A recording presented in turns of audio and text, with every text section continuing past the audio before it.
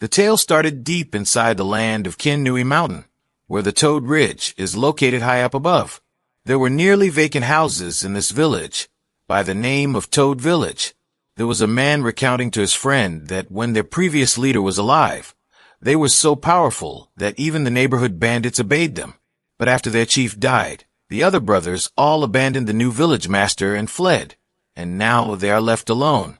The officers will shortly come and drive away the bandits. They were not even able to resist them, and they won't last if they remain there longer. He convinces his friend to escape the new village master before it's too late. Another fellow, whose attire was wrapped and placed on a pole, came out and complained that the new leader was just 18, terming him too young and inexperienced before inquiring if they still intended to abandon him. He shouted indignantly, instructing those who wished to abandon their leader to leave immediately. He then took off while smiling, saying he would lead the way, leaving his colleagues behind. But soon after that, they smiled, glanced at one another, and also opted to leave. Chungdali sat on a wooden chair under a tiger-skin rug while his hand rested on his head, grumbling that it pains him. He went on grumbling about the memories flooding into his head and wondered if he had somehow been taken to another world. Chungdali was a typical university student, playing on his computer with headphones on, a tactical game named Hearts of the Mountain Bandits, when he suddenly collapsed and found himself in another world. His memories and the body he was currently in were blending into one. In his memories, there was a village in despair. He inherited this impoverished village upon his father's death. Dawu was established 120 years ago, and under its jurisdiction were 108 cities and 13 prefectures. It had once dominated the sea and land, but this was a long, long time ago. Presently, the imperial power of Dawu was fading, and people suffered from the constant wars that occurred almost every year. The rest who were unable to live had no option but to turn into mountain bandits, and the world was full of them. Toad Village was among them. When the former leader was still alive, Toad Village was very strong and renowned in Kinnui Mountain. The former Toad leader passed away recently, and the rest of the bandits departed one by one, and he felt that he was the last one remaining. Chungdali breathed softly as he sat by himself. A hand suddenly reached for his shoulder and addressed him as a village master. It was Zhu Shinji, which surprised Chungdali that he had not yet left. Although he was the Toad Village strategist, Zhu Shinji's IQ was questionable, and his suggestions had never been helpful. Chungdali immediately took Zhu Shinji's hand in his and thanked him for remaining behind. He rose to his feet and continued to say that he would never forget this favor. Zhu Shinji replied, grasping Chungdali's hands, that he was misinterpreting something. He continued to say that the resources in Toad Village had largely been used up, and that the only remaining thing was a lean horse, which he asked if he could take since no one wanted it.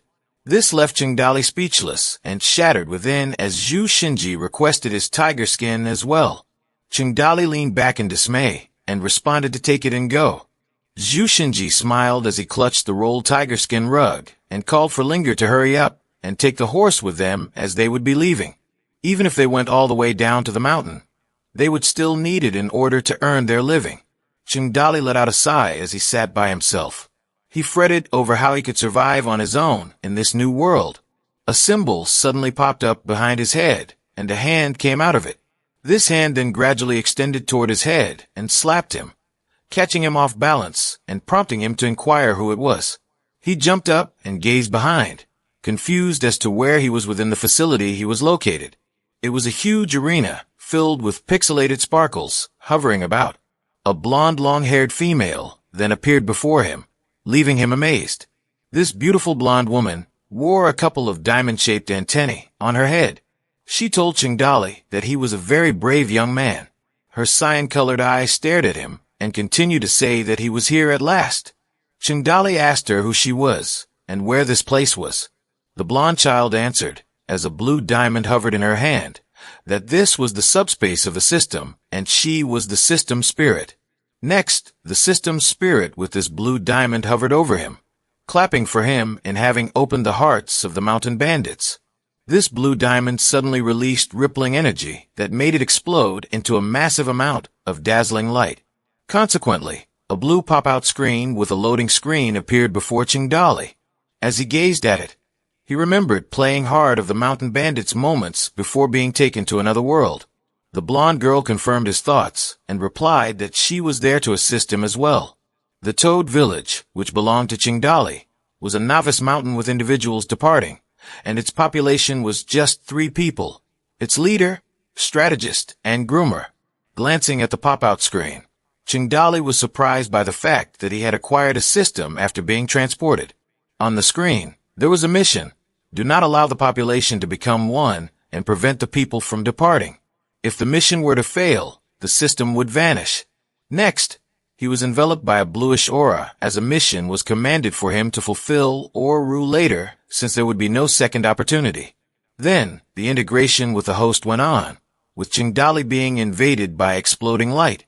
The system spirit called Qingdali a boy full of vigor, but the entire population of the village was very small. So, he had to halt the strategist and groomer from departing, as there was a new mission on a blue screen, telling him to employ an honest means to prevent the groomer and strategist from departing. Qingdali answered that he could attempt to finish the mission, but he was not certain how he could exit the subspace of the system. The blonde girl laughed and invited him closer. She picked up Qingdali and hurled him in the air, saying, "There you go." Qingdali screamed, his tears welling up in his eyes. Seconds later, Qingdali perspired intensely as he asked himself, with his hands and knees on the ground, if it was all a dream. Abruptly, the ghost of the system whispered into his ears that if he didn't succeed in the mission, he would be assassinated, and fear appeared in Qingdali's eyes. The warm sun rays shone outside his house as Qingdali summoned strategist Ju. He rushed down into the forest after repeatedly calling on strategist Ju and begged to wait for him. Qingdali caught his breath when he attracted their attention and avoided walking away from him. While that, Zhu Shunji, with a lady and horse by his side, asked his village master whether he regretted and wanted to take back words. Qingdali was distracted and fixed his sight on the lady. Zhu Lingyi put her hand on her waist and proudly convinced her father to depart. Qingdali flushed as he asked her who she was with strategist Zhu. Zhu Shinji replied politely that she was his daughter, the one who generally takes care of the horses, and that he had never met her before. Looking at his daughter, he thought to himself that she was very pretty. Qingdali clung to Zhu Shinji, referred to him as father but corrected himself immediately, then informed him that he had remembered something. Without him, the village would not be what it was. He continued to say that Zhu Shinji was incredible and convinced him not to leave the village, since he had worked for so many years and had contributed a lot to the village. Zhu Shinji, however, was furious because he thought Qingdali was going to die with him, but he replied calmly that he did not want to leave since he was old and only considered himself a burden. But resolute Qingdali replied that after hearing his response, he could not let him go and promised them they would never go hungry as long as he lived. Qingdali continued to debate who would accept them in their village. Zhu Shunji answered in dismay, asking how they would manage to survive if they remained behind. The village master brashly answered what he feared, then went on to ask for his weapon because he was going to steal from someone. He then smiled surreptitiously, questioning what reward he would get after he had successfully carried out his mission. Qingdali asked Zhu Linger's age and pondered his dashing and self-assured self. He had faith in the ordinary man who was from his previous life, where the protagonist was usually defeated. Zhu Linger was frustrated as she approached Qingdali with a huge axe, causing him to perspire in disappointment since he had pictured a different weapon. He grasped the axe in both hands and expressed his dismay as he pictured himself as a giant with huge muscles and an axe in his hand, wondering whether he was to be a woodcutter searching for trees that needed some chopping. A pop-out box materialized, showing mission completion, halting the strategist and groomer from exiting. Consequently, Qingdali was compensated with an axe skill book, which he received from the spirit of the system. He automatically added the skill to his collection. It was rumored that Cheng Yaojin learned his powerful axe skills from a fairy in a dream, including correct grip, precise chops, and heavy swings. Zhu Shinji cautioned his village master that traveling alone was unsafe, but Qingdali just gazed dully at him, bewildering Zhu Shinji. Zhu Shinji was amazed to hear that his village master intended for him to accompany him and would not be traveling alone, the axe slung over his shoulder and his face solemn. Chengdali inquired of Zhu Shenji whether he had anything further to say. Zhu Shenji said that he had nothing further to say, and they both departed, leading the horse. A pop-out box materialized, offering a new mission to execute a successful robbery before evening. Success would give them a shot at the lottery, but failure would mean death. With a serious face, Zhu Shenji summoned his village master, but Chengdali smiled demurely and replied that he did not have to be addressed as the village master, with Zhu Shenji following behind him. Rather, Chengdali grinned and requested to be addressed as boss. As they traveled together, they came to a lovely sunset scene of a mountain encircled with dense trees. Chengdali lifted his hand, axe in tow.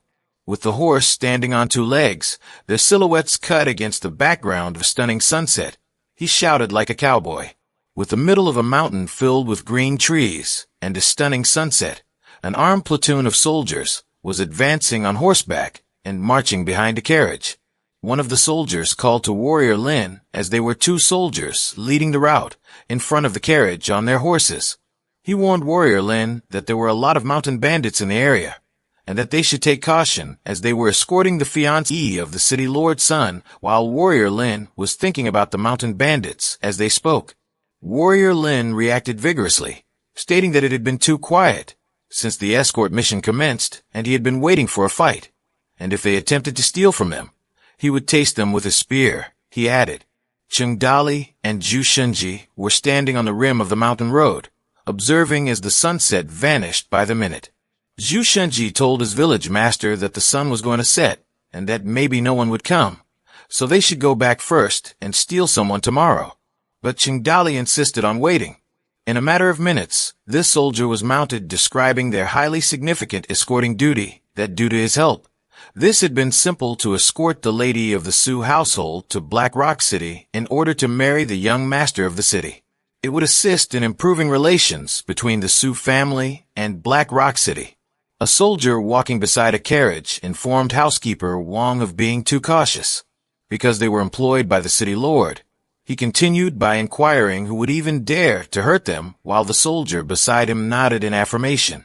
Chengdali saw them from afar and said, "Here come they are."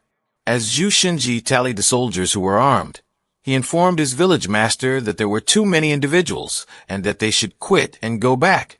As Chengdali spoke that he got his sense, Zhu Shenji threw a confused glance as he gazed over his back, but he continued to proudly inform him not to worry as he would die with him while raising his arm, which disheartened Zhu Shenji as he thought to himself that he did not want to die with him. The armed group was heading to the curved road, nervously considering whether they would have to come up with a way to escape. Zhu Shenji began to sweat buckets. Zhu Shenji awkwardly stroked the back of the horse and informed Chengdali that it was quite good, leaving Chengdali sitting on the back of a horse, looking at him in bewilderment. Zhu Shenji then pierced the horse on its back in an abrupt move.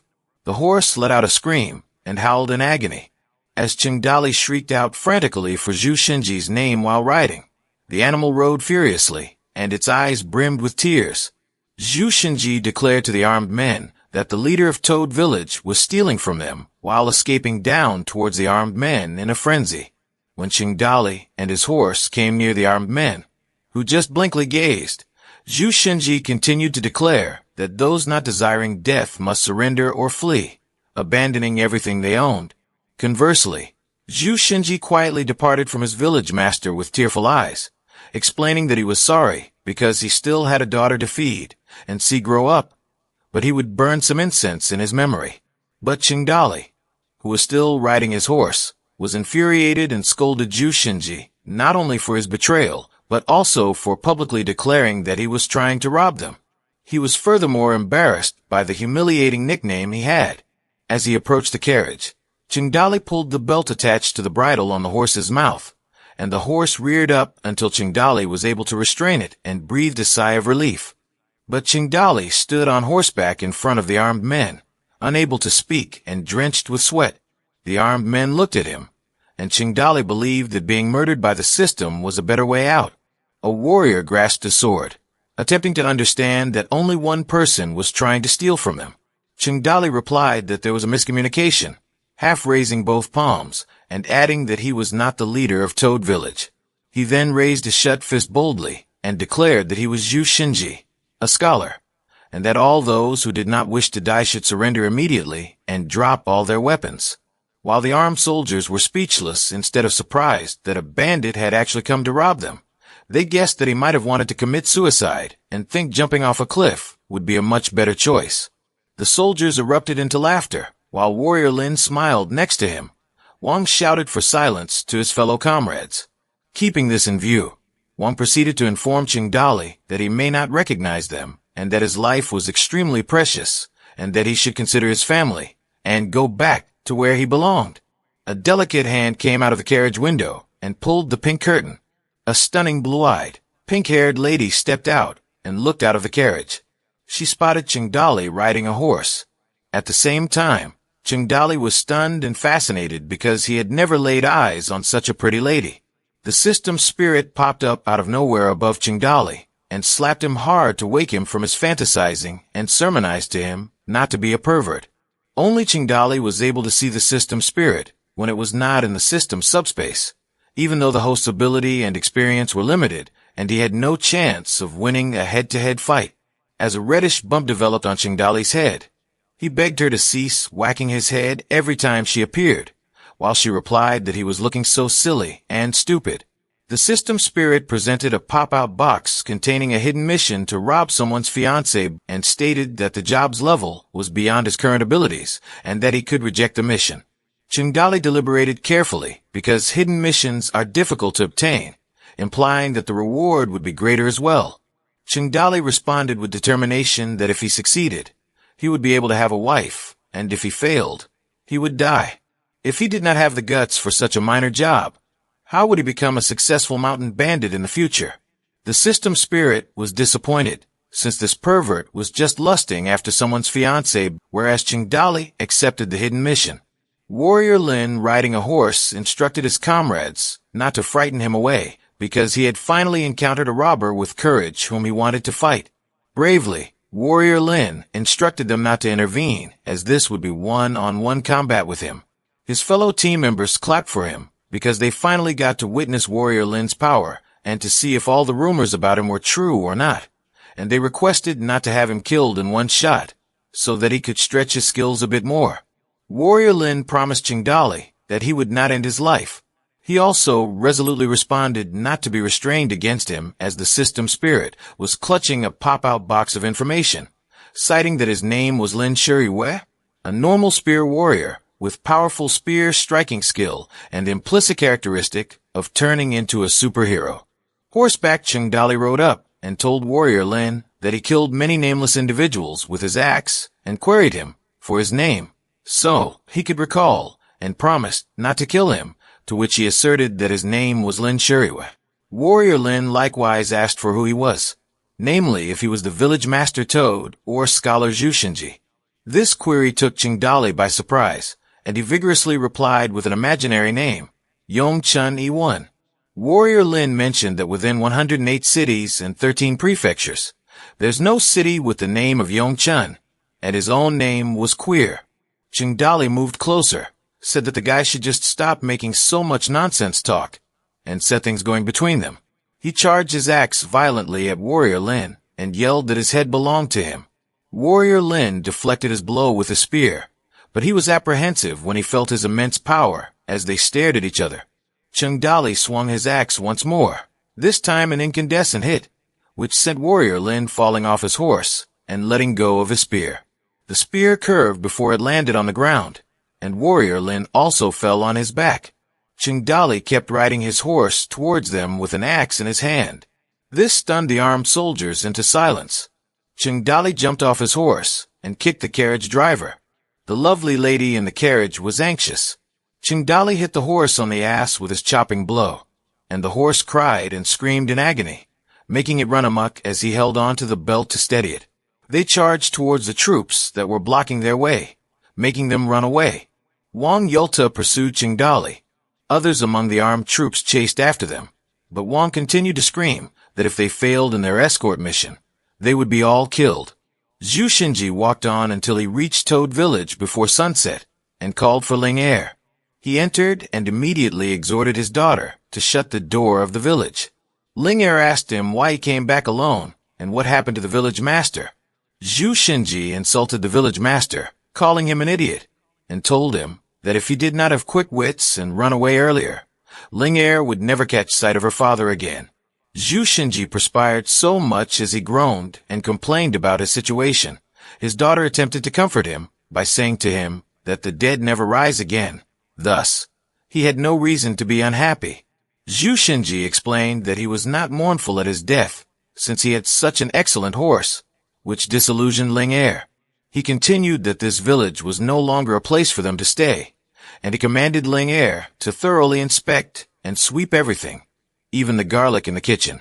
Meanwhile, the horse-riding armed troops were still chasing Qingdali and the carriage. Qingdali shrieked, "Hurry up," while holding onto the horse's bridle belt. The system spirit came from nowhere above Qingdali and inquired whether he was willing to draw one because he had just returned from a mission and obtained a single lottery drawing opportunity, which Qingdali accepted and drew one now while flailing the horse's belt. The spirit of the system made fun of Qingdali when she asked him if he would whip the horse or draw the reward first, which made him furious and threatened to whip her. Nevertheless, the spirit of the system was not bothered and was still cute, and she continued tormenting him. Qingdali responded saying he really wanted to draw the prize first and told her that he was in this kind of predicament, and if she wanted him dead, he begged to just do it. But the spirit of the system only laughed and winked back at him. A lottery machine appeared with a point of the system spirit's finger, and she started drawing. She shook the lottery machine slowly and wrapped both her arms around it. Meanwhile, the armed soldiers were still pursuing and riding their horses behind Qingdali, and Wang cursed the bandit and screamed that he would skin him alive. The spirit of the system was still clinging to the lottery machine, while Qingdali frantically pleaded for her to make it quick, since he had little time due to those annoying-looking assholes searching for his life, meaning the gun-carrying soldiers. Qingdali was commended by the spirit of the system as a ball from the lottery machine exited and opened. He acquired an excellent unknown hunter named Qin Man, which stunned him since the machine could pull in humans. While pursuing Qingdali, he wondered where the guy was at the moment, as there were merely rocks all over, or if he would drop off from the sky, or if he needed to do any chance. Qingdali muttered using his index finger, "Go Pikachu, I choose you," while the system's soul looked at him inquisitively. That did not, however, succeed. Qingdali continued along as he gripped his axe and said, "I called out for you, using the name of the eternal meaningless Sakura," as the system's soul still remained perplexed with its gaze at him. This went on as he moved his hand and spoke, calling for backup, "Respond fast, gather and clear a path. Shine bright, come in front of me, warrior. Calling 1, 2, 3, respond." The entire time the spirit of the system watched him confused. Suddenly Warrior Lin almost charged at the carriage with his spear and ordered Qingdali to come back, as he was going to kill him, which made Qingdali's eyes widen in terror. Someone in the distance informed his village master not to be anxious, because Qin Man was standing by his side. Qin Man, whose hair was brown and long, and had an X marked on his chest, stood confidently in front of them, holding a spear. Qingdali pondered that the system could not bring the reward out of thin air. They had to be arranged and come at a decent time. Warrior Lin on horseback charged towards Qin Man, despite his best attempts to get out of his way, but was unable to halt his horse. Qin Man angrily ordered him to get off. He plunged his powerful spear into the horse's mouth, making it spout blood, shouting, "Get off the horse." With Warrior Lin on its back, the horse lost its balance and fell. Then, the horse fell onto the ground with a big thud. Qingdali was shocked at Qin Man's incredible strength. Meanwhile, the military soldiers were stunned and speechless. Wang then gulped and perspired intensively. However, he brought out his sword and declared that they were warriors of the master of Black Rock City, that if they didn't want to perish, they must surrender and hand Misu over to them, or they would mobilize the army to eradicate this town off the map. Qin Man stood tall and resplendent as his powerful spear swished and hit the stone, which hit Wang's face squarely, and he lost his teeth. Qin Man yelled angrily at him to leave. When Wang cried out for withdrawal, All the armed soldiers withdrew as they had to report this to the commander. Kin Man walked up to his village master alongside the carriage and told him that he had come to work for him. The system spirit meanwhile had a pop-out box with information regarding Kin Man, a great unknown hunter who, at 31 years old, had the proficiency of a 3-core plum blossom spear. He was a hunter who lived near Black Rock City, but now he was wanted by Black Rock City, so he moved to Toad Village to work under the village master. His backstory involved living with his wife near Black Rock City, but when the head of Black Rock City found out that Kin Man's wife was very gorgeous, he dispatched his men to Kin Man's home while he went hunting. Kin Man's wife fled as she did not wish to lie down with the leader of Black Rock City, so she climbed down the cliff and killed herself. When Kin Man came home, it was too late. Angered, he attacked Black Rock City and murdered over a dozen guards, becoming Black Rock City's wanted individual. Subsequently, he chose to serve as the village master of Toad Village. A while later, Chung Dao Lei was aware that it was just a character's background for him, but it was all actuality for Kin Man, and living in a war period was very tough. Chung Dao Lei was flabbergasted when the gaunt horse that he had dropped back rode in alone and commanded Kin Man to climb it. Both Chung Dao Lei and Kin Man clung to their horses' backs. The gorgeous sunset stuck with them on the journey to return to Toad Village. Zhu Shinji wrapped a strand of garlic and instructed Ling Er to carry the pot and see if anything had been left behind. In the meantime, Ling Er informed her father that she couldn't support more weight than she was carrying. With a garland of garlic around his neck, Zhu Shinji mentioned that he couldn't carry them, but neither would they be able to live without it. Ling Er turned around as a voice called out and inquired if they required a horse. Chung Dao Lei and Kin Man came on horseback with a carriage to Toad Village, which Ling Er identified as the village master. Zhu Shinji's eyes opened wide, and his mouth fell when he understood that his village master had not perished. He immediately covered his mouth, bent slightly, and showed his relief as he would have blamed himself for being too useless and powerless to help him. He went on to state that he didn't need to be driven away because he was a burden and would depart by himself, and Ling Er cried from behind. Chung Dao Lei glanced at them and inquired where Zhu Shinji was going. He teased Zhu Shinji with the story of how, when he was trying to steal from them, he had introduced himself as Zhu Shinji to the armed men who were now looking for him. This made the mouth of Zhu Shinji drop and made him angered. Zhu Shinji, his fists clenched and his body visibly sweating and shaking, defiantly replied that even though he was old, he still had his head to think of ways, while Ling Er wept behind him. He continued to tell Chung Dao Lei that he would always be around to help and gave a thumbs up. Grudgingly, Chung Dao Lei consented and told Zhu Shinji to go and assist him in pulling the horse. He introduced Kin Man to Zhu Shinji and told them to be friends. Chung Dao Lei ordered Ling Er to feed the horses, Kin Man to cook supper, and strategist Zhu to take the person in the carriage to his room. He winked while announcing that he would sleep with his wife. In a low tone, Zhu Shinji entered the carriage and started moving. Immediately after, Chung Dao Lei thought to himself that he had accomplished the secret mission, but hadn't yet inspected the rewards. Chung Dao Lei then flicked his fingers to summon the system, and the system spirit materialized above Chung Dao Lei, but reprimanded him for being uncouth, sending him a whack. Holding her hands in a fold, she instructed him to address her as the system goddess, and Chung Dao Lei complied, having a reddish bump on his head. Afterward, the system goddess commended him for successfully robbing someone's fiancée. She went on to explain that his reward was the awakening of someone's hidden attributes, as her palm was enveloped in golden energy. The system's goddess then stated that it was up to him to determine whose characteristics would be awakened. Chingdali was perplexed by the unexpected awakening, but was interrupted. Zhu Shinji was facing Chingdali, who became aware that the concealed qualities of the man had been triggered. As the moon was clear on the Kinyo Mountains, it was almost nighttime. The vanquished warriors at arms rested temporarily in bonfires somewhere within the Kinyo Mountains. Commander Wang asked his comrade if he would like to live, to which his comrade said that he of course would like to live. Wang once again questioned him on how many mountain bandits had attacked them previously. His comrades were in shock as they looked at one another, and one of them said that there were 100 bandits, and he was drenched in sweat.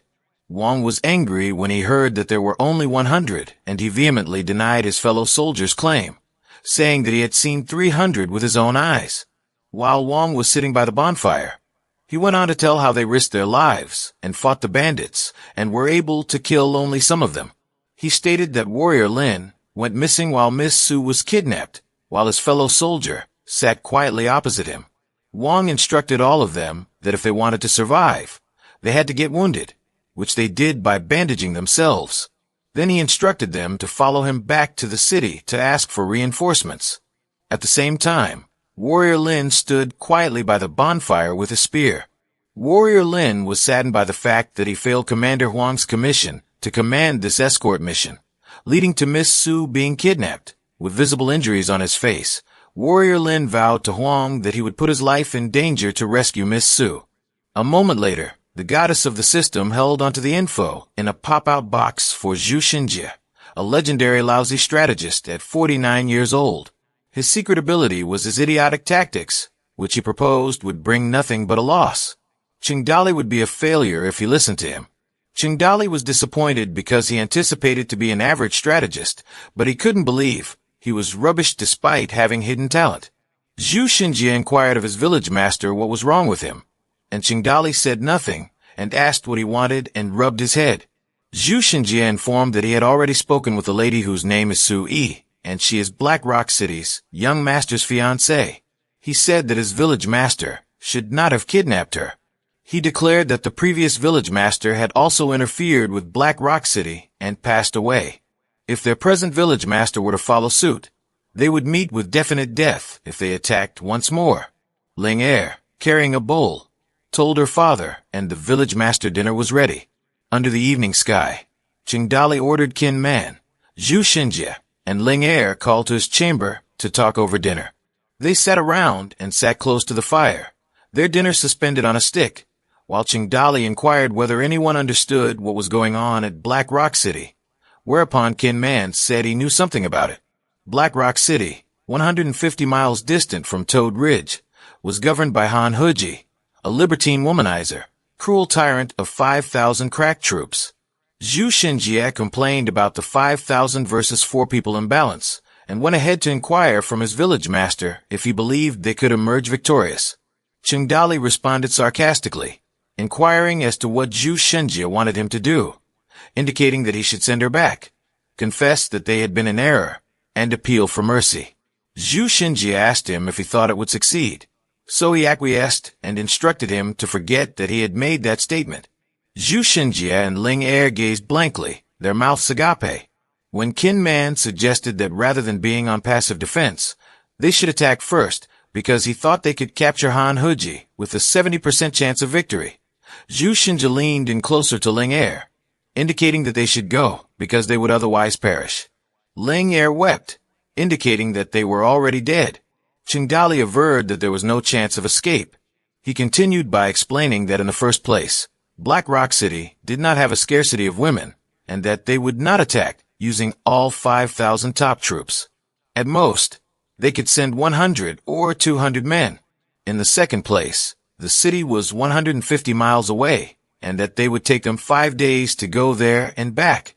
Within those 5 days, they can establish an ambush and acquire the battle.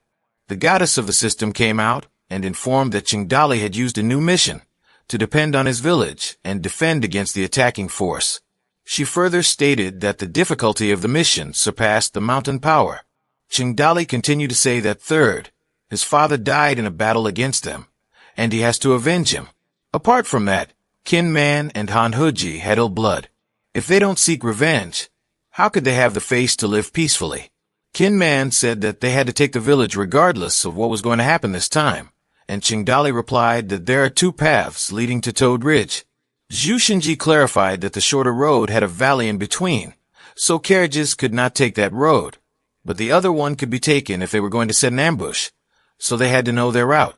Qingdali recalled Zhu Xinjie's secret talent for awful tactics. If he listened to him, they would die, so he inquired of him which direction the enemy would take. Zhu Xinjie, with assurance, took the official road while smoking a pipe, whereas Qingdali already knew what road they would take. The village master kept inquiring of Zhu Shinji whether he believed they could win, which confused him.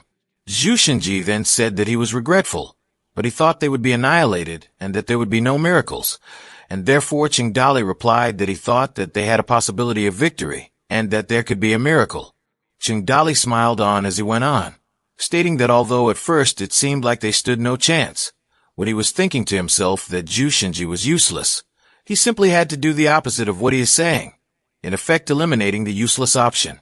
A few minutes later, the moon was full and partially veiled by wispy clouds in the evening sky. Someone thought about how God had not abandoned her yet, and that toilet paper, used tissue paper, and ripped clothes could be reused. It was Miss Su who lay on the bed by herself in silence. When Qingdali came into her room and urged her to eat something, she was shocked but kept quiet. While that was the case, Qingdali to himself said Miss Su is such a lovely lady with a good figure. All of a sudden, Qingdali's evil self had other ideas, since he wanted her and could do anything he pleased to her. The actual Qingdali, however, covered his mouth in protest of his wicked thoughts. He was not able to do those things with her because he was a good guy once and feared that if he had crossed the line, he would turn into an evil person. The goddess of the system came and complimented Qingdali as a good young man.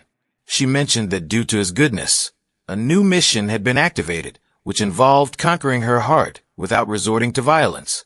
She said that only a true man could dominate the world, but before that, he must be able to win over girls' hearts by being a gentleman.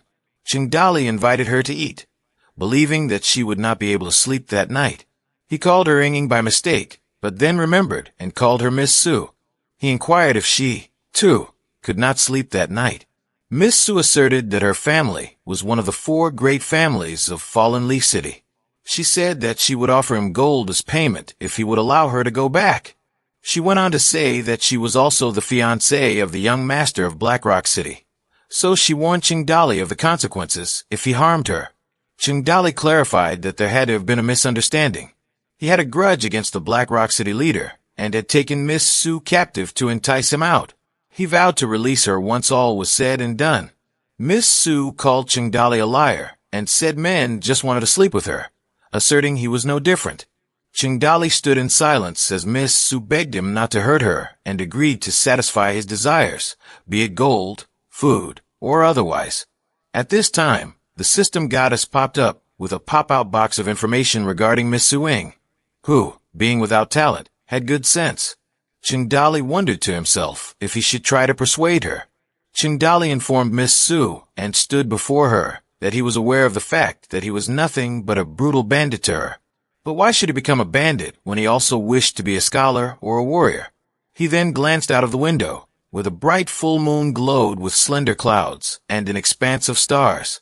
He went on to tell that he would carry books in his hands and wished to study literature, battle like soldiers, win championships, and tour the globe, sailing seas.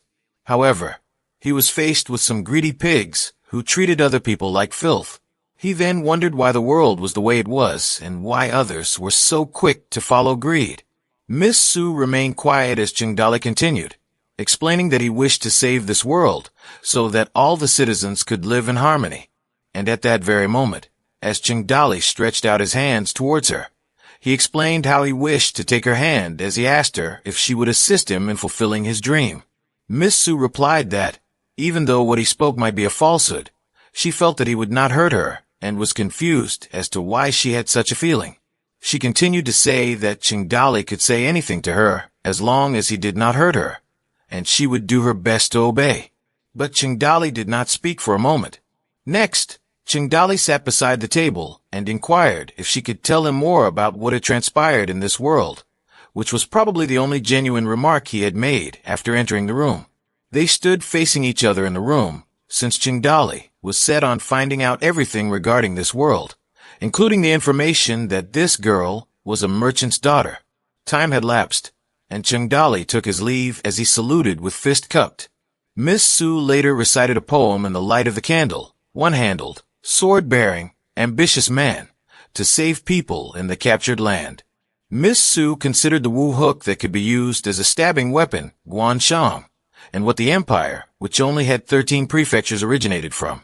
She realized that Chengdali was lying, but these words were too lovely, and she complimented such a great poem. She felt that if she could perform this in the so-called talent poem meeting, it must shock everyone. At the same time, Kinman stood quietly outside. He caught the eye of his village master. Chengdali was taken aback upon seeing Kinman, and inquired of him what he was doing. He then wondered if Kinman had the habit of eavesdropping on others' private talks. Kinman folded his fist, and told him how he felt that the village master was no better than those filthy bandits. But when he heard them talk, he was deeply touched by what he said.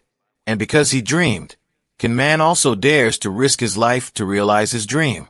Everything happened suddenly when the system goddess appeared and informed Chengdali that he unintentionally fulfilled Kinman's secret mission, which was that Kinman always had a heartache because his wife and children were snatched away from him. And by being courteous to Su Ing, he won his trust. Chengdali, with crossed hands, gazed at the pop-out screen that he believed that kidnapping Miss Su was in no different vein than actions by the head of Black Rock City. Therefore Chengdali concluded that were he to hurt her, the first to execute him would have been Kinman, and understand it wouldn't have been so easy to win a hard person over and make them loyal. The morning broke in Toad Village, and Ling Er rushed off to tell the village master that someone was besieging their village. This came as a shock to Chengdali, because he never thought they would come so soon. So he asked how many people there were. Ling Er blushed when she answered that there was only one with a spear, and that he was quite good-looking.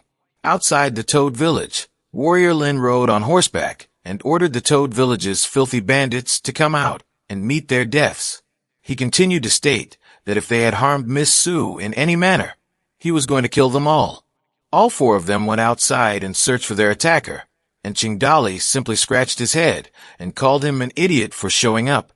Chengdali then ordered Kinman to chase him away.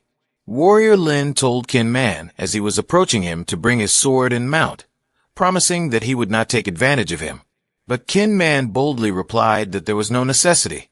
Kinman jumped up suddenly, stepped on the horse's head, and clasped Warrior Lin's face in his bare hand, leaving Warrior Lin speechless. Kinman then waved his hand while continuing to hold onto Lin's face with his bare hand and declared that he was weak.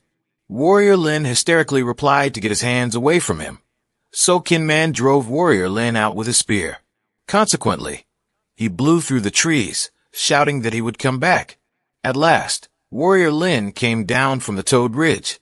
Chengdali softened and told Kinman to spare him this time and leave him to fetch back his horse upon his return, which he guaranteed since Kinman would not disoblige him as the village master. Chengdali opened his eyes wide when informed that he had been able to fend off the village attack successfully, and that compensation would be brought to him. The system rewarded him with a golden-lined chest, prompting him to wonder whether there was something wrong. He questioned whether it was supposed to be a challenging mission that he completed so easily. It shouldn't have been that easy if not. The system would not have warned of an increased difficulty level. Chengdali questioned whether it might be a bug in the system. Unexpectedly, the system goddess gave Chengdali a scroll containing his rewards. He was rewarded with a metal spear, improved horses in the mountain, a healing effect in the mountain, and a random skill upgrade for an individual. This made Chengdali feel extremely fortunate.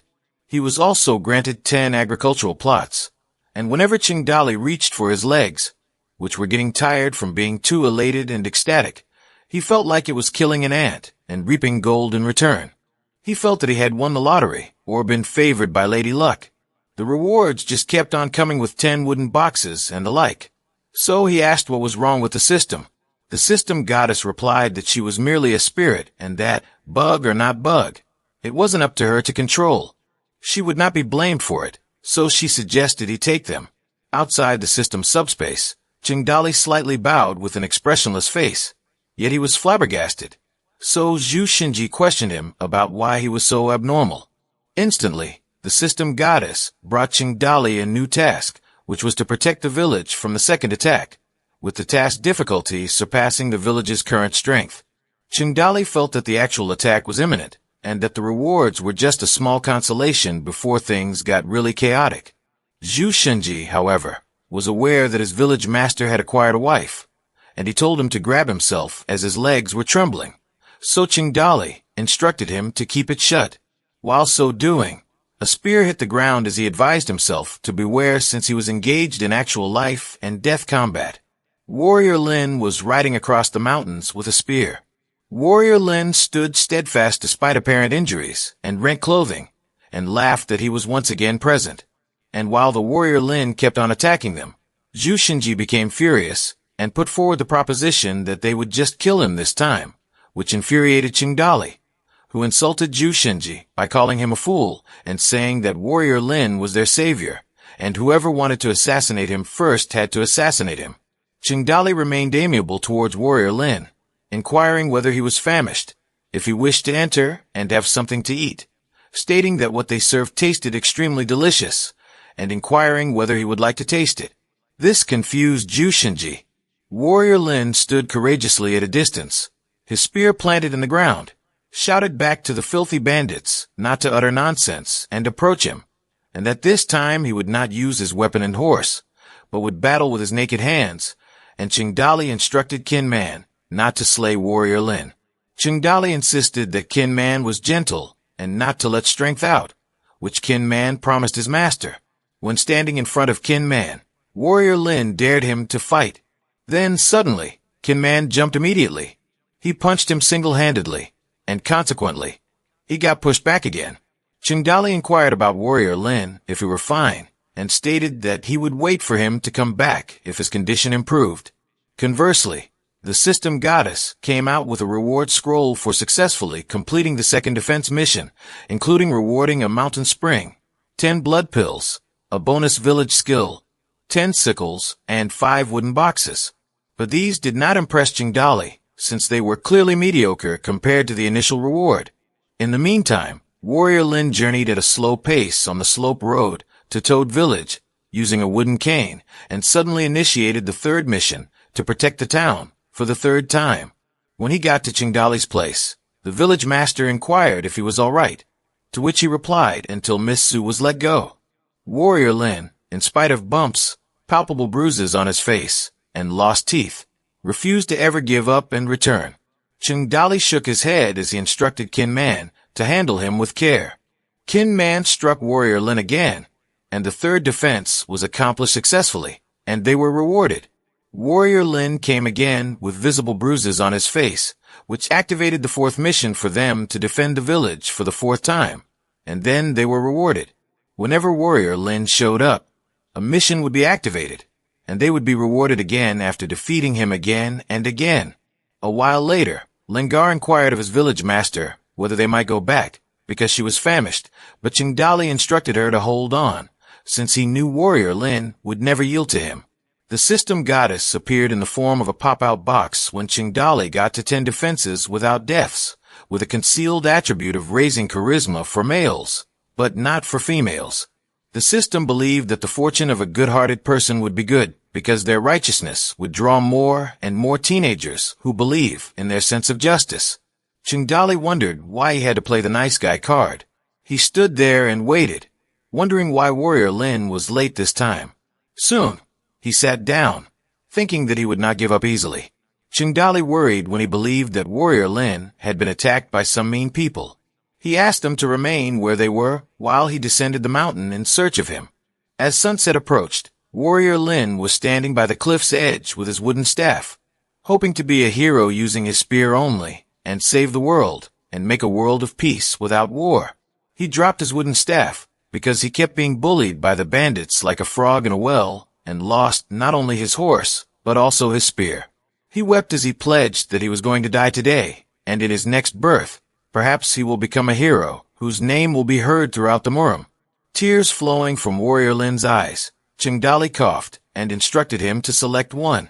The defeated Warrior Lin was incensed at this bastard bandit when he mocked his sufferings. Even if he weren't as good as he was, he would rather die than be humiliated by him. Qingdali said that he had heard what he had said, and that he was an honest guy, but a young dumb man would die for his ambitions and dreams, whereas a real man would live his ideas in a humble manner. As he heard more from Qingdali, this astonished Warrior Lin, who perhaps believed he was courageous to die for his dreams and ambitions. Then Chingdali criticized him and continued that suicide was not courage. He was helpless and timid, and he was simply trying to run away from this world. And he screamed at him, asking him how he could refer to himself as a warrior. Warrior Lin explained that he didn't know, and that he was merely a mountain robber. Chingdali went on to explain that he knew Lin hated robbers, but he also had an aspiration and used to be an idea man. He then asked him if he would want to know about his dreams and aspirations. Chingdali went on to say that he used to wish to be more knowledgeable in literature, battle like a warrior, and be a title holder. A fellow who failed to bring his Wuhook acquired Guanshang of 50 prefectures with a line of poetry, such as, with a sword in hand, the ambitious man, to save the people of the conquered land. He continued that he would like to tour the world and traverse seas, but afterwards, he encountered some greedy pigs who treated others like filth. He started to think why the world was this way, and why the people were so easily influenced by greed. Chingdali went on with his speech, declaring that he wished to rebuild this world, and had a dream to save it, so that all citizens could live peacefully at that very moment.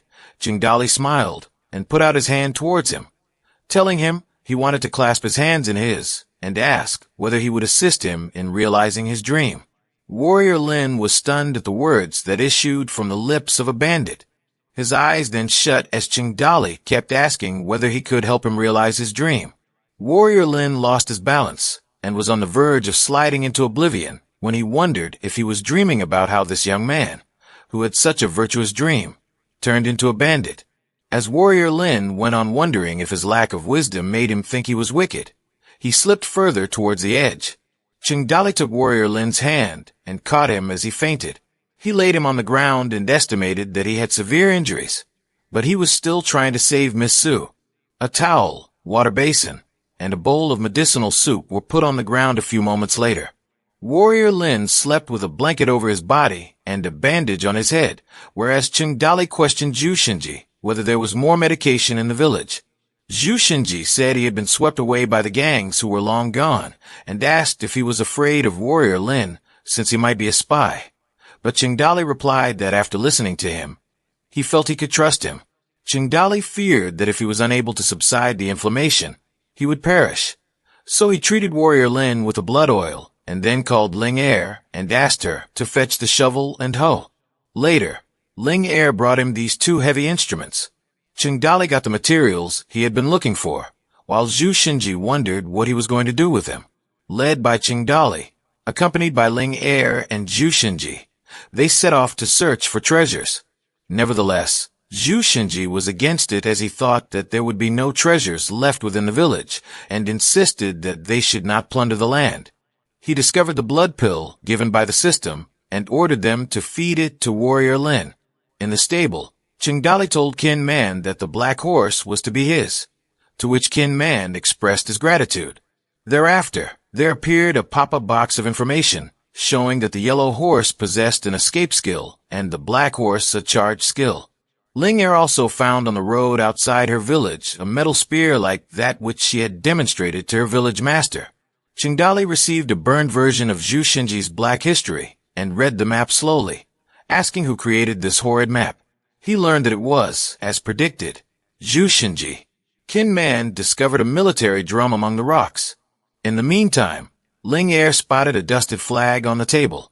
A few minutes later, she was shocked and questioned if it was a ghost's handiwork that the old well, which stood idle for a decade, started spouting water. Later on, Chingdali gave the spear to Kin Man to serve as his weapon.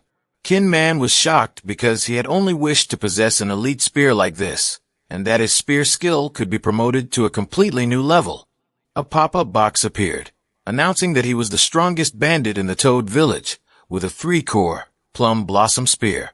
The system goddess popped up with a pop-up box that had a long list of rewards for the day, including a spear, common armor, blood pills, war drum, flag, wine, and sickles, map, scribe cloth, farmland, well, mountain spring, skills, upgraded horses, heal, and unity. But it let Chingdali down because there was no sword for his aspiration to be a Murum swordsman, and he lost hope. Chingdali was wondering why he hadn't found the 50 wooden boxes, whereas Zhu Shenji raised a small entrance concealed under a haystack that led to a basement. They opened it with a step and went in to learn. Lastly, they located the 50 wooden boxes stacked together, and when Zhu Shenji was descending from the stairs, he inquired from his village master whether the old master had bequeathed some inheritance to him. Zhu Shenji was by the pile of wooden boxes and inquired from Chengdali if those were the savings of the old village master, to which he replied he did not know. As Chengdali asked him to open them and see what was inside, both of their eyeballs emitted crimson light as they sneered evilly. Chengdali cleaned his face with water in order to wash away all the ill fortune. When he opened up a wooden box, light shot out, and he recalled having drawn many SSRs throughout his life in anticipation of something coming out, either a legendary beast, gorgeous ladies, or mythic weapons. He did pick up one box of stone, however, and that was literally garbage, with the system goddess smiling and wiggling her thumbs. Chengdali cursed and was frustrated as he looked at the stone in his palm, realizing he could not alter his destiny. Zhu Shenji volunteered to open one box for his village master, but Chengdali refused because he was sure his fortune was worse than his. Zhu Shenji opened a wooden box and wondered what was inside. Chengdali checked it with his hand and pronounced that it was gunpowder, and Zhu Shenji asked if this black substance could be eaten. Then Chengdali instructed Zhu Shenji to open every box and observe whether there were any other boxes of gunpowder. When they opened all of the wooden chests, they discovered 10 chests of gunpowder, 20 chests of trash rock, and a heap of broken weapons in shredded clothing, as shown on the system goddess's pop-out box. Chengdali smiled as he knew that they could depend on the gunpowder and mountain roads to fend off the Black Rock City attack. Chengdali, already having escaped from the basement, instructed Zhu Shenji to have the boxes, as he himself needed them still. But Zhu Shenji, set to head out through the tiny basement entrance, suggested it would be nice wood, firewood for winters they could get. He told him he would fire him if he cracked any of these boxes, and then asked him where the village field was. Zhu Shenji told him it was behind the back hill and had lain empty for several years, and inquired as to why he asked, to which Chengdali said that he wished to go and look at it. There was a full moon at night. Zhu Shenji grumbled that it was already late, and inquired as to why they were walking so far to look at an empty field, to which Chengdali responded to Gokaken Man and Ling Er. They walked by a green field with a stone mountain bordering it. Zhu Shenji indicated that he scattered some wheat seeds there last spring. Zhu Shenji had his doubts whether anything could ever grow there because it was wasteland, yet they came upon a field full of growing wheat, and viewing it himself, Zhu Shenji was amazed. He walked through it, wishing God bless us, as Ling Er was getting scolded for running around and knocking down the sprouts of wheat. The system goddess came out and verified that the 10 farmlands were accounted for. Kin Man elucidated that if they reaped these 1,000 pounds of grain, they would be able to make it through the winter. He continued to tell them that they could burn the straws in order to stay warm, and that they had to cut them in a hurry, as the rainy season was approaching. Zhu Shenji and Ling Er knelt in appreciation, praying to God for his benevolence and morality. Chengdali stood back from afar but believed that not every bandit was bad. They were merely surviving in an era of wars. There were children and elderly people, some working land for crops, and sometimes they even descended to the mountain to purchase living necessities. For instance, these 3 standing in front of him were compelled by life to become robbers. Zhu Shenji was a village scholar at the foot of the mountain.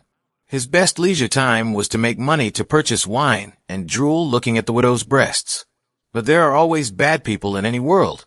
One day, the village bullies were looking at Ling Er, sometimes even attempting to grab her by force. After turning them down a few times, one day Zhu Shenji invited the bully home. He dressed Ling Er up nicely, took some wine, and slaughtered the family's old hen that laid eggs.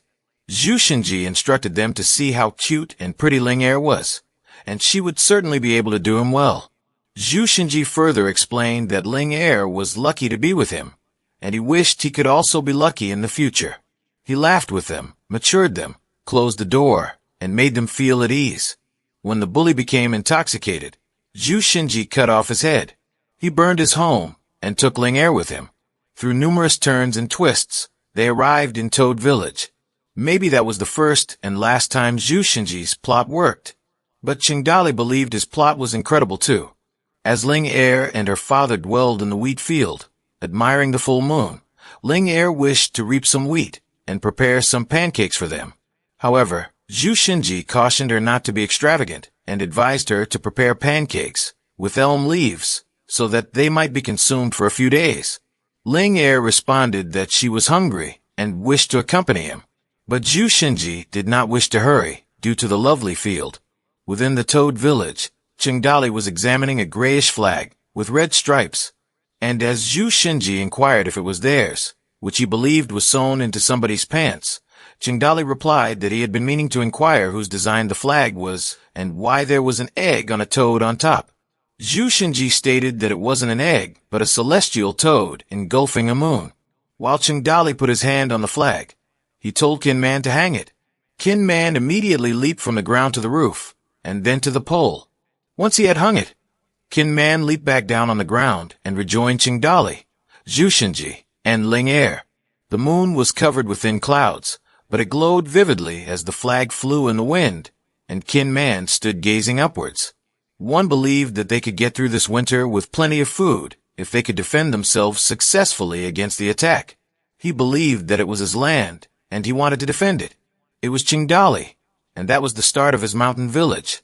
The system goddess came and stated that the flag was hung such that the heroes who had learned of his battles would come and be his subordinates. She gave Qingdali a new quest, and that was to raise the mountain population to 100, and the reward was one lottery draw. It was a morning with clear skies at the mansion of the city lord when someone recounted how they had come to Toad Ridge, where hundreds of bandits were led by a leader who referred to himself as the Toad King. Commander Wong knelt before the city lord, and girls stood behind him, and a man sat on the side of the table. Commander Wong cursed them and how he had charged at them. Although the city lord kept quiet, Commander Wong started sweating profusely as he described that when they were fighting the bandits, a fellow called Zhu Shinji charged out.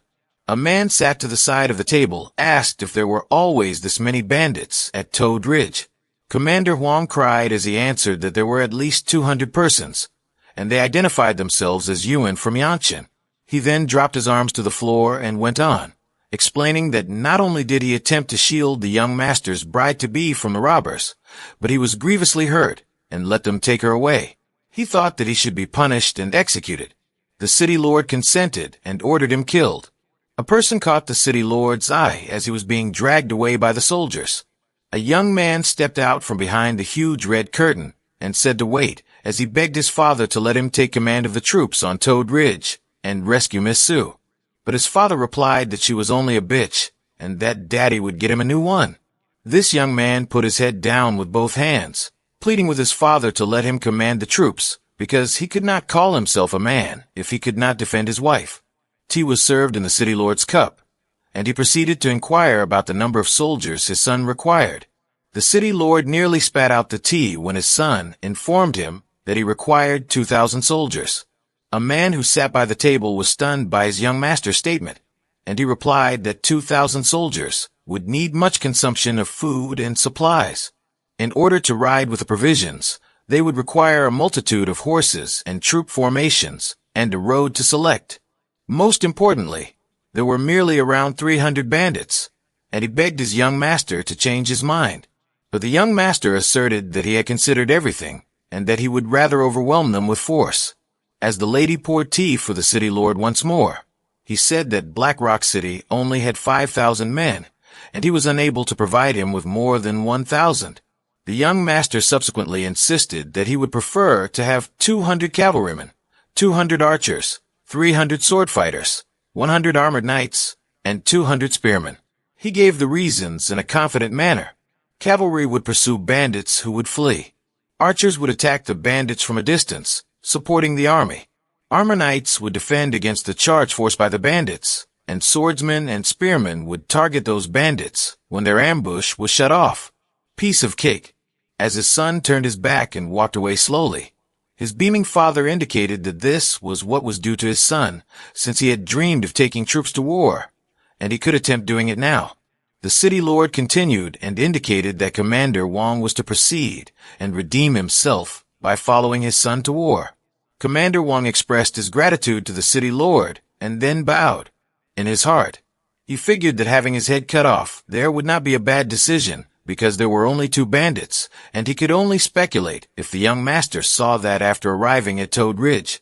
As they departed, the city lord inquired of the strategist by his opinions regarding his son's scheme, to which he responded that cavalry could not show their full strengths in mountains and forests, and as it's a long-distance trip, armored knights would be inappropriate, and using those soldiers would be useless.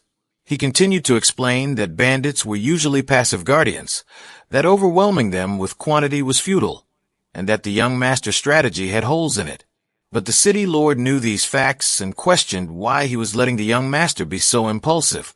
The city lord replied that his son looked up to the general, that he learned the art of war, but that his talent was inexperienced, and that the mountain ridge had already been invaded by them, that there would be fewer than 300 bandits, and that he would not lose to them with 1,000 soldiers. He continued to say that he wanted to command troops, so let him enjoy himself, commanding the troops in this little battle, while Strategist Bai mentioned that he was relieved that the city lord knew about this. Strategist Bai further said that the young master was getting ready to command the troops. He then inquired of the city lord if he would ask how he would lead them. The city lord answered that there would be no problem and asked the girls to return to his room, since he did not want to bother with anything else and only wanted to enjoy himself with these young girls. The city lord remained by his side with the girls and continued that if Strategist Bai ever came into contact with him, then he would know nothing in this world was worth considering, leaving Strategist Bai speechless. At the same time, in Toad Village's inner room, someone inquired as to whether Black Rock City did not have a permanent army. It was Qingdali, who had maps on the ground and was questioning Miss Su, seated in front of him, why Black Rock City, with just 20,000 citizens, was able to feed 5,000 soldiers. Qingdali then asked him about the war times and how he could recruit soldiers to protect the city. Miss Su replied that soldiers could be recruited from military families, but if the war was big enough, civilians would need to join the army too. She also said that Bai Han Chuan had intended to train 500 standing troops, but the idea was abandoned because soldiers need a lot of resources. Qingdali then asked about Bai Han Chuan. Miss Su explained that he is the strategist, responsible for everything both within and without the city, and that he is indeed a fabulous person. Qingdali got up, collected the maps off the ground, and commented on what a bad ruler Black Rock City had.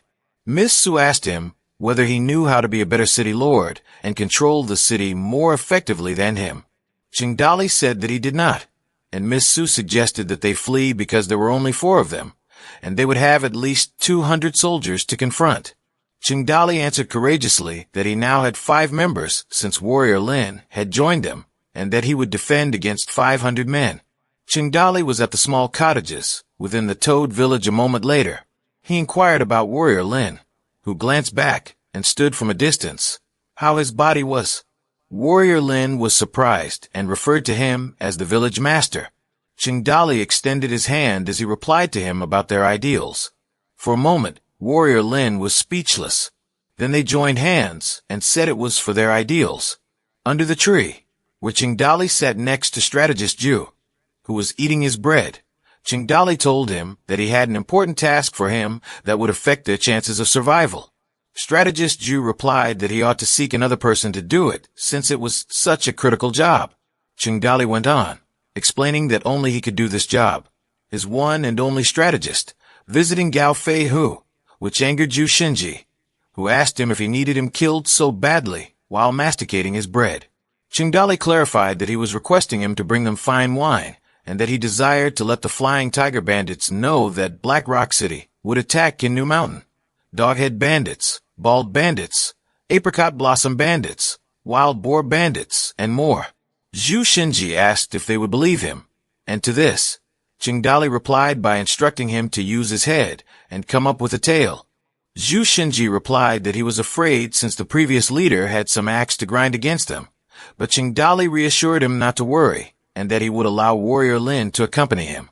Both of them clashed head-to-head when Zhu Shinji liked it that his village master accompany him, which infuriated Qingdali because he wanted him to risk his life. Qingdali encouraged him to go while he winked and gestured with his hand that if he would die, he would take care of Ling Er on his behalf. His face turned scary as he threatened to paste the erotic drawing he sketched on the walls of the Black Rock City, which shocked and frightened Zhu Shinji. In a wagon, Warrior Lin drove the horses and jars behind him. Zhu Shinji was sitting on top of a haystack, and Qingdali and Qin Man stood behind him. Zhu Shinji was angry but remained quiet as he had no way to alter his circumstances. Warrior Lin and Zhu Shinji left, and Qin Man asked his village master whether they would believe the strategist. He replied that it was their only option whether they trusted him or not. It was worth a try. A wooden chest was opened and loaded with gunpowder. Qingdali inspected it, filled with gravel and straws. He employed oiled cotton lines as a fuse for the bomb mechanism, and once he finished, he shut the wooden box. Qingdali carried and waved a red flag, telling Qin Man to throw the box of gunpowder away from them as this was the final test. A gigantic, blazing explosion broke out on the ground. Qingdali and Qin Man were watching at the rear while observing the fire spew black smoke. Qin Man spoke to his village master that it was the earth dragon's breath. Qingdali answered this was the skill of explosion. Outside Black Rock City walls, however, there was a large assembly of troops which stood by the wall near an elevated platform with the sunny rays of the sun shining on it. The young master was pleased with the clear skies, since this was a good sign. His soldiers, however, did not think so as they spoke ill of his good sign remarks. Additionally, the sun shone brightly on them, and it was extremely hot. One of the soldiers asked his Uncle Wang if he would attend the war when he turned 60 years old this year. Uncle Wang asked him to keep quiet and told him that they were only oppressing a handful of thieves and bandits and that it was not important whether he was with them or not. The young master stood with a sword at his side, hair and robe blown in the wind. He put his sword to the throat of a soldier holding a spear close by and asked him if he was content. The soldier replied in fear and confusion. The young master continued to explain that he was glad for him because, during ancient times, when a renowned general went to war, they would offer one person as a sacrifice. He selected him as his offering. The soldier begged the young master not to be joking and accused him of joking. The young master cut his throat, inquiring what led him to believe that he was joking, as the soldier was on the ground with tears in his eyes, cursing for his glory. The young master declared that he would sleep peacefully from this day on, and that his family's name would be glorified with his name. The young master ordered to depart with blood on his blade. At the same time, the soldier stood calmly but furious, insulting the young master as an idiot. Black Rock City soldiers rode their horses as they marched towards the mountains. While the young master was well settled at his carriage with a bowl of fruits beside him and an umbrella for protection from the heat, Commander Wang, mounted on his horse, questioned him as to why they were not hurrying to attack and why he was sitting in a carriage. The young master replied in a cocky manner that he was not a soldier and didn't have to rush into battles. The young master continued that were he to just issue commands to his troops and only employ his brain, or were he to do forced labor, it would hamper his complete potential at war, and queried him if he got the point. Commander Wang was sweating heavily as he nervously answered that he knew what was said. The young master continued to state that he would not know that he admired generals who remained in camp and sent the troops off to war while his soldiers fought the battle and won it, and left Commander Wang at a loss for words. A moment later, Bai Han Chuan ran over to the city lord, who was busy with his young ladies. He stood before him and informed him that he didn't feel right because the young city lord had been away for a day and that he must prepare 100 men to pursue him in case he was in trouble. The city lord instructed him to do whatever he wished as long as he didn't interrupt his amusement, to which Bai Han Chuan assented. The moment they were ordered, cavalrymen started to assemble, 100 of them preparing to ride their horses out of the city. Led by Bai Han Chuan, they departed as dust rose from the hoofs of their horses. In the meantime, it was nearly evening, but the soldiers of the young master of Black Rock City kept marching along the mountain. Commander Wang told the young master to rest because they were soon going to be on the mountain ridge and had been in a hurry the whole day. The young master told Commander Wang that they need to move fast, and what if the bandits ambushed them while resting? Commander Wang continued to say that the soldiers were exhausted and that they may not be able to remain steady any longer, and some of them may not be able to endure. But the young master categorically informed him that his men should be courageous and have strong willpower, as they are going to war, and many would perish. And this minor exhaustion is nothing to death, which had left Commander Wang stunned and bewildered. A cavalryman rode up to them and told them that there were 3 roads before them: the official road, the mountain road, and the valley road between them, and asked them which direction they should take. Commander Wang firmly instructed him to take the official road and to desist from asking foolish questions. But in his mind, he encouraged the young master not to use the other roads. The young master unrolled a scroll of war and instructed them to wait for him to verify, saying further that although Commander Wang believed they should go the official route, the bandits would have been aware. The little master understood that they would lay traps along the path, but would get outdone by them, as he would out with them. Commander Wang was left stunned and angry. At the same time, a bandit hiding in the bushes quietly watched the soldiers. He fully believed that whatever the Toad village claimed was true, and that 1,000 men were marching towards them to annihilate them. The bandit moved swiftly but silently as the moon was full in the dusk heavens, as he had to report it immediately. The news had spread everywhere around the King New Mountain, and all the bandits were aware of it. The bandit reached the Flying Tiger village and ran hastily in.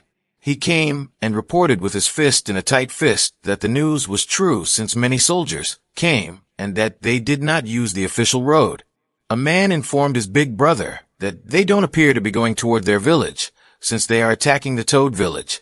Another man continued by saying that the Toad village had only 4 or 5 individuals, and why Black Rock City would have dispatched so many soldiers for them.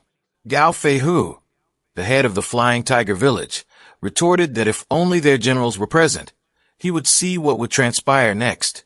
The army of Black Rock City marched on a narrow road with a tall stone mountain between them. Though Chengdali and Zhu Xinjie looked at them quietly from over the edge of the cliff with trees between them, Zhu Xinjie reported to his village master that there were more than 1,000 soldiers approaching. Zhu Xinjie glanced at his village master and told him to pull back as they could not fight them. Chengdali responded that pulling back was no longer possible because they would fight them as initially intended when the logs were wrapped up on the edge of the stone cliff. He continued to say that when they reached the valley, they would let the logs fall. Lin would detonate the explosives, and Zhu Xinjie, Qin Man, and Ling Er would throw the explosive boxes down. Zhu Xinjie asked why they were only blowing one side of the valley when they could blow both sides. Chengdali replied that when individuals are trapped in a difficult situation, they would show amazing combat skills, but if they know there is an exit, they will not fight to the death. He went on to say that, unlike them, they do not have an exit. Chengdali was told that they would be exiting the region and what they should do. Chengdali was dripping with sweat as he told them to wait for a minute. He was reminded again that their cavalry had already disengaged from the line of fire. Chengdali yelled to do it now as he swung his axe at the rope attached to the logs.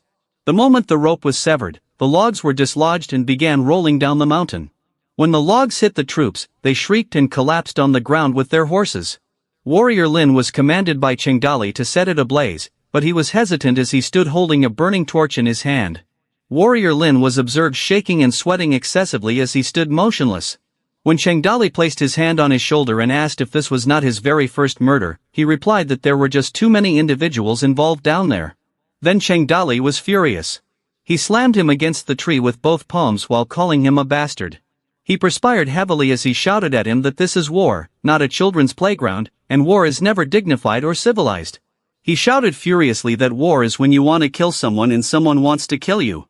Warrior Lin was shocked by his words. Chengdali seized the torch and added that they would all perish if they let them go today. From both above and below the stone mountain, there were even more explosions. Consequently, boulders started falling from the sky. As they gazed up at the falling rocks, they terrified the Black Rock City soldiers. Even while the explosion raged on and the rocks crumpled down, somebody cried that the door to the escape route was impassable and gave warning to the village master that a score of horsemen already were escaping the pass. Soldiers trembled because they were afraid they were entrenched in an inferno inhabited by a spirit haunted by the mountain. Yet another fiery explosion burst out of the ground, incinerating the soldiers due to its effect and sending them flying. As the boulders continued to fall, others ran in a hurry. As smoke and dust ascended from the ground, a swordsman soldier shouted and instructed his fellow soldiers to run over to the hill. Kinman mounted his black horse and vowed to keep them at bay, while Changdali himself wondered how, even though a small part of their army had reached the side, it would be hard for them to repel them. Still, he agreed to Kinman's plan and told him to keep them off while Zhu Xinji would ignite the pre-buried explosives and drive them away from the first line. Changdali told Ling Er and warrior Lin to keep throwing explosives at them. A black horse crashed to the ground. It was Kinman on his black horse at the lead of the swordsmen and spearmen soldiers that were to kill him. Kinman stood before them with his spear, unafraid, and announced his name, advising them not to proceed. The troops were closing in when he let out a huge blow with his spear, and the soldiers and horses came tumbling down. Kinman kept on charging at them with his spear, which surprised them. He boldly informed them that they were not permitted to pass since he drove his spear into the chest of a horse-riding swordsman. The soldier spat blood from his mouth with a thought in his mind if they could get some rest. The result of the battle would be different since he was so tired.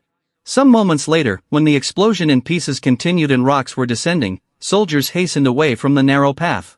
The exploding fire erupted behind them and somebody shouted for them to escape.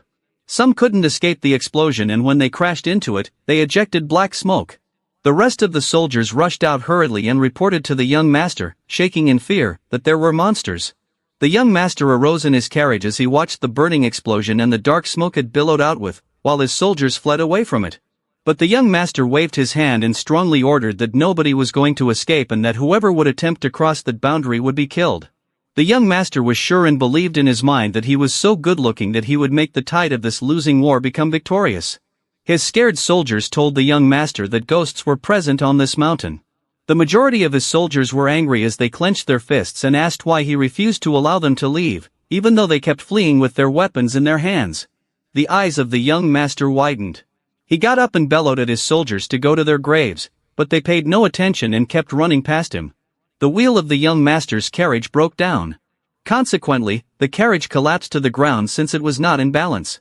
The young master got up and witnessed the chaos of his soldiers being scattered and the pieces of stone rubble caused by the force of exploding fires. Commander Wang shouted to his young master, telling him to run away since they had failed and lost speed, but they could still get away before the bandits reached them. The young master agreed that he had to flee as he thought that in ancient times great generals would improve by their defeats and earn experience for the next battles, and his soldiers wept in fear as they fled. When the stone rubble shot by him recklessly, the young master kept calm as he raised both of his hands and handed over his sword to Commander Wang, adding that he would be delighted to witness his cultivation after this battle. Meanwhile, a rock splattered on the head of Commander Wang, yet he did not mind because he was irritated at the young master to whom he should be obedient. Commander Wang was irritated by the words he had spoken, and he was left speechless. Commander Wang thumped the young master onto his back and cursed him to death, shocking the young master. He called the young master an idiot and instructed him to go and die alone as he fled for his own life, leaving the young master behind. At the same time, on the edge of the cliff, Cheng Dao Lei knelt close to the ground, bent, and gazed down, not knowing if they had one. In his mind, he believed that as soon as one person had lost heart and began to run, the rest would also lose heart and flee, and thus a domino effect would be created. Zhu Xinji was overjoyed to tell his village master that they had one. Cheng Dao Lei jumped to his feet and waved his hand, telling warrior Lin and strategist Zhu Xinji to come along with him to the battlefield. They mounted the carriage, Zhu Xinji riding the horse, Cheng Dao Lei and warrior Lin riding on the carriage and holding their weapons, and Cheng Dao Lei instructed Linger to start drumming. Linger picked up the stick and struck the round drum passionately. The carriage rode onto the battlefield as they shouted to charge and kill them all. They came to the scene to discover Qin Man engaging in a battle alone against multiple soldiers on horses. Cheng Daolei shouted at the top of his lungs that those who did not mind dying would be spared if they dismounted now because he only wanted their horses. As Qin Man continued to batter them by himself, although he was being chased by many soldiers, another soldier shouted in terror for his comrade to flee. The other soldiers had already run away on foot, abandoning their horses, while Qin Man still jabbed his spear towards them. Cheng Daolei, his soldiers, and the horses remained in the back as they observed the soldiers flee. Cheng Daolei instructed Zhu Xinji and Qin Man to take the horses to the stable and warrior Lin to follow him because they were stealing some grand swords. Meanwhile, another cohort of armed bandits congregated and hid nearby the battlefield at the Stone Mountain's narrow track, which was surrounded by the scorching fire of the explosion and spat out black smoke. It was the Flying Tiger bandits. While his teammate wondered how could the Toad village resist 1,000 warriors' attack, keeping his village master in a puzzled state. Soon thereafter, the village master of the Flying Tiger Bandits, Gao Feihu, wrote back, stating he knew nothing as well and that they may have obtained some assistance from a professional. His fellow warrior sighed because he could not believe that the world was so capricious that even 1,000 soldiers could be defeated by 5 individuals. As he sat next to him, another comrade chided him to cease sighing as he was a mountain bandit and ought not to forget his duty. Their village leader, Gao Feihu, and his sword instructed his brothers to charge with him since they were soon going to rob them. The Flying Tiger Bandits killed the soldiers and instructed them to surrender their weapons. They threw the soldiers onto the ground and were overjoyed with their plunder. One man said he hadn't changed shoes and ears and asked for the boots of the soldiers because he needed them. They undressed them and took away their pants. One of the soldiers pleaded that he was not gay and that he could give the bandit anything but his virginity, and the bandit swore at him as he replied that he did not want his virginity, but wanted only his pants. Meanwhile, Chung Dali with his axe on horseback chased after the frightened young master of the Black Rock City, insisting on taking his sword. Nevertheless, Chung Dali chased him with his axe and ordered him to desist from running. A horse's stud was heard loudly. A huge line of cavalry soldiers came to the stone mountain, making a loud stud. Cheng Dali stopped on his horse upon hearing the sound of synchronized clopping of groups of horses, and he thought that there was a group of elite soldiers nearby. The commander ordered his men to exchange their spears with swords. Cheng Dali and his horse concealed themselves behind the shrubs as he watched the commander, who was so powerful in terms of aura. He questioned if they might be members of the reinforcements but was confused as to why they came so soon. It was the Black Rock City's strategist Bai Han Xuan who arrived with reinforcements, and the young master galloped angrily towards him, accusing that he had been bullied and all his soldiers had deserted him. But strategist Bai plunged his sword into the young master's throat, and the young master mouthed for him to spare his life. When the young master knelt on the ground, he was bleeding. Strategist Bai instructed his soldiers to carry his body because they would be returning. Pop-up box that came up with information about Bai Han Xuan from the system goddess. He is a master strategist with little reputation and fame, age 52, with the skill of 7 sword slashes and no concealed attributes. Reading this, Chung Dali thought to himself that although Qin Man is a bandit capable of fighting 1,000 men at once, an elite planner is in another league. Strategist Bai guessed something was hiding behind the bushes, so Chung Dali took cover behind the bushes. Strategist Bai instructed them to retreat. This caused Cheng Dali to wonder why they were departing and guessed that, unlike Zhu Xinji, there are some brilliant strategists during this era. He stamped his foot against a stone and cursed them for leaving with the sword, one that he had been eyeing. A pop-up window appeared for a mission that successfully executed their 11th defense and rewarded 1 lottery draw, inquiring whether he wished to draw now. The system goddess also appeared with ghostly sentiments, saying that she had finally escaped from that painful little black room and that she did not want to enter there again. Cheng Dali doubted this since she had been so full of energy beforehand. With tearful eyes, the system goddess sighed that she had been standing in front of him, but he had only seen her physically and that she hadn't assigned him any missions or spoken with him of them. Cheng Dali grumbled that he didn't mind because all she ever did was slap him every time she came out and that he felt better when she wasn't around. The system goddess kicked Cheng Dali on the head and reprimanded him for imprisoning her in that tiny black room. Still angry, Cheng Dali responded by inquiring if he could employ bugs the next time. While she fled with a big wooden gavel, the system goddess cynically inquired what did he think while Cheng Dali laughed on his horse. Linger rode a white horse freely in the bright morning sky, yelling out to her dad that it seemed like a dream, with Kinman smiling quietly behind. Zhu Xinji instructed Linger to get the horses ready for the return journey to the village while he collected swords. Linger concurred with her father and said how much she enjoyed the white horse. A horse stud came up to Zhu Xinji, addressing him as Old Man Zhu, and asked for his attention. Gao Feihu, the Flying Tiger's captain, and his many bandits requested that he allow them to feed all of the horses that they had stolen. He went on to say that he would help them in reducing their burden. This surprised and stunned Zhu Xinji when he laid eyes on the leader of the Flying Tiger head. He responded that it was unusual for him to find him there and that he woke up early.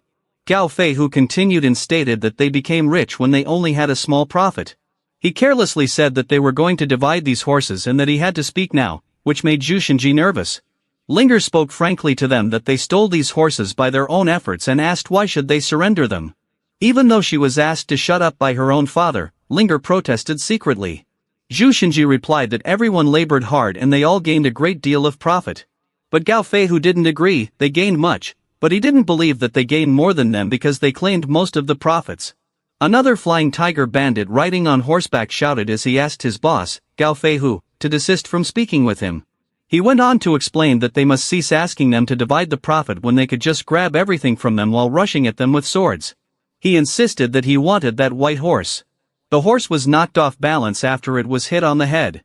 It was struck in the head with an arrow and later collapsed to the ground. Whereas the male riding on it got dizzy and could see nothing. A number of the flying tiger bandits were surprised at the spectacular archery, but others feared their second master. Kin Man notched another arrow and got ready to shoot it as he hotly informed them that they would die if they took another step. He pointed the arrow at them as Gao Fei, who asked if Toad Village were going to wage war against him. Gao Fei, who then insisted forcefully on sharing part of the profit with them because it was a huge profit, and sarcastically demanded to know if they were going to take all of it. They stayed silent and dumb, looking like the horse that had an arrow in its head and the second master on the ground. Later, Chang Dali rode to the scene. He questioned them on how to divide it as he balanced an axe on his shoulder. His soldiers were taken aback when he summoned their village master. He rode his horse towards the flying tiger bandits, who grumbled that he was the son of the previous leader of Toad Village and that they heard he was garbage, but by looking at him, he didn't appear to be like what they were told. Gao Fei, who considered in his mind that Chang Dali was encircled yet, was not nervous and wondered if he had a secret trump card. Chang Dali went on to inquire whether they would like to share the profit and proposed a straightforward solution. He insisted strongly that if he murdered all of them there, they would not have to bother sharing anything. His words enraged a flying tiger bandit who shouted at him and condemned him as a child attempting to be arrogant when surrounded. Another bandit of the flying tigers said even his father would not dare reply to them in such a tone when he was alive, and therefore asked him what made him think he could. All armed flying tiger bandits were enraged and shouted for him to kill him. But undeterred Chang Dali shouted back at and cursed them. Chang Dali gestured to them and inquired if there were 1,000 of them inside. Gao Feihu answered, asking if it made any difference if they had 1,000 men inside or not. Chang Dali retorted fiercely that if there were fewer than 1,000, then he would not have men enough to slaughter. His evil grin looked like his eyes were turning red, and he continued to say that he had already murdered 1,000, wondering if it would make a difference to him if he murdered another 1,000. Everyone was shocked and frightened. Gao Feihu wondered to himself why the Toad Village had only 4 or 5 individuals and why 1,000 soldiers had fled in fear. He then begged Chang Dali to cool down, since they were not at the place to fight. Gao Feihu, who was clenching his fist, asked how he did it in a respectful manner. Chang Dali laughed boisterously on his horse, making some bandits feel offended as they stared silently. He made a gesture with his index finger and said he had a divine technique. Then he raised his hand and claimed he could summon thunder. The flying tiger bandits looked up in anticipation as Chang Dali lifted his hand and pointed to the sky. The sky was clear and the sun was shining brightly. Chang Dali repeated saying he could summon thunder while pointing at the sky, leaving the flying tiger bandits puzzled and speechless. He asked if Warrior Lin could understand what he said and asked him to speed up. Now, the flying tiger bandits were angry at him, calling him a deceitful youngster and challenging him to cheat them. Nevertheless, Chang Dali continued and shouted thunder once more as the weapon-wielding bandits rushed toward him to murder him. Abruptly, a big and fiery blast exploded, showering flying stone debris in all directions. The stone debris hit some of the bandits on the head, which shocked them. Chang Dali kept his cool inside, but he was so scared yet glad that everything was resolved in a nice way. He then ferociously asked if someone else wanted a sip of his thunder. This frightened the flying tiger bandits and put them in a daze. Even prior to the development of civilization, humans had already been praying to various gods, incinerating some yellow papers and disposing of them in the well to sanctify the water. It was a time when there were many believers, and Chang Dali's act was convincing enough to have them believe in him. Even Gao Feihu was frightened, but he kept his cool and thought in his mind that if that thunder had hit him, he would have been killed. He thought that Chang Dali cast the thunder spell to repel 1,000 soldiers, and therefore they fled. Chang Dali went on wagging his finger as he ordered them to step aside and give him way, warning that they would get a taste of his thunder if they failed to do so. The flying tiger bandits shrieked as they huddled to step aside while Chang Dali walked past them, chanting the name thunder over and over again. Gao Feihu suddenly stopped him in his tracks and asked him to wait. Chang Dali dripped with sweat, believing that he had been discovered. Chang Dali turned around and asked peacefully what he could do for Gao Feihu, to which he answered that he had so many horses and asked if they could feed them all. Chang Dali responded sarcastically that even if they could not feed them, they could still eat them as they rode back to the village on horses and booty on their carriages. Meanwhile, it was evening, and the crescent moon was covered by thin clouds at the city lord's house. In a room lit with candles, the city lord was still occupied in his bed, surrounded by young women, holding a liquor in his hand and a fruit plate on the side. The moment strategist Bai entered his room with the body of the young master and its blood spilling onto the ground, he repeatedly called the city lord.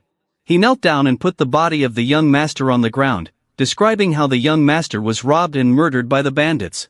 The city lord was shocked as he stood up, and his eyes bulged. He rose, and his body shook as he called for his son. The city lord cried as he embraced his son. Strategist Bai knelt down silently. Abruptly, he rubbed his sword and let out a purple electrifying 7-sword slash that hit the city lord on his chest, with blood trickling from it. The city lord fell but stood up immediately, understanding that Strategist Bai had murdered his son, while he put his palm on his bloodied chest. Strategist Bai confessed that he indeed killed him. His sword was purple electrifying aura as he rushed towards the city lord and grumbled that he had occupied the throne for too long. Strategist Bai patted the city lord once more, but he parried and Strategist Bai continued speaking that it was his turn now.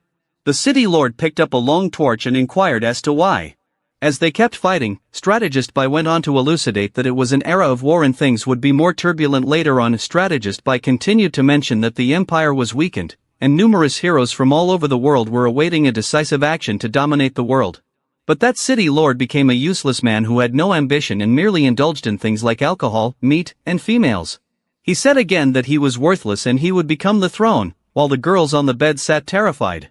Strategist Bai's words were a shock to the city lord since he was about to become the throne and dominate the world.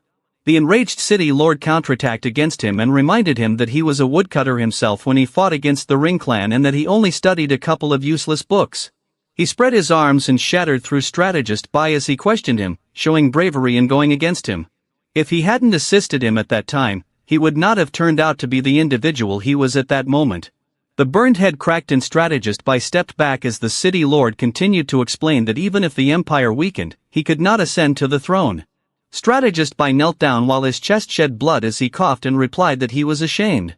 That was due to the man who protected the city for 37 years. The seventh tiger nickname was not undeserved and he was gifted. The city lord, tall staff in his hand, went on saying that Strategist Bai was nothing but his dog. If he could not be a good dog, then he did not need him. He informed him that even keeping guard over the city for 1 month would be hard with his abilities. He also mentioned that he had slept with more women than there were people he had seen, and the men he had killed could fill a river. He said Strategist Bai was nothing but a frog in a well. Strategist Bai and the city lord cried out wildly as they kept on charging and punching each other relentlessly. A dandy hand appeared suddenly from among the young ladies and restrained the city lord, which shocked him. A young lady stabbed a pin into the side of the city lord and he cried out as he glanced back at them. Then, Strategist Bai stabbed his sword into the city lord's chest, and blood oozed from it. He cried out and then fell to the ground as Strategist Bai stood before him with his blood-soaked sword. Strategist Bai realized he could not turn out to be a good city lord, yet he still hoped to try. On the ground with blood having been spilled, the city lord spoke of something black. Strategist Bai derisively asked what it was. Strategist Bai approached him as the city lord whispered in his final breath about the Black Rock City, the gateway to the kingdom. He cautioned not to have it invaded by the Ring tribe, as the world would have chaos. This rendered Strategist Bai dumbfounded as he rose. He left the candlelight near the curtain when he took leave of the city lord. The city lord's mansion was incinerated that night. The sunny rays shone on the wheat field of Toad Village, whereas Jushinji scolded his village master for halting loafing around since they had to harvest the wheat in time before the horse they stole would perish. A basket of wheat was put on the ground as birds devoured the remaining pieces. Chung Dali quit and told him he could no longer do that because he was exhausted. The wheat had to be slashed if it was going to be harvested. Sweating and fatigued, Warrior Lin could not fathom that a warrior such as himself would engage in such an act, while Chung Dali just sat and propped himself against the rock, saying that he had a sore stomach. He could not utilize his strength because he did not have any energy left either. Jushinji loaded the wheat onto the carriage while still scolding his village master to stop being idle because he had already used yesterday's excuse of being lazy. Cheng Dali placed his head on his hand and grumbled that his head was aching as he walked over to Jushinji, but this was to no avail as he went on scolding his village master to cease idling about, detailing that if they waited for the sun to evaporate the wheat, it would break at a touch and they would lose plenty of harvest for that year. A red beetle emerged in the field, similar to an idea that came to Cheng Dali, reminding him that he had not stolen from anyone in the last few days and he should not forget his identity as a bandit, while warrior Lin chased after his village master to accompany him and assist him, which left Zhu Xinji shocked as he stood behind. A short while later, some poor villagers were walking far inside Kanui Mountain when a son inquired of his father if there were bandits around, to which the father responded that if he was fearful of bandits, he could forget about finding a wife. Led by their father, they agreed to sell the firewood and purchase a donkey so that they could show it when they sought marriage. Their father reminisced and asked them if they did not hope for a horse as now their dream could be materialized. As warrior Lin and Cheng Dali hid behind the trees, the son debated with his father that horses and donkeys are two different animals. His father asked him what was the difference between them as Cheng Dali and warrior Lin jumped towards them. The dad and his sons were frightened and their jaws dropped. They immediately knelt down with their firewood in front of them as they pleaded for mercy, praying to be spared. This made Cheng Dali wonder why they were kneeling and instructed them to stand up. Cheng Dali was happy when he learned that they wanted to purchase a horse. The father told him that he could not afford a horse and intended to purchase a donkey since his oldest son was unable to find a bride. After they acquired a donkey, they could invite the matchmaker to procure a bride for them. Cheng Dali smiled and said that they were fortunate since he is in the business of selling horses. He inquired if they were happy, excited, or lucky. The father responded that they did not have much money, prompting Cheng Dali to inquire about how much money they had. The father's hand was shaking as he revealed his 2 copper coins. Cheng Dali took the coins and then asked if there was anything else. The father replied that they had 4 wild vegetable breads that their mother prepared for them to eat during their travels and warrior Lin got one of the wild vegetable breads. Cheng Dali inquired as to how the flavor was when warrior Lin consumed it and it was tasty. Warrior Lin leaned in close to his village master and whispered that 2 copper coins and 4 wild vegetable breads were not enough for a horse. Cheng Dali responded that they had to sell the horses or else they would have to kill and consume them. As the dad waited eagerly for them, Cheng Dali suggested that they be benevolent and sell it to them, performing some acts of charity on the poor. Warrior Lin confirmed that he was going to sell it to them and Cheng Dali concurred. Cheng Dali told them that he was going to give them a discount since they were his initial buyers. He also told them to come after him to the mountain. The father knelt and wept while begging mercy and asking Cheng Dali to forgive his kids but take himself because they had to give their fake family permits yet. Cheng Dali deposited the axe head on the floor by the dad, which made him afraid. He spoke to them in a frightening tone, questioning whether they wouldn't do as they were told. The tired dad and sons trailed behind Cheng Dali as he instructed warrior Lin to attend to their clients. His son asked his father if they would kill them, to which his profusely sweating dad instructed him not to be afraid. Nonetheless, his son reminded him why his legs were trembling. His tired father explained that if they wished to kill him, he would risk his life to delay them while his sons would flee. They reached the bottom of the steep slope of Toad Village and his father instructed his sons to be ready to flee. Cheng Dali instructed them to climb the mountain while pointing up with his hand. The poor villager father informed them that he would risk something but was interrupted when warrior Lin asked him what he was willing to risk. At the stable, Cheng Dali rested against it as he asked them for a fight and instructed them to pick a horse quickly first. Cheng Dali asked them how many horses they would like, surprising the poor villagers because he was really selling horses to them. He promised them that a single one would do. Cheng Dali answered quietly angrily that they had wasted his time and that they only wished to purchase one. The poor village dad wondered, bewildered, what about 2? The sons grinned excitedly when they overheard Cheng Dali ask why 2 alone would provide a horse for both of them because he had 3 sons. But their father replied that they could not feed 4 horses, which dropped his son's jaw in disappointment. Cheng Dali concurred that 2 horses would suffice and inquired of them whether they knew how to harvest wheat. His sons were still not pleased since their father indicated that they had some farm work experience. Cheng Dali instructed them that if they could reap a wheat field before evening, he would allow them to take 2 horses. In the shining sun and open sky, Cheng Dali instructed warrior Lin to provide them with the gear, which was a sharp scythe, and took them to the field. Ling Er, holding a bowl of food, went to his father, while Zhu Xinji remained beside the carriage loaded with wheat and scolded his village master, complaining that he was getting lazy again. Cheng Dali sat in the shade of a tree, taking sips on his water bottle beside the wicker basket filled with wheat and disagreed with what Zhu Xinji said, informing him that he worked hard and asked him if he didn't see it. In Cheng Dali's thinking, he was happy that Toad Village felt like a miniature family. Kin Man is a powerful warrior and warrior Lin is a dependable little brother. Ling Er was a good employee. He even had an unmarried convict and he simply needed a wife. Zhu Xinji evidently appeared to be a cranky old grandpa, while Ling Er joyfully sat inside the carriage full of wheat. He sort of liked the place. Warrior Lin sat comfortably inside the other carriage full of wheat too. In the field, the impoverished villagers continued to harvest the wheat. The son questioned his father if they would indeed give them the horses, to which his father answered that he believed they really meant it, and if they didn't complete it before sunset, they would slaughter them. The sun went down as the sky flamed red and the pitiful villager asked if they'd like assistance grinding the wheat too. Cheng Dali refused, stating they did not need it and sent them off to select 2 horses. Cheng Dali, Zhu Xinji, and Warrior Lin waited behind and observed them departing with 2 horses, and the poor villager's son was thrilled when he inquired of his father if he was dreaming. The bandits were allowing them to lead 2 horses home. A blazing orange sunset shone as the poor villagers kept talking as they walked off. They said that bandits were good people. They provided them with these horses because they pitied them. They also said that the bandits even reaped wheat and said why wouldn't they? They found it unbelievable that not only did the bandits reap wheat, but they even consumed wild vegetable bread. They said they were gods in truth. Cheng Dali, Zhu Xinji, and Qin Man sat around the bonfire beneath the blue gradient sky with the otherworldly light of the full moon when Warrior Lin came with another soldier, who informed their village master that someone wanted to join them. Cheng Dali asked who it was. Cheng Dali gazed at the soldier and recognized that he was that escort guy. Commander Wang recounted that his existence had been extremely unhappy and torturous for him. The day he had escaped death, he returned to Black Rock City but found that the city lord was dead and strategist by Han Chuan was battling with the city lord's loyal guards, slaughtering everyone who belonged to the city lord.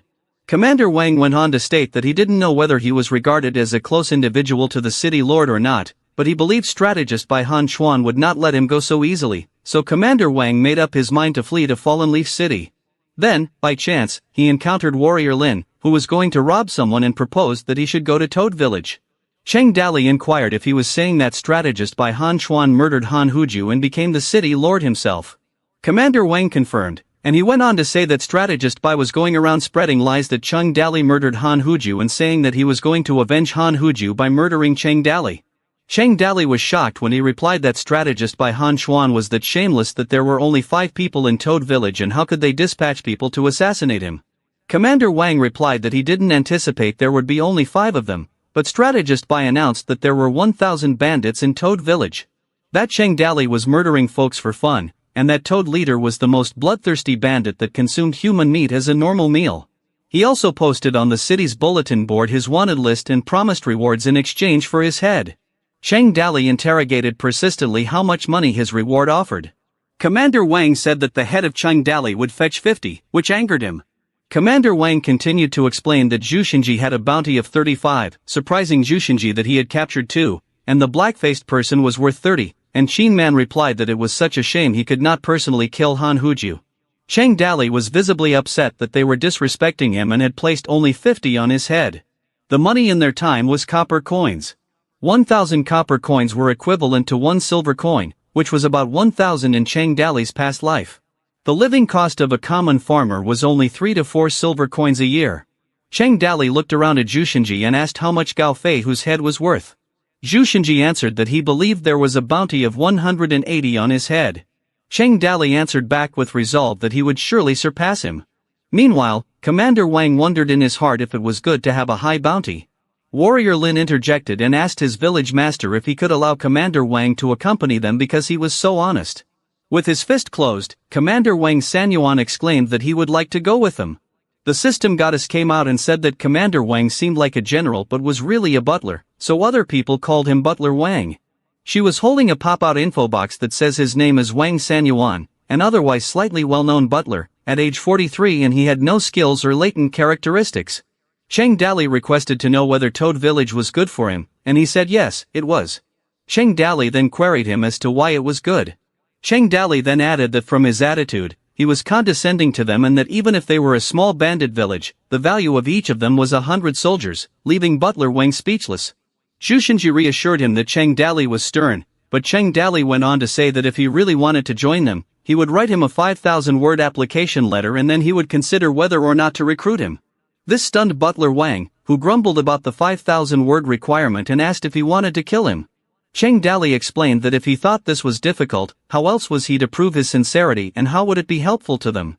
Butler Wang closed his eyes as he gave a treasure map to the village master. He held out his hand and gave him a document, hoping this would prove his sincerity. Cheng Dali grabbed for it as he asked what a treasure map it was. Butler Wang replied that this map was valuable to the city lord, but he pilfered it in fleeing Black Rock City.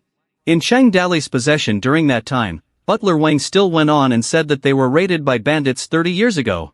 When driving them off, they had gathered some precious belongings. They were not able to carry that much valuables with them, so the city lord concealed those treasures in other places. This map displays the places where those treasures are hidden, said Butler Wang. Cheng Dali sat and unfolded the map, asking the locations of the treasures on the map. Butler Wang said he did not know. Upon seeing the map, Cheng Dali was confused since he had no idea which Butler Wang was talking about. Butler Wang explained that if anyone was aware of it, treasure would have already been excavated. Cheng Dali told himself that no words on the map would explain the precise location, only an illustration of a river and a mountain, and he could wonder who would have an idea of where the treasure was. Cheng Dali expressed that the map looked intriguing, but Butler Wang still had to prove himself. Now that he considered this, his clan was in a crisis. If he settled that crisis successfully, he would accept him into his Toad village. Butler Wang thought in his mind that no one had ever told him that being a bandit was so difficult. He inquired of Cheng Dali what he needed him to do. When Cheng Dali told him that they had stolen a lot of horses, Jushinji and Butler Wang were confused. Butler Wang confirmed that Cheng Dali was stating the horses were a hindrance. Then he suggested selling them to the merchants of Fallen Leaf City or to other bandit clans. Cheng Dali was happy to hear that it was a great idea and asked Jushinji if he had been listening, to which he said that he had.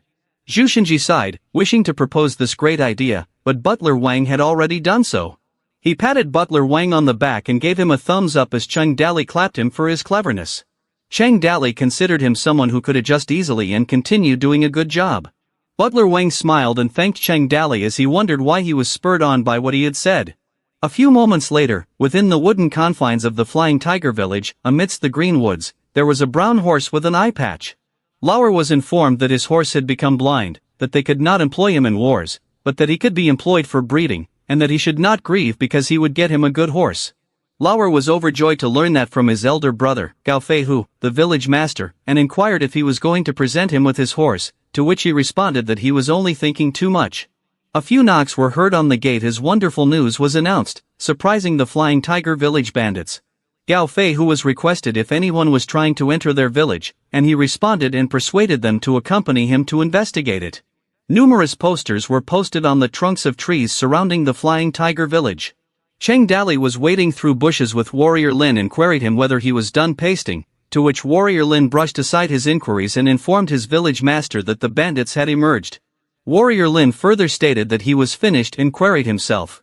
Cheng Dali responded that he also finished and told him to go over to the next village. A few of the Flying Tiger robbers stepped outside and noticed the poster, and one of them asked to know what was printed on it. The curious robbers asked their village master to read it to them. The poster contained an offer of horses for sale at discounted prices, below the market price, at a 20% discount if customers presented the flyer. Gao Feihu stayed calm when he read the message, yet he felt that the bad handwriting and strange sentences made his heart beat fast. A hand was tearing the poster off the tree, which confused Gao Feihu. He asked Lauer what he was doing and why he was ripping it off. Lauer smiled and winked at Gao Feihu and told him that if he took this paper with him, he would receive a discount. There were posters all around Kinnu Mountain's environment, and the Dog Head, Wild Boar, Apricot Blossom, Bald Head, and other bandits were largely discussing it. There were bandits reading the posters. More individuals were discussing it and opted to head there and check out what they were going to do. Jump ahead to Cheng Dali and some of his group standing outside Toad Village, where Jushinji declared that he did not think that anyone would turn up, to which Cheng Dali said that there was no need to hurry. Cheng Dali assured him confidently that the posters would take some time to draw people in. Butler Wang thought to himself that he had just joined this conceited fellow, that he always seemed to encounter these types of people, and that he felt so unfortunate, but he kept silent. Linger pointed them out and informed their village master that they were there. A horde of horseback bandits was riding towards Toad Village. Cheng Dali instructed his team to move fast, ready their horses, and not commit any errors.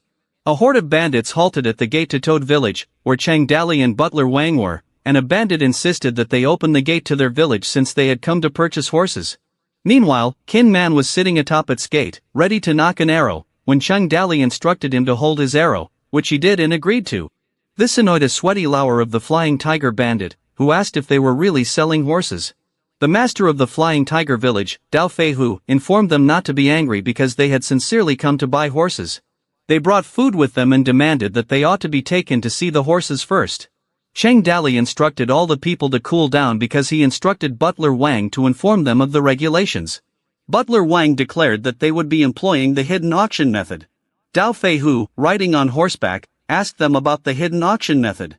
Butler Wang explained that since he had questioned, he also asked if they could have a view of the curtain. On the curtain there was the outline of a horse, which was protected. Butler Wang continued to describe that whenever they conducted an auction, they would place a horse behind the curtain, and people would bid on it, and the person who bid the most would get the horse. The bandits protested against this system of auctioning because they would not be able to see the condition of the horse, i.e., whether the horse was blind or handicapped, or whether they exchanged the auctioned horse with another. At this point, Cheng Dali got angry, asked them to be quiet, and threatened to eat his thunder, intimidating the bandits. Consequently, they were quiet and ordered Butler Wang to proceed. However, Butler Wang explained to his group of bandits that they were not doing the things like substituting the horse after bidding and that they would see movement under the curtain, but they did not know how the horse appears, and that the horse one would receive relies on their fortunes. He continued and said that they could probably use a few amounts to get an outstanding horse, and since nobody had any questions, he allowed the auction to proceed, beginning with the first horse with a single sack of grain. Most of the bandits were quiet and not willing to participate. Sushinji whispered to his village master what they should do since no one was bidding, to which Cheng Dali responded with worry that this might be a low-class horse. A lady suddenly shouted that she would bid first. An armed group of lady bandits appeared, and one of them made a bid on 1 sack of beans. The male bandits were stunned and gave her their highest praise. Sushinji leaned over to whisper into the ear of his village master and told him that the lady bandit was from White Wolf of Apricot Blossom Village. Being angry, White Wolf pulled out her knife and screamed at them to cease gazing, warning them that she would pull out her eyeballs and give them to the dogs. One of the bandits praised the master of Apricot Village for buying the horse cheaply while musing in his mind that she bought a nice horse for a sack of beans. Butler Wang said that Apricot Village had won the first horse and commanded Warrior Lin to lead it out. A strong and beautiful white horse emerged. The jaws of the Flying Tiger Bandit dropped in recognition since they had planned to steal this white horse earlier. At the same time, some of the bandits were already plotting to steal this horse from her. This angered Apricot Blossom Village's village master, who warned all those who attempted to steal her horse that she would kill them if they made any attempt. She then removed the poster from her chest and inquired whether she could use this discount letter. Cheng Dali reassured her that she had nothing to fear, as he had honored his promise and ordered Butler Wang to bring back her 20 kilograms of beans. As she was getting ready to ride her horse, White Wolf stepped on the stirrup, thanked him, and she sat on the horse, tossing her long blue hair. White Wolf smiled as she instructed her sisters to return. As they were departing, Sushinji noticed that she was prettier riding the horse, and Cheng Dali smiled at her. Cheng Dali blushed as he stared in admiration at her beauty. The bandits' crowd was impatient and loud, with a few asking to rush up and begin auctioning off the subsequent horse, refusing to waste their time, and others who had lost their flyer and requested that their friend retrieve it. Cheng Dali could feel that finally the auction was progressing. He then asked Sushinji if he knew more about this white wolf, and Sushinji agreed because he had a lot of information about her. Her family used to be a martial family. She had learned how to do martial arts since she was a child and was an expert at wielding swords. But just as she was going to get married, her husband passed away and she was wedded to a coffin. People believed that she had cursed her husband, so she was ostracized and mocked by people. And then there was that night when her grandpa got on her bed and tried to take advantage of her. She stabbed him and fled toward Apricot Blossom Village. Back at Toad Village, Cheng Dali blushed as he inquired with Sushinji if the Apricot Blossom Bandits were all females and was told that all Apricot Blossom Bandits had similar stories like White Wolf. Most of them were widows prior or abandoned by their families. Cheng Dali sighed, curious as to why Sushinji had not informed him of this crucial information, and continued that they should become friends with the Apricot Blossom Bandits in the future. Sushinji replied that other relatives knew mountain bandits desired to join hands with the Apricot Blossom Bandits but thought that all men are garbage, so he told him to abandon that plan. Cheng Dali and Sushinji caught a commotion, and the bandit growled that this was not what he wanted and blamed them for doing it intentionally. This bandit continued by stating that this bid should be excluded because they intentionally sold him a blind horse. Butler Wang explained that he had already tried to prevent him, but he had bid for it and they do not offer refunds. Cheng Dali went up to them and asked them what was happening, to which Butler Wang explained that he had already tried to prevent the bandit, but he continued to increase the price for a blind horse. But in Lao Er's heart, he regarded them as being greedy and Butler Wang kept interrupting him. He thought that it was a good horse and that they wanted to conceal it and sell it at a higher price, so he continued to increase the price. This aerial tiger bandit Cheng Dali referred to as a crafty individual. He grasped Butler Wang and groused that he had provided a lot of food bags, but they had retaliated by giving him a blind horse. He then insisted the bid be voided. Cheng Dali replied that they had previously come to an agreement that the rules could not be altered, and he threatened to end the horse bidding in a calm manner. This made his fellow bandits Flying Tigers furious since they did not want the bidding to be terminated, while others accused the offending bandit of being unlucky and dissatisfied with the decision to withdraw his statement. Flying Tiger Village's Gao Fei who instructed them to turn back the bags of food so that they could return. Lao Er, the grumpy bandit, accepted his fortune and instructed him to take it, as he extended his hand to his chest within his outfit. He passed his flyer along and instructed him to offer them a discount. Subsequently, Butler Wang directed everyone to proceed with the auctioning. Eventually, every horse was sold at a minimum of 8 bags of food. 76 horses were being sold for 500 packs of food, a little machinery, weapons, and other materials. 1 bag of grain equaled 100 kilograms and 500 bags equaled 50,000 kilograms of food. To them, it was plenty. It had never happened that Toad Village had as much food. Then, their warehouse was packed with wheat, soybeans, black beans, little grains, millet, and sorghum. Cheng Dali assumed in his mind that, as usual, war was the most convenient method of making money. This was difficult to get from mere cultivation alone. It was already sundown when Cheng Dali realized he still had one lottery drawing opportunity left. Wang Xuan fell back, and he received a lottery draw reward opportunity. He would test his fortune, since he would draw it tonight. A bandit was in charge of his horse. It was the Flying Tiger bandits who were returning home. A bandit sighed because he was struggling to hold on to his horse. Gao Fei who asked his fellow comrades why they could not walk along, dragging the horse, to which Lao Er responded that they were bandits on horseback and that if they dismounted, people would think they were poor. They halted briefly to enjoy the rosy orange glow of the setting sun, which motivated Lao Er to compose a poem. But the village master instructed him to be quiet with his learning, as he didn't wish to be tormented by his boisterous poem. Lao Er inquired if there actually existed a lighting spell in the world, and the village master thought that there must be because he had witnessed it himself. Though he said they should request their advisor to return, he would have known better about this. Some villagers were hiding behind bushes at the cliff edge of the mountain when one son asked his father if there was any god in this world.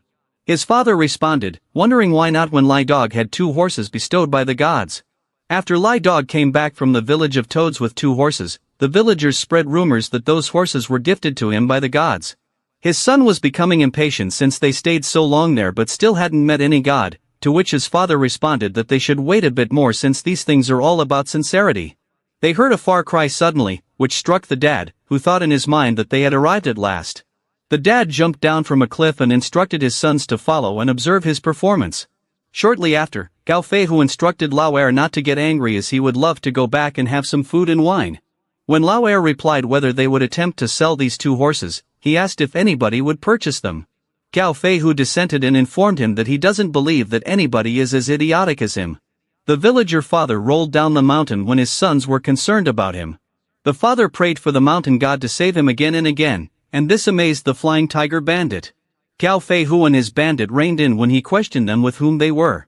The dad and sons prostrated themselves and called them the mountain god and told them that there are poor folk who live down in the mountain. They possess wheat but were unable to reap it and requested a couple of horses.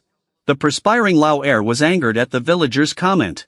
He dismounted his horse and cursed him for scamming him of so many bags of provisions, but here he was demanding a horse, not one but a few, that left the villager dad baffled. He then grabbed the villager dad and wanted to punch him. He asked who sent him in order to upset him.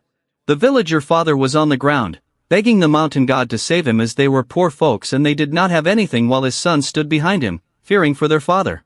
Nevertheless, Gao Fei who saw him as the wealthy noble Lai Zhuang of Lai village and they had previously gone through their village, but he had a large number of guards, hence had not stolen from them before. Now, he had come alone. This shocked Lao Er, who answered that Lai Zhuang had done some good things and God felt sorry for them.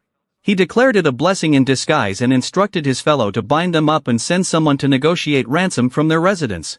It was getting dark, and though partly veiled by clouds, the crescent moon was visible. Cheng Daolei clicked his fingers and called out for the system goddess because it was lottery time. The system goddess eagerly declared, "Here we go." Cheng Daolei informed the system goddess that he did not expect much, simply a bazooka, rocket launcher, tank, or helicopter would suffice, whereas the system goddess shook the lottery machine. Still, it was stuck.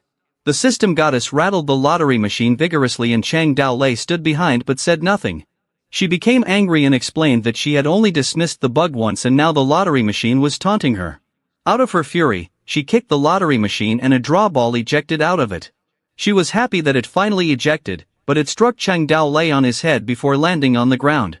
The draw ball was opened and Cheng Daolei got the starting defense drawing for the bandit. He felt in his mind that this time the reward was entirely different. That map of construction was tremendous.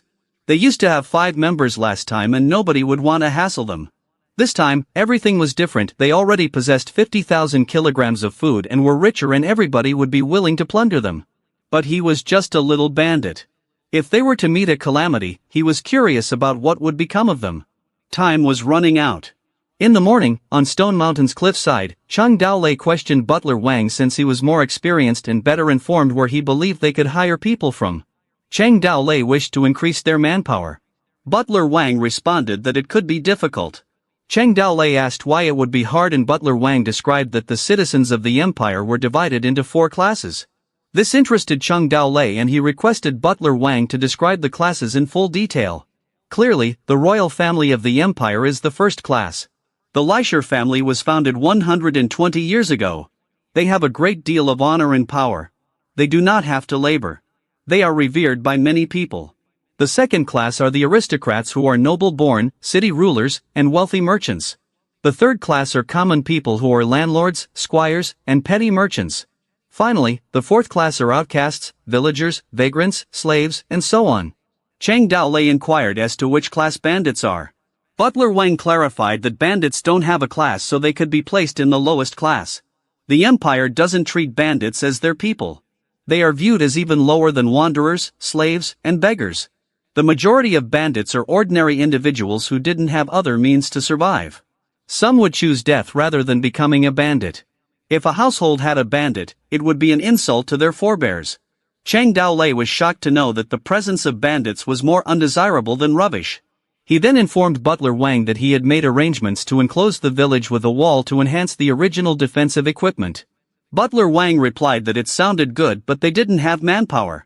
With a piece of paper scroll in his hand, Cheng Daolei replied that he would do his best to resolve it. He then gave the scroll of paper to Butler Wang and explained that this was the defense mechanism he created. When Butler Wang opened it, he was astonished by his village master and inquired if he had created this. Even though the system provided it to him, Cheng Daolei thought that it was something he came up with, which he told Butler Wang. Butler Wang knelt down and thanked his village master for his talent, vowing to do his best to assist him. Cheng Daolei went on to say that as far as manpower was concerned, he would find a solution. If they were unable to find any, they could simply hire individuals from other bandit groups. Butler Wang responded to his village master that this might be a problem since they could use it as a means of spying to get information about them. Cheng Daolei responded that if that did not work, they would still have some dynamite remaining. Cheng Daolei told him to return and organize things with the military strategists. He had to look around the landscape of the village. On the edge of the cliffside, Cheng Daolei mused to himself that the cliff was so high.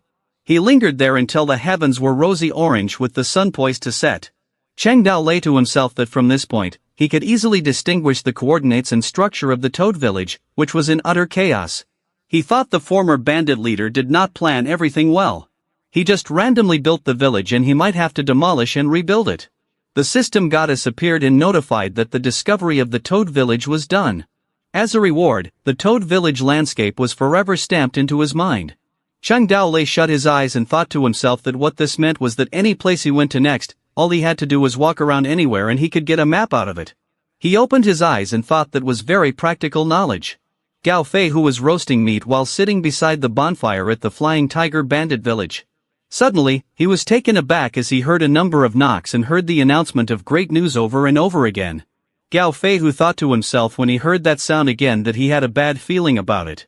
However, Lauer smiled in excitement as he pushed him outside. Many posters were pasted to the tree trunk once more and his fellow bandits requested their village master to rapidly read what was written on the flyer this time. Lauer offered to read it for them. It was another hiring advertisement from the Toad Village, recruiting individuals and offering them noodles and pancakes. This advertisement made Gao Fei visibly agitated whereas Lauer was happy while reading. The prospect of riding the coolest horse and having pretty girls seemed great. Gao Fei who lost his temper and referred to Chang Dalai as a bastard and said he never knew such a shameless man. Gao Fei who continued by stating that he was so shameless that he was trying to find people from neighboring villages and he could not endure it anymore. He instructed his friend to fetch his sword and he was going to interrogate him while Lauer salivated for a pancake and noodles. Lauer instructed him to relax. They sat by the bonfire when Gao Fei who inquired how he could cool down when they were attempting to bully them, to which Lauer responded that they had to wait a bit longer for their military advisor to return. He gave him a bottle and instructed him to drink some wine to cool down. Gao Fei who drank the wine immediately. While the Flying Tiger bandits were discussing going to Toad Village to try their luck, since they were salivating over pancakes and noodles and wondered if they'd have weapons if they traveled, Lauer informed Gao Fei who he had a thought and inquired as to whether he'd like to hear it. He continued to state that as they wanted to enlist individuals from their village, they could send their brothers over to consume their food and beverages. Lauer folded his fist when he stated that they would wait for the appropriate moment to attack and take over Toad Village. Gao Fei who was shocked by his fellow's words while Lauer asked if he enjoyed his plan. But Gao Fei who answered no, he was shocked as he did not anticipate that he would be familiar with the term opportunity which made Lauer speechless. There was a man who was sharing his experience in Toad Village. His name was Zhu Xiuxiu who was a minion of Flying Tiger Village and his parents were bandits hence he was born as a bandit. In fact, his experience as a bandit was not good.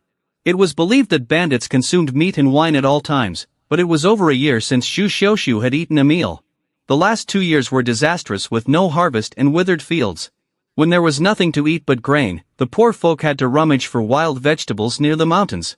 He went to Toad Village today with the second master of Flying Tiger Village believing they would join them.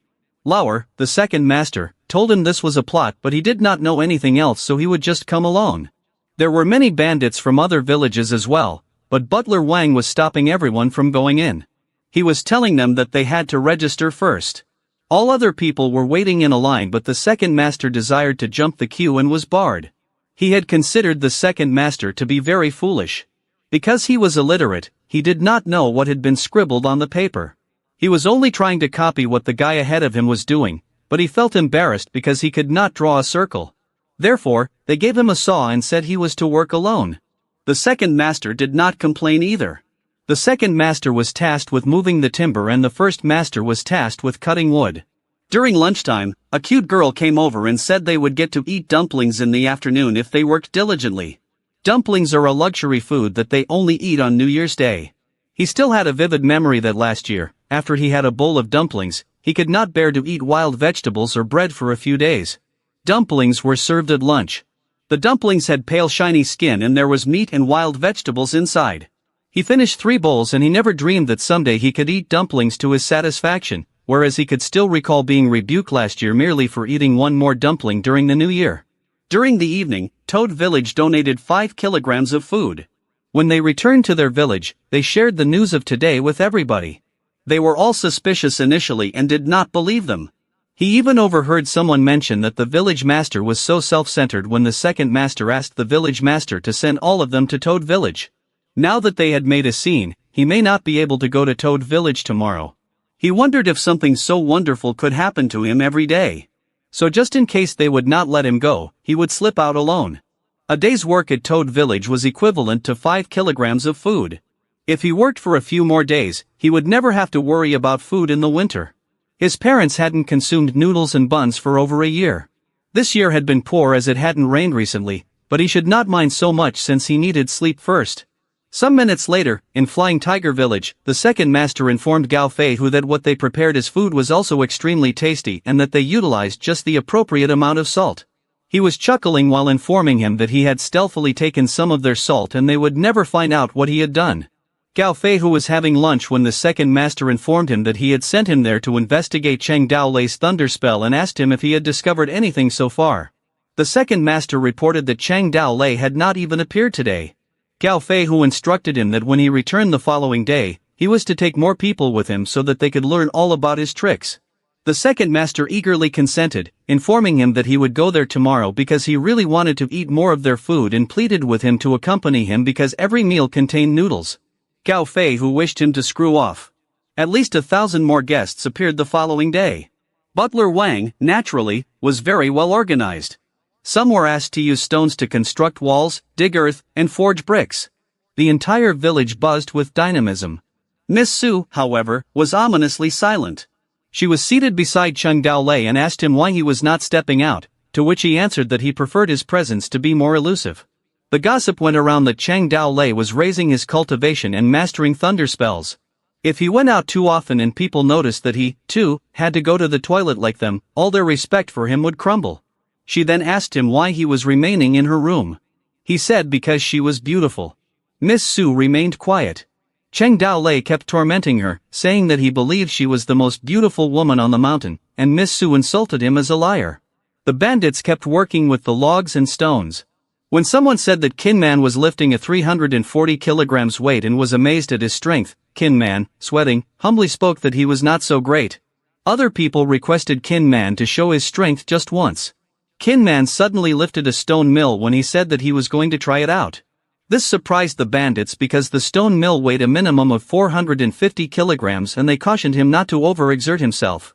Kin Man supported the stone mill with both hands, astonishing several bandits with his gigantic strength, while others guessed that his strength should be over 500 kilograms. Then Kin Man placed the stone mill on the ground. He modestly responded that he was nothing since he was not the strongest individual there and that twice his strength was possessed by his village master. Chang Dao Lei observed them through a window and concluded that it was time for him to emerge. Miss Su stood aside and watched him go. She then looked out from her window when the bandits identified Chang Dao Lei and asked him to show them his strength. Kin Man asked his village master to spar with him, but Chang Dao Lei informed him that he did not have time for that and told him to go back to work. Kin Man, seemingly discontented, asked his village master if he was condescending to him. He charged forward at Chang Dao Lei, who remained composed. His fists were poised to hit, but Chang Dao Lei blocked him with his hand. Kin Man's hand shook from the block and he fought to maintain it. Chang Dao Lei told him to get lost as he released his hand, and Kin Man soared through the forest. He went to Kin Man, who was on the ground, and asked him if he was okay, to which he said he was fine and thanked him for being kind to him. Chang Dao Lei provided his help and cautioned him not to be reckless the next time because he would be injured if he exerted more than 60% of his power. The jaws of the bandits dropped in amazement. They were curious as to how powerful he would be if he is at 100%. Butler Wang commanded everybody to begin working and those of them who are powerful to approach him while he gestured with his hand in one direction. He informed them that they had to break a huge rock and extract its content to construct walls. The bandits were discussing the boulder that weighed over 1,000 kilograms, wondering who could crush it and proposing that Butler Wang attempt it himself. Another bandit proposed the Toad Village Master do it because he possesses monstrous strength and can easily shatter it. Butler Wang asked his village master whether he would mind breaking a boulder, to which Chang Dao Lei said that he need not come and request him to do such minor things. He also made a motion with both his hands to retreat. Chang Dao Lei made a hand signal to summon lightning. A sudden blast happened on the ground, with a deafening noise and scraps of debris in all directions. The bandits were surprised and covered themselves from the debris using their hands.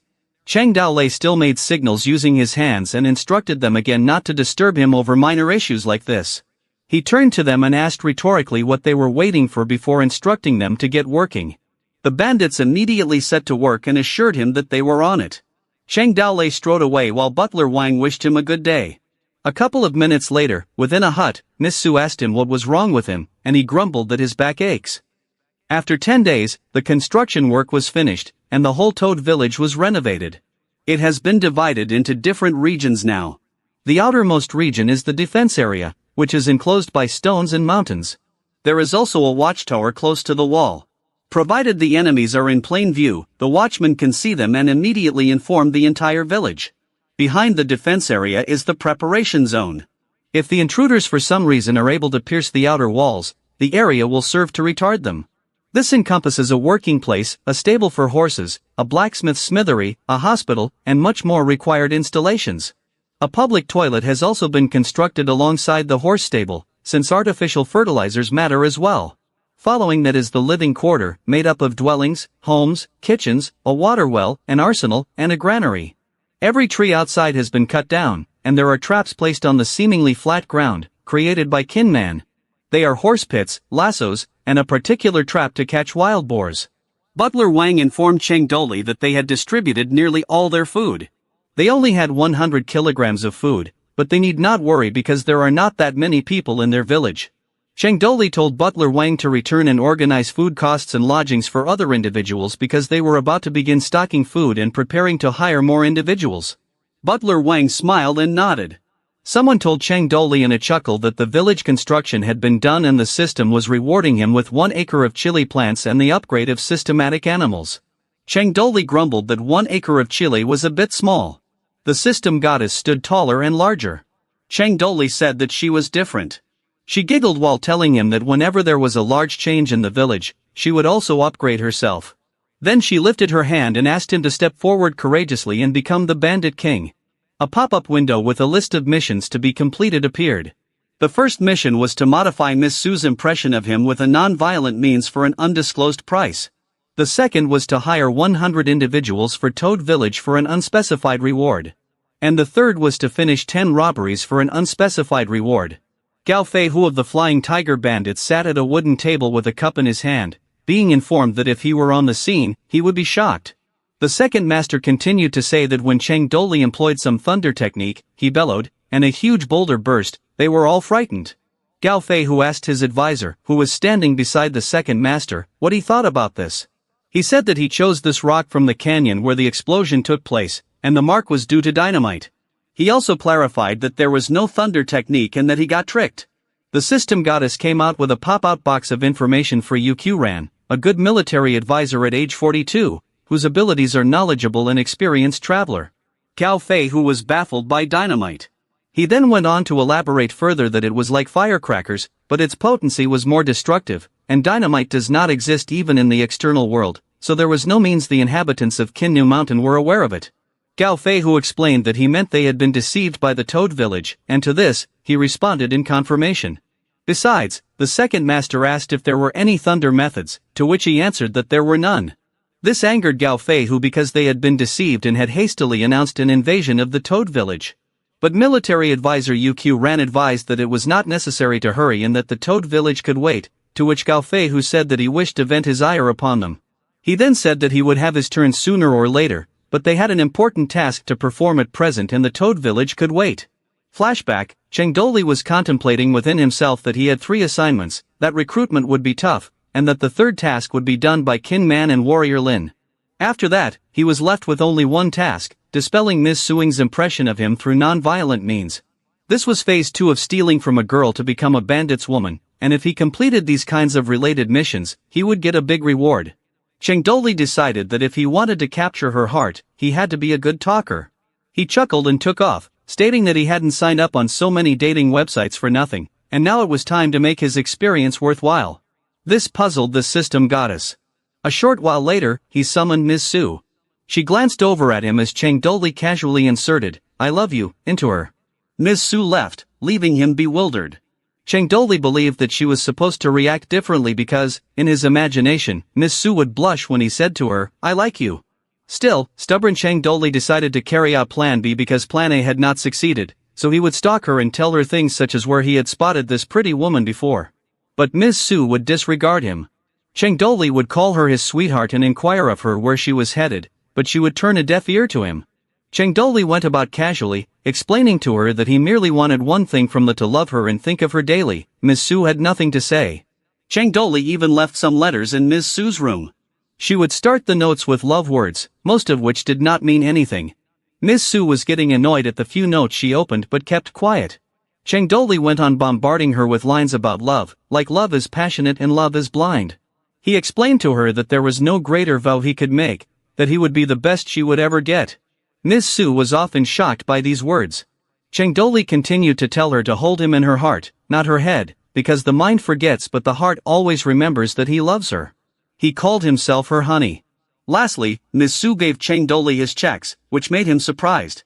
Ms. Su asked if he was ill. Chang Doli was left speechless in disappointment.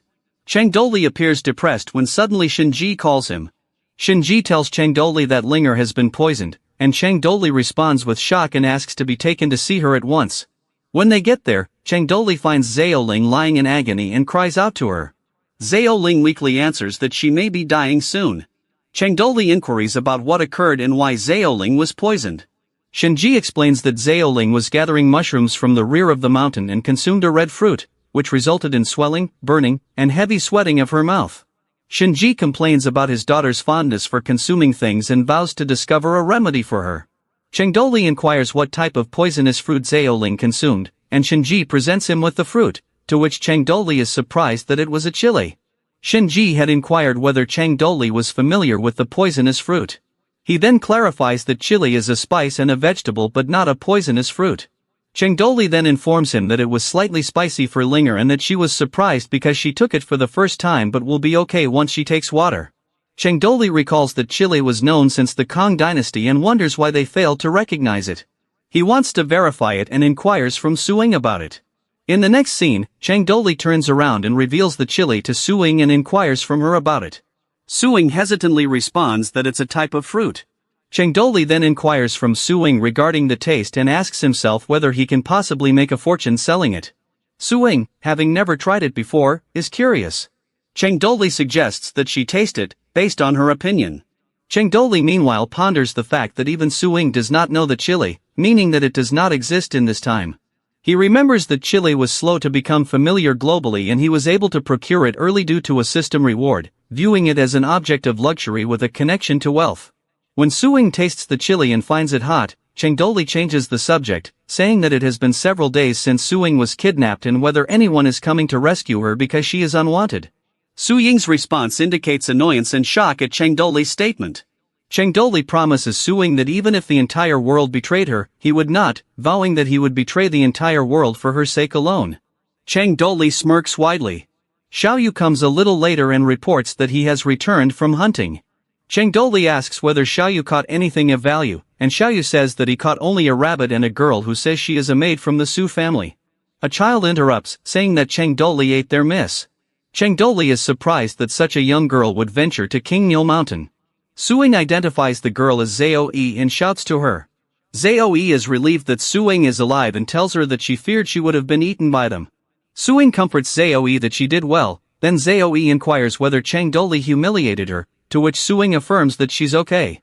At the same time, Chang Doli feels that the Su family might be having some issues, so he calls San Yuan and Xiao Yu to get a better idea of what is happening. Since Xiao Yu is going out hunting, he had initially intended to rob someone, but he is shocked when only a little girl comes up to him. She identifies herself as Zhao Yi, Su Ying's servant, and states that she came to King Nil Mountain specifically to look for Su Ying. Without regard to the danger, Zhao Yi is not afraid and insists on finding Su Ying no matter what. Xiao Yu first wants to send Zhao Yi away to Fallen Leaf City, but after discovering Xiao Yu hails from Toad Village, she refuses to go and insists on going along with him. Both Chang Doli and San Yuan refuse to believe the story. They wonder why she didn't cry for help if she met other bandits and guess if it's because Xiao Yu is good-looking, teasingly taking his looks into consideration as a reason why she trusts him. Chang Doli changes the topic and inquires of San Yuan how much ransom they can demand from the Su family. San Yuan pauses, telling them that things inside the Su family are messy. Chang Doli inquires about it, and San Yuan discloses that the 4C merchant's boss, Su Sihai, has no sons but several daughters, and Su Ying is the most capable and qualified to take over the business. The issue here is that Su Ying's mother died, and now the stepmother holds the reins of the business. The stepmother wants her own daughter to take over the business and has a strong aversion towards Su Ying. San Yuan believes that they would have wished for Su Ying to have been killed by Chang Doli. Su Ying interrupts abruptly, declaring her desire to depart and look for a way to collect the ransom. Chang Doli is questioning her move, but Su Ying stays quiet.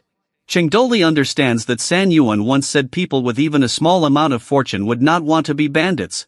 Moreover, Su Ying is the rich merchant's daughter. On the following day, Chang Doli takes a seat and composes a letter. He narrates with his mouth while writing about the ransom money for Su Ying's life since he can eat humans. On this one occasion, Su Ying reads the letter that calls for 500 grains, clothing, rice paper, salt, wine, and books. She then sighs and remarks that he was not demanding much and vows to send him twice the things he asked for after she has tended to her issues at home.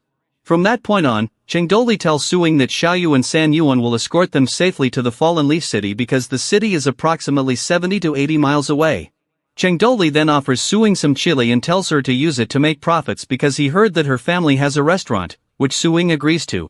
At that moment, Chengdoli believes he has done his best to impress her but is unable to reach her heart. Speculating if her heart is made of stone, he then tells them to get ready because it is late. Chengdoli runs into Suing and recites a poetic aphorism, flowers bloom in the street but return slowly. Suing then halts Chengdoli and decides to have a conversation with him, to which Chengdoli asks if she has something that she would like to discuss. She speaks her mind, saying that Chengdoli had said many fine words and did something to please her, making her think she could fall in love with him. But she thinks that all his words and actions were artificial. Chengdoli is a guilty-looking man as he remains silent. But Suing went on to say that he cannot hope to get real love if he only gave pseudo-feelings. She underlined that whether he is sincere with her or not does not matter, and neither does her sincerity with him. Chengdoli asked her what she wanted. She said that before they parted ways, she just wanted him to be sincere and tell her a true feeling. Chengdoli thought about what a true feeling would be, given the way he felt when he first met her. He then leaned over and whispered in her ear. Chengdoli told Suing that when he first met her, he became erect and began to trail off. Suing, not knowing what he was saying, requests him to explain. Chengdoli is taken aback and embarrassed by what he had said and doesn't know what to say. Suing notices Chengdoli blushing and requests him again to explain what he said. He remains quiet, leaving her sulky and doesn't care anymore and informs him that she will ask someone else. Chengdoli becomes desperate and tells her not to share with anyone but finally reveals the same to Suing that he will share the same with her when they again meet. Eventually, Chengdoli himself thinks Suing is just 17 years of age and surely must have an attitude towards believing that kissing could result in pregnancy. He assumes she is too young and not aware of this kind of stuff. He knows that he has done and said so many things that sound silly or ridiculous. He asks himself if Su Ying's heart is an abyss. He even questions whether he has been fooling himself. In his thoughts, the system reminds him of the completion of the second stage of robbing a wife with a reward of a heavy crossbow. But other entries state that the conditions were not met, so phase 3 of the mission was not triggered. As sunset occurs within the carriage, Zhao voices her shock, stating that she did not anticipate Chengdoli to release them. She then feels something is amiss with Suing, so Zhao asks if she is thinking of anything. Suing inquires from Zhao what hard means when said by a man, but Zhao is not sure about the term. When Suing arrived in Fallen Leaf City in the evening, Suing wondered if Chengdoli's heart has hardened. After saying goodbye to Suing, Chengdoli composed himself and discovered the heavy crossbow of the reward, which he intended to employ as defense. Qin Man inquired where the crossbow originated from, and this led Chengdoli to propose putting it on the watchtower. Subsequently, Chengdoli resolved to cultivate chili. He recalled his experience cultivating plants earlier and thought that it should not be difficult. He considered how to dry the chili and extract the seeds. He also intended to fertilize the ground, dig little pits, sow the seeds, and bury them under the ground. In that moment, Shinji cut short the train of thoughts and proposed to descend the mountain and rob somebody, but Chengdoli put the proposal aside and blamed Shinji for not willing to assist in cultivating chili. In the meantime, beneath King Mu Mountain, as White Wolf confronted Chengdoli, asking her why she came down to rob someone in the heat of the day, Chengdoli answered and presented himself as a professional bandit.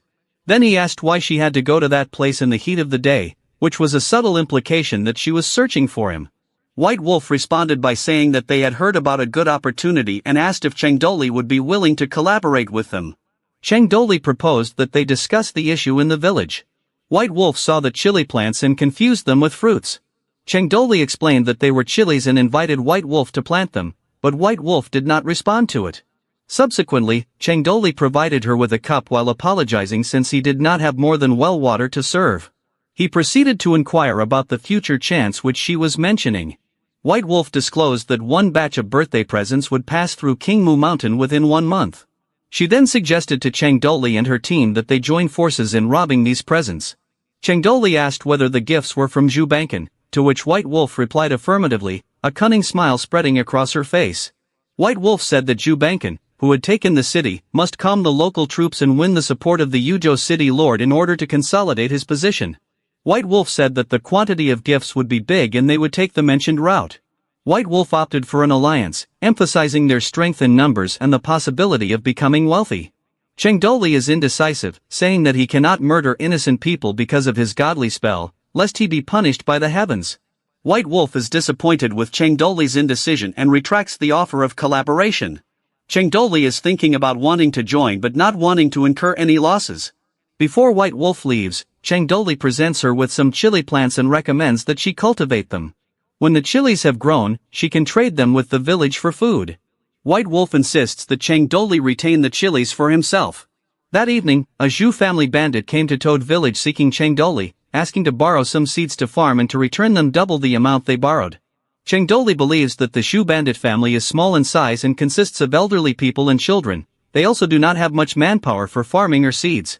Chengdoli inquires of him whether they plant chili, and the man inquires about it.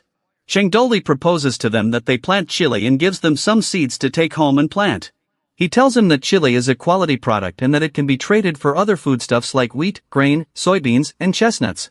He instructs the bandit to go to San Yuan to get the chili seeds. Chengdoli believes, showing his concern that even the mountain robbers, who don't pay taxes, don't have sufficient food, showing that there might be a famine. Xiaoyu and San Yuan come back from Fallen Leaf City after a few days, with pigs, chickens, cloth, salt, paper, grain, and a pen.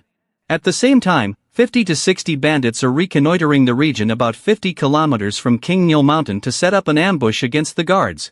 The word of the gifts is soon known all around the mountain, and all clamor to grab them. While Chengdoli is busy breeding chickens, cultivating vegetables, and occasionally robbing villagers. Chengdoli, Xiaoyu, and Qin Man alternate shifts, and after 10 days, they have finished nearly half of their work. Even when they meet small merchants, they only accept valuable things such as buttons in exchange. At times, they even direct them out of Qin Nil Mountain. He truly can't lay his hands on innocent people. Xiaoyu puts forward his view that their acts cannot really be deemed as robbery. Chengdoli answers that he cannot steal from the man because he is poor. Yet, he mentions that someday they will steal a fat sheep. Elsewhere on Qin Nil Mountain, a woman tells the man to slow down and wait for her. She says they must return to Yuzhou City. The man retorts by saying that traveling brings life experiences which one cannot gain through books. He says that had he remained in Yuzhou City, he would not have seen the fine sights that he is seeing now. The woman asks how beautiful sights can be seen in this apparently poor environment and questions the safety of the place with its mountain bandits. The man sweeps aside the anxiety, informing he would eliminate the bandits. Chengdoli erupts from the adjoining bushes unexpectedly and blocks their road, frightening the woman and man. The man cries bandit in terror, and Chengdoli tells them to halt in the middle. He supposed that the woman is a eunuch. The man acts and comforts the lady not to be scared, announcing that he is present with her. Nevertheless, the man thinks about how he will face his sword with a large axe. He keeps quiet for a time before announcing that they yield. The lady is surprised at the man's act of yielding and announces her surprise, along with Chengdoli's bewildered face.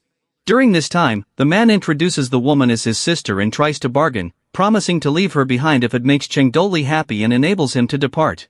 The woman gets upset and says, "How could my brother sell me?"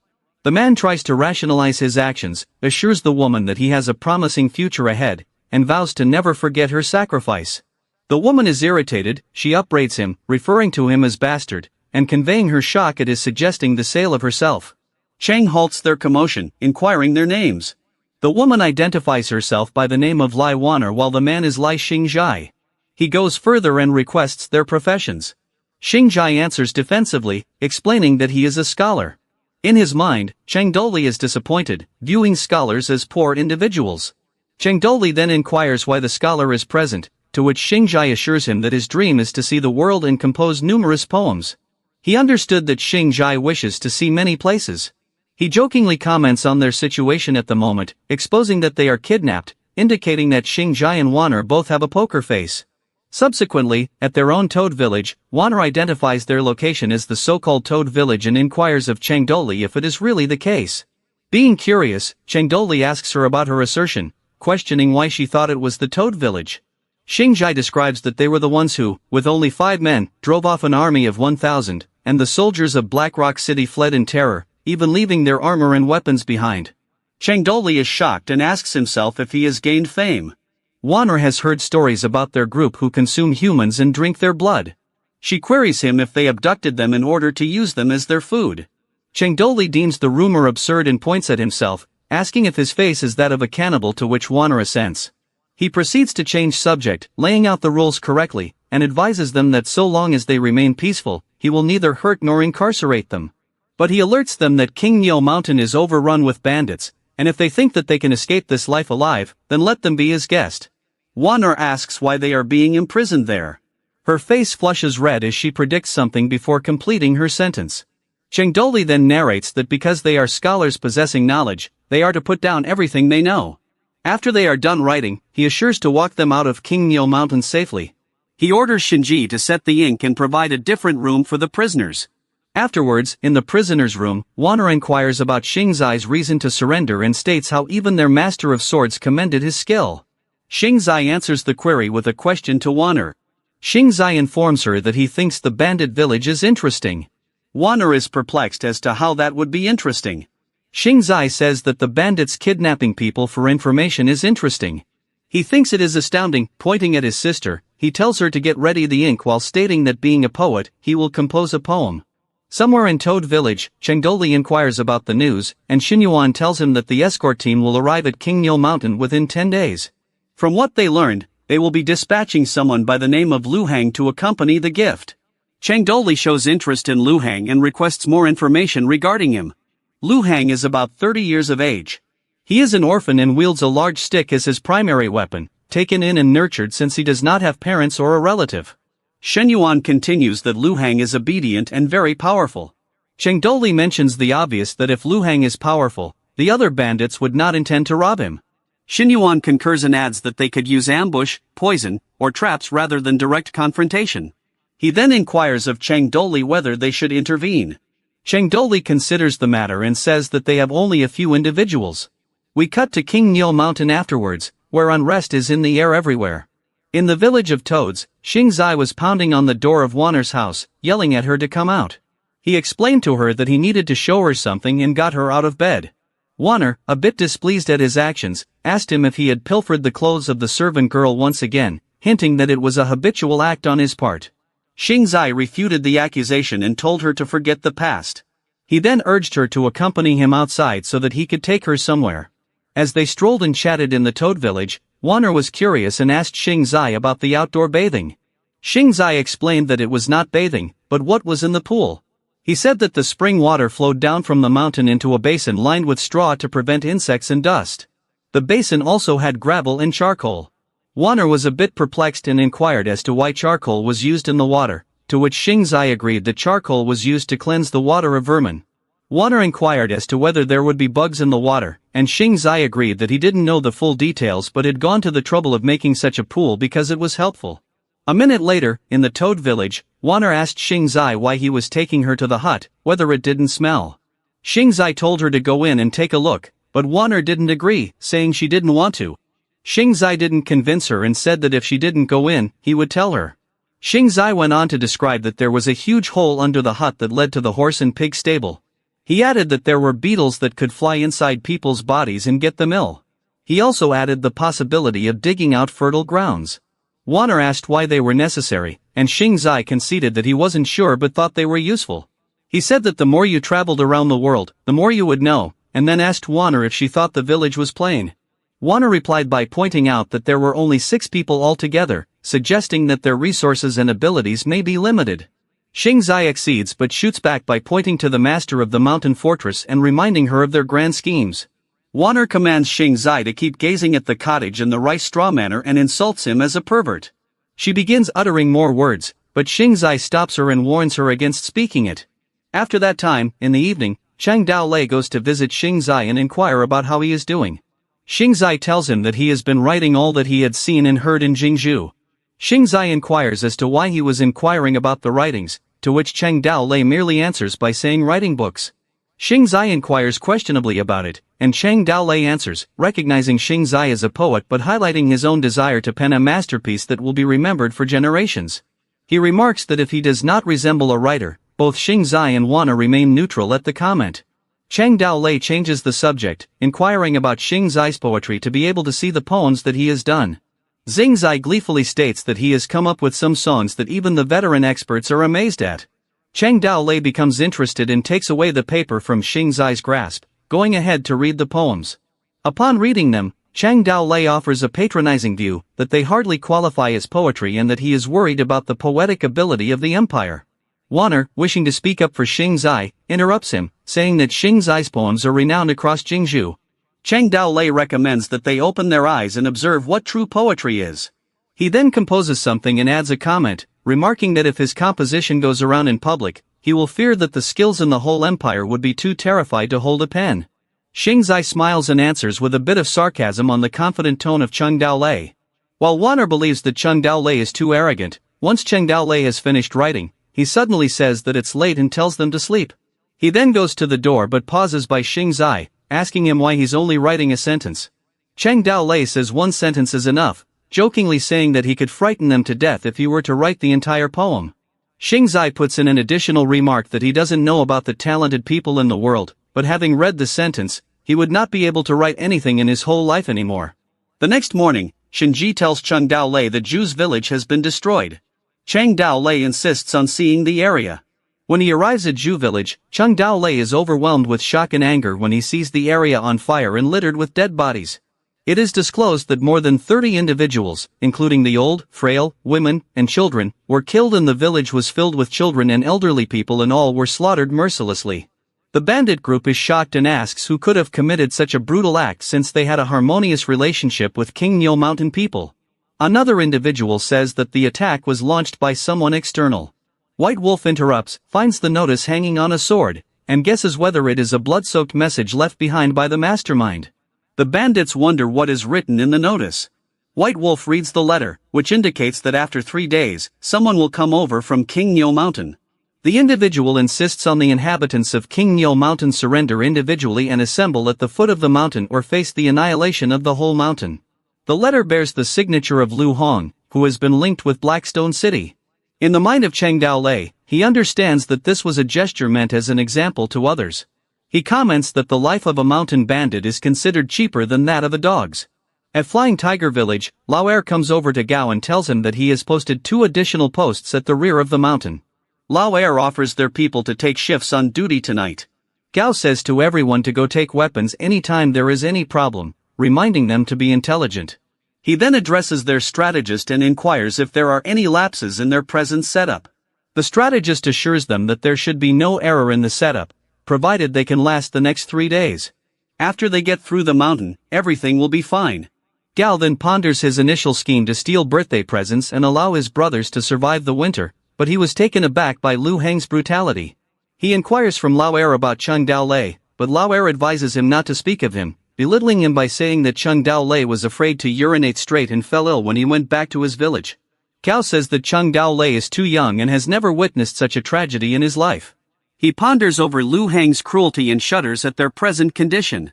On the other hand, at Toad Village, Wanner discusses Lu Heng, adding that he even murdered children and admits that Lu Heng is very skilled at what he does. Xing Zai retorts that murdering humans is not something to be joked about. Wanner advises Xing Zai that they need to get an opportunity to escape from the present location, as it is no longer secure. Xing Zai concurs and suggests that they quietly depart without waking anyone. Their discussion, however, is interrupted by Chang Daolei, who carelessly opens their door and informs them that they are still talking so late at night. Wanner then asks Chang Daolei why he has come to their room, considering that he is rumored to be ill.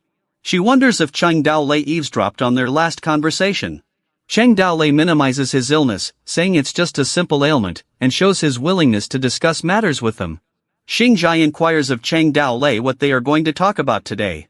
Chang Daolei inquiries about the empire's history. When Lai Xing Zai continues to teach, Chang Daolei finally gets a remote idea of the world. He understands that this world is like his past world, when Pangu opened up the sky and Nuwa made humans. The 5 emperors governed the world, and then the Xia, Shang, Zhu, and the Spring and Autumn dynasties were in disorder. In the Chu and Han dynasties, they contended for dominance. The Han dynasty built a nation for 4 centuries. But during the latter part of the Eastern Han dynasty, the world became chaotic again, and Kongzhuo was in disorder. Here, where history branches off from Chang Daolei's past world, there is the name of Cao Cao, but he was arrested and murdered when he stabbed Dongzhuo. Therefore, he did not make a splash in history. In addition, there is also no later 3 kingdoms hegemony. Instead, the division of the 19 states resulted in the competition in the world. Then history was a mess, and the 19 nations were in conflict all the time. They were warring now and then. Following much chaos, Daowu established this empire, and it persists up to this day. Cheng Daolei thought a lot while contemplating that none of the three kingdoms' generals appeared in history. Such names as Marquis of Wu, Zhuge, Lu, and Zhang did not appear in history. Cutting into Cheng Daolei's thoughts, Xingzai said that Lai Manzi governed the Daowu Empire with an iron hand until the present. Alternatively, Wanner thought that she's exhausted from picking up the scroll. Xingzai went on, recounting the history that the empire had suffered from invasions by the Ring tribe some 100 years ago. The last major battle was 30 years ago. Even though the empire had managed to repel the Ring tribe, there had been continued strife and battles with them since then. Wanner points out the empire investing a lot of money in the border garrisons within a year yet getting defeated numerous times. She interrogates Xingzai concerning the year of war against the Ring tribe, asking him why they have not emerged victorious. In reply, Xingzai condemned the border army generals as a bunch of drunkards who knew nothing but how to scrape along and run military affairs. This made Cheng Daolei wonder why Xingzai was angry.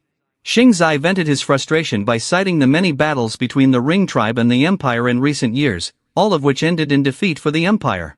He also referred to the presence of fabricated news of military victories. He also elaborated that numerous individuals from the empire had perished while succeeding in killing merely about 50 enemy soldiers, showing that the frontier army was in disarray. Xingzai looked at Cheng Daolei and requested his view regarding how the empire would emerge victorious in the war against the Ring tribe. Cheng Daolei, being unsure, professed his ignorance, that he was only a mountain thief. This reaction brought a puzzled response from Wanner. Xingzai went on, relating some information he had learned from an old man who informed him that the armies of the world can be divided into three classes. The lowest class of soldiers fights only for survival and values their own lives. When confronted by a more powerful adversary, they will retreat. The second type includes troops that battle for particular interests. They are elated when they emerge victorious in battles but fall into a frenzy of panic when defeated. Xingzai said the first type battles for honor and proudly dies on the battlefield. These are the pillars of an elite class. Cheng Daolei asked Xingzai where he had obtained the information. Xingzai disclosed that he had been informed by an old man. Cheng Daolei said nothing, as if deep in thought. Cheng Daolei was doubtful and inquired whether he was sure the old man was not lying to him, and both Xingzai and Wanner gave him a poker face. Xingzai thought that the individual who had communicated this information was the present marshal of the empire. Xingzai then sought the opinion of Cheng Daolei, to which he replied that an army fighting for honor is not always the strongest. He clarified that an army motivated by faith is even stronger, since they have a common belief and are not afraid to die for their faith. Additionally, he asserted that if thousands of such individuals are in an army, it would be almost unbeatable. Xingzai asked if such an army existed and Cheng Daolei affirmed their existence but further stated that an army driven by belief is also not the strongest. He claimed that the strongest army was one that was fighting for survival. Wanner warned that if each of them fights for their own survival, the entire army would be swarming with deserts. Cheng Daolei clarified that fleeing would not necessarily lead to survival. He cited the instances of the wars between the Ring tribe and the empire to emphasize his statement. He questioned why the Ring tribe was able to win numerous wars while the empire lost all of them. Xingzai requested Cheng Daolei's view regarding this, and Cheng Daolei modestly conceded to not being knowledgeable about the issue but ventured a general speculation. He queried whether they ever wondered why the Ring tribe attacked the empire. Wanner jumped in, speaking of the Ring tribe as age-old enemies of the empire who were waging ongoing warfare over centuries. She described them as barbaric and illiterate robbers. Cheng Daolei refuted this opinion, saying that the empire considered the Ring tribe to be demons who had nothing to do but fight the empire all the time whenever they were well fed. But he suggested an alternative. Cheng Daolei noted that the Ring tribe lacked food and that they lived in the grasslands, depending on breeding animals. Their existence was tougher than that of the imperial folks. He told them that wines can ruin grasslands and transform them into deserts with the death of animals, making it uninhabitable because of the danger posed by natural calamities. Contrarily, Cheng Daolei told them that the adjacent land was a lively empire filled with a lot of food and women. To him, even if they fought the empire and perished, it was better than the fate of death that lay before them on the grasslands. In spite of this, all members of their army are determined to lay down their lives for even the smallest possibility of defeating the empire, and the reason why the Ring tribe army does battle so efficiently is in order to live. Xing Zai started by describing the events that occurred 30 years before when the Ring tribe attacked the empire. He said that at that time, a drought struck not just the Ring grassland but some regions of the empire as well. Year by year, whenever the Ring tribe experienced bountiful harvests, there was trouble on their side.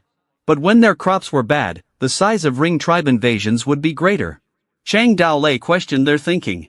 The Ring tribe thought in terms of the inevitability of death, while the people of the empire thought in terms of falling back to the hinterlands if they were unable to hold the frontier.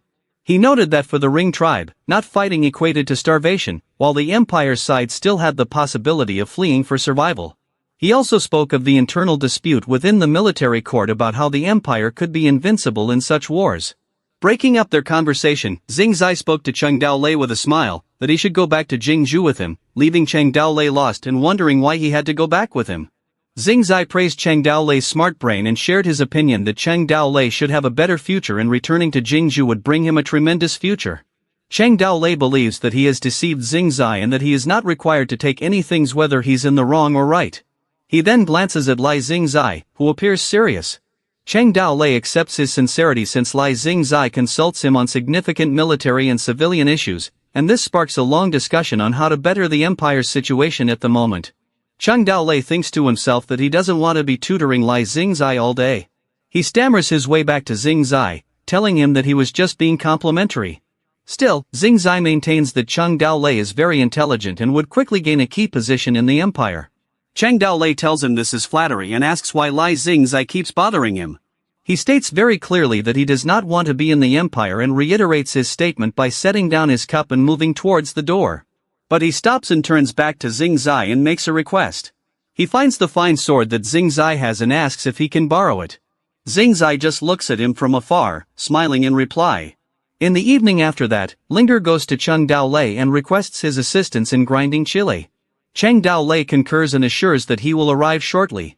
In the meantime, Xing Zai is thinking of his sword. He mutters to himself, informing that Chang Daolei wishes to have his sword. Having a smile on his face, Xing Zai opens one of the tiny compartments of his sword. 3 days pass by, and at Qingnil Mountain, General Lu Hang and his army are informed of a report from their scouts. The soldiers report to General Lu Hang that they have thoroughly searched Qingnil Mountain and found no evidence of ambushes.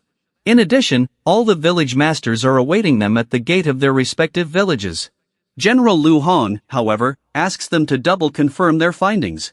He wishes to make sure there are no surprises in store for them. In Flying Tiger Village, the largest bandit village in Qingnil Mountain with a population of several hundred people, a bandit sees General Lu Hang's approaching army and at once reports to the village master. Horses' hooves get louder. Everyone in the bandit camp thinks the same, get through the day and pretend not to have felt anything. The bandits on the mountain know they cannot stand a chance against Black Rock City's elite troops. General Lu Hang astride his horse, a wicked smile on his face. General Lu Hang noticed Gao Fei Hu and asked him about his bold manner, seeing the sword in Gao's hand. Lu Hang cautioned Gao to discard the sword and kneel down in 10 breaths, warning that he would smash the stronghold door and kill everyone within. General Lu Hang pinned his weapon against Gao's shoulder, compelling him to kneel. Gao's anger was palpable as he clenched his teeth, but he did not speak. The rest of the bandits shouted at Gao, calling him their big brother. Gao finally spoke out, saying that he was there to escort General Lu Hang over the mountain. General Lu Hang, seemingly pleased with Gao's answer, let him join their party with a smile. Later, in Pearl Blossom Village, the scene changes to the beat of horses' hooves once again. White Wolf went up to General Lu Hang, bowing to him, and announced that she would escort him over the mountain. General Lu Hang instructed her to lift her head and complimented her on her beauty and physique, admitting that she had a reputation that was well-deserved. White Wolf did not, however, crack a smile at his words. General Lu Hang released a sinister laugh, holding his weapon at the forehead of the White Wolf. He admitted that the gossip he had heard was true. His sword crept towards the chest of the White Wolf, commenting on its size and awe, as the White Wolf smiled, showing her teeth in sorrow. The face of the White Wolf was filled with worry as she did not speak. In the same location, the people of the White Wolf referred to her as the Big Boss. General Lu Hang, thinking, pressed her to explode with rage and escape, expecting to have an opportunity to vanquish the famous Gorse. The White Wolf, however, remained calm and politely invited General Lu Hang to traverse the mountain. General Lu Hang was surprised and laughed out loud. He mocked the incident, calling it nothing other than having a mountain bandit encounter. He commanded their lanceman to lift his spear according to his order. The soldier followed his order and lifted his spear with the two heads dangling in it. Mountain bandit lives are as cheap as stray dogs. They are the lowest rank of the empire and do not count. The nobles consider mountain bandits to be less than human. They are as good as dogs and cats on the streets. The White Wolf and Gao's response was one of shock and despair at the same time. Gao, being a thinking being, identifies the heads of the leaders of the Zhu village. Even the ordinary people in cities have no pity for bandits. While recalling the site in Zhu village that was destroyed, the destiny of bandits without the means to protect themselves, even the ordinary people in cities have no sympathy for bandits. As General Lu Heng's group passed by the grave of the bandits they had slain from Zhu village, they looked upon the deed of slaying bandits as cleaning the filth off the streets and kept them as lowly as anthill colonies. Just when they arrived at the Toad village, General Lu Heng, apparently frustrated, asks why no one has come out to welcome him. Frustrated, he asserts that if the gate does not open within 5 breaths, they will break the gate by force. After a minute of waiting, he proposes breaking in and butchering all inside. In the Toad village, Gao questions Chang Dalai's motives. He suspects that Chang Dalai's last victory over Blackrock City has been brought to his head.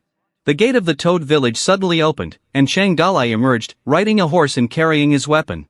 On the other hand, Gao feels it would be better if Chang Dalai did not make things worse and expects him to let Lu Heng pass through as nothing has happened. However, once Chang Dalai stepped out of the Toad village, he suddenly sneezed because of his flu. General Lu Heng immediately instructed Chang Dalai to discard his sword. Chang Dalai remained silent for some time before deciding to open up and declared robbery. Outside of the village of the Toads, Gao wondered if Chang Dalai failed to notice Zhu village's river of blood. He also paid attention to there being quite a few hundred men from the elite soldiers of Lu Heng. Gao speculated about why Chang Dalai could speak of robbery. General Lu Heng then commanded Chang Dalai to dismount from his horse and kneel beneath his horse. In 5 breaths, he would be pardoned. Chang Dalai acted quickly, yelling arrow as he drew his weapon. Dragging her along and beating the drum, and Kinman strung the large crossbow before letting it go. A quick, big arrow flew towards General Lu Heng's squad of soldiers, striking some of them. General Lu Heng instructed the cavalry to disperse while instructing the infantrymen to protect the carriages. Still, even the shield-carrying soldiers still managed to get shot through by the arrows. During the confusion, the soldiers were shot through with the giant arrow, leading to confusion and pandemonium among them. Some cried out for reinforcements, while others ran for cover behind the carriages.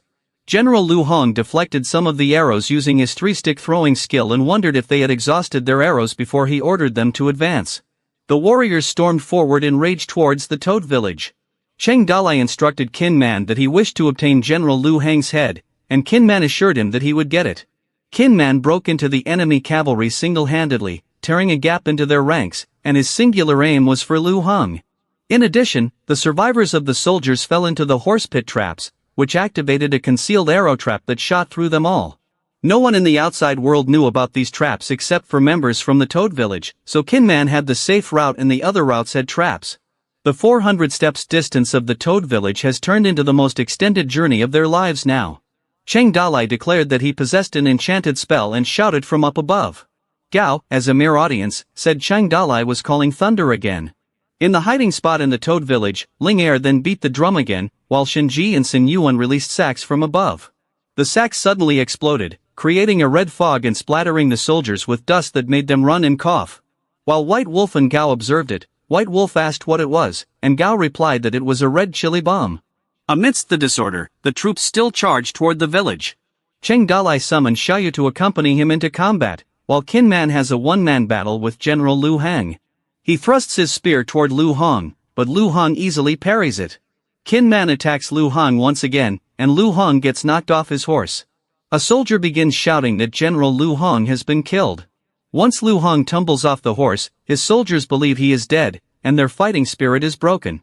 Chang Dalai welcomes the opportunity to kill Lu Heng, while General Lu Heng dares them to attack him. Chang Dalai knocks him with his weapon, and General Lu Heng succeeds in deflecting the attack. But the blow from Chang Dalai's punch pushes General Lu Heng off guard. General Lu Heng, with his infuriated expression, orders his men to reinforce him, yet Chang Dalai sneers and taunts that he has no one left in the army. Chang Dalai's words catch General Lu Heng off balance, speechless, and awed. In his mind, General Lu Heng is embarrassed that his squad of top-notch soldiers was defeated by a number of people, and they had to escape. He thinks about the bad situation that he is in and understands that it could be kill or be killed for him. Nevertheless, he fights to the bitter end. Xiaoyu strikes before he can act and sends General Lu Hong stumbling again. Chang Dalai subsequently speaks to General Lu Hong, ridiculing him for belittling how hard it was to invade Toad Village. He taunts General Lu Hong's bragging about having power and superiority, saying he enjoys crushing someone stronger than himself and kicking him in the face, sending him flying away. Chang Dalai taunts him to desist from playing in the mud. He then raises his axe at General Lu Hong's face and calls him a derogatory name while telling him that he will let him live this time. He tells him to return and convey a message to Zhu Baquan. Chang Dalai announces that Zhu Banquan can take any road he desires, but if he wants to cross Toad Village, he will have to deal with Chang Dalai. General Lu Hang asks Chang Dalai why he is not afraid of the revenge of Black Rock City. Chang Dalai fearlessly answers by inviting them to come. Xing Zhai and Wanner were watching the events unfold within the Toad Village. Xing Zhai was amazed that Chang Dalai could kill hundreds of elite soldiers with just 6 individuals. Wanner responded that General Lu Hong had underestimated the enemy and been trapped by the Toad Village's traps, and it resulted in his defeat. Xing Zhai quoted a line of a poem composed by Chang Dalai and asked Wanner if she could recall it. Wanner recalled that there had been 9 words in that sentence. Xing Zhai thought that if that poem became viral across the entire empire, dozens of outstanding authors would simply lay down their brushes, not sure what might ensue should every word in this poem be crafted. Kinman, Xiaoyu, and Chang Dalai were found grinning, with Chang Dalai grinning, raising his clenched fist for joyous triumph. That day, all the Qingyil mountain bandits saw Chang Dalai's soldiers taking carts loaded with silver and jewelry back to their village. They took 10 carts, which were taken inside the village, and everyone was amazed, and no one in other villages dared to steal from them. It was a war that demonstrated the power of Toad Village. Amidst this, San Yuan told Chang Dalai that there were 10 carts of gifts, the contents of which they could not tell, and some horses. Chang Dalai asked San Yuan to bring back everything to the village and also sent a man to bury the head of the village master in their village, to which San Yuan agreed. At this moment, Chang Dalai summoned the system, and it immediately answered. The system congratulated Chang Dalai on successfully doing 10 robberies quickly and noted that the loot earned from these robberies would impact the system's development. The system then went on to list the different things acquired, including copper coins and a rabbit to pieces of wood and a button. It mentioned that Chang Dalai had also demonstrated benevolence by donating sacks of grain and assisting a person in finding a way out of the mountain, prompting the system to ask him whether he was robbing or performing charity. The climax occurred during the 10th robbery when Chang Dalai's men were able to obtain 10 carts full of presents. The system snapped her fingers as the system announced that 10 robberies were finished and trigger conditions were met. She said that the new phase is the commander summoning phase, making Chang Dalai respond, but was interrupted by the system announcing that he could summon a commander when he reached 10,000 fear points. As Chang Dalai came back to reality, he thought about the functionality of this new function, and he understood that he now had 3,000 fear points and needed 7,000 more to meet the specified amount. The crucial question in his head is how he was going to acquire the remaining fear points. As the sun goes down, Chang Dalai thought about performing an experiment. He then shouted to Shinji and jokingly slapped his back, which made him jump. Shinji was annoyed and asked Chang Dalai why he did that, to which Chang Dalai said it was just a joke. Unbeknownst to them, this little exchange gave Chang Dalai 1 fear point. After this, San Yuan told Chang Dalai that he had finished checking the inventory. He disclosed that 3 carts were filled with animal skins, 2 carts were filled with bronze utensils, 2 carts were filled with exotic herbs, and 3 carts were filled with costly fabric. They had also purchased some horses and weapons. San Yuan was, however, worried about the lack of food, particularly as winter was setting in. Chang Dalai proposed trading the items they had bought for food, and San Yuan concurred, admitting the absence of options. Chang Dalai stated that there was another alternative, but the strength of Toad Village is decreasing, and it is hard to find someone who would trade those gifts. San Yuan suggested doing business with Miss Su's family. Chang Dalai had doubts since they were still expecting the ransom by Su Ying's family, and there had not been any resolution to their issue yet. They guessed that there could be trouble on Su Ying's part, and Chang Dalai resolved to personally go investigate when he had time. Chang Dalai thought about not hearing anything from Su Ying and wondered how valuable chili was in Yuju City, wondering if Su Ying's stepmother had gotten her into any kind of trouble. The following day, Chang Dalai went to Xing Zai's room and called his name but soon discovered that both Xing Zai and Weiner had fled. There was a letter on the table that he read, which expressed that Xing Zai penned a farewell letter to Chang Dalai, wishing that they would see each other again someday. Chang Dalai had always wished for a sword. imagining that he was holding one while standing beside a river wearing a white robe. Like a cultivator, but he could not acquire a sword for some reason. Swords were more precious in rituals than in actual combat during this period. The technological progress in forging had resulted in the production of more powerful weapons than swords could be forged, so today, when generals go to war, they preferably use long spears, bronze axes, or long swords. The majority of the larger heroes of the day also used larger weapons. Whether their weapon is sharp or not, if it is heavy enough to knock out a number of people, that is all that matters. Swords, costly and demanding careful maintenance, were a luxury commodity mostly reserved for scholars, celebrities, and nobles during this period. In Chang Dalai's mind, he reflected on Xing Zai's social status, attempting to identify which group Xing Zai was in. Along the official path from Qingniu Mountain to Jingzhou City, Weiner summoned Xing Zai to wait for her. She asked him then why he left the sword with Chang Dalai. Xing Zai just smiled and told him that it was only a sword and had given it to him. Weiner insisted that there was an important significance for the sword as he reminded Xing Zai that it was a royal sword. Xing Zai only smiled back at him. In the Toad village, where San Yuan told Chang Dalai that there was a person waiting just outside the village who wanted to see him, Chang Dalai told San Yuan to go ahead. At the watchtower, Chang Dalai was curious as to who the visitor might be and asked if San Yuan was familiar with him.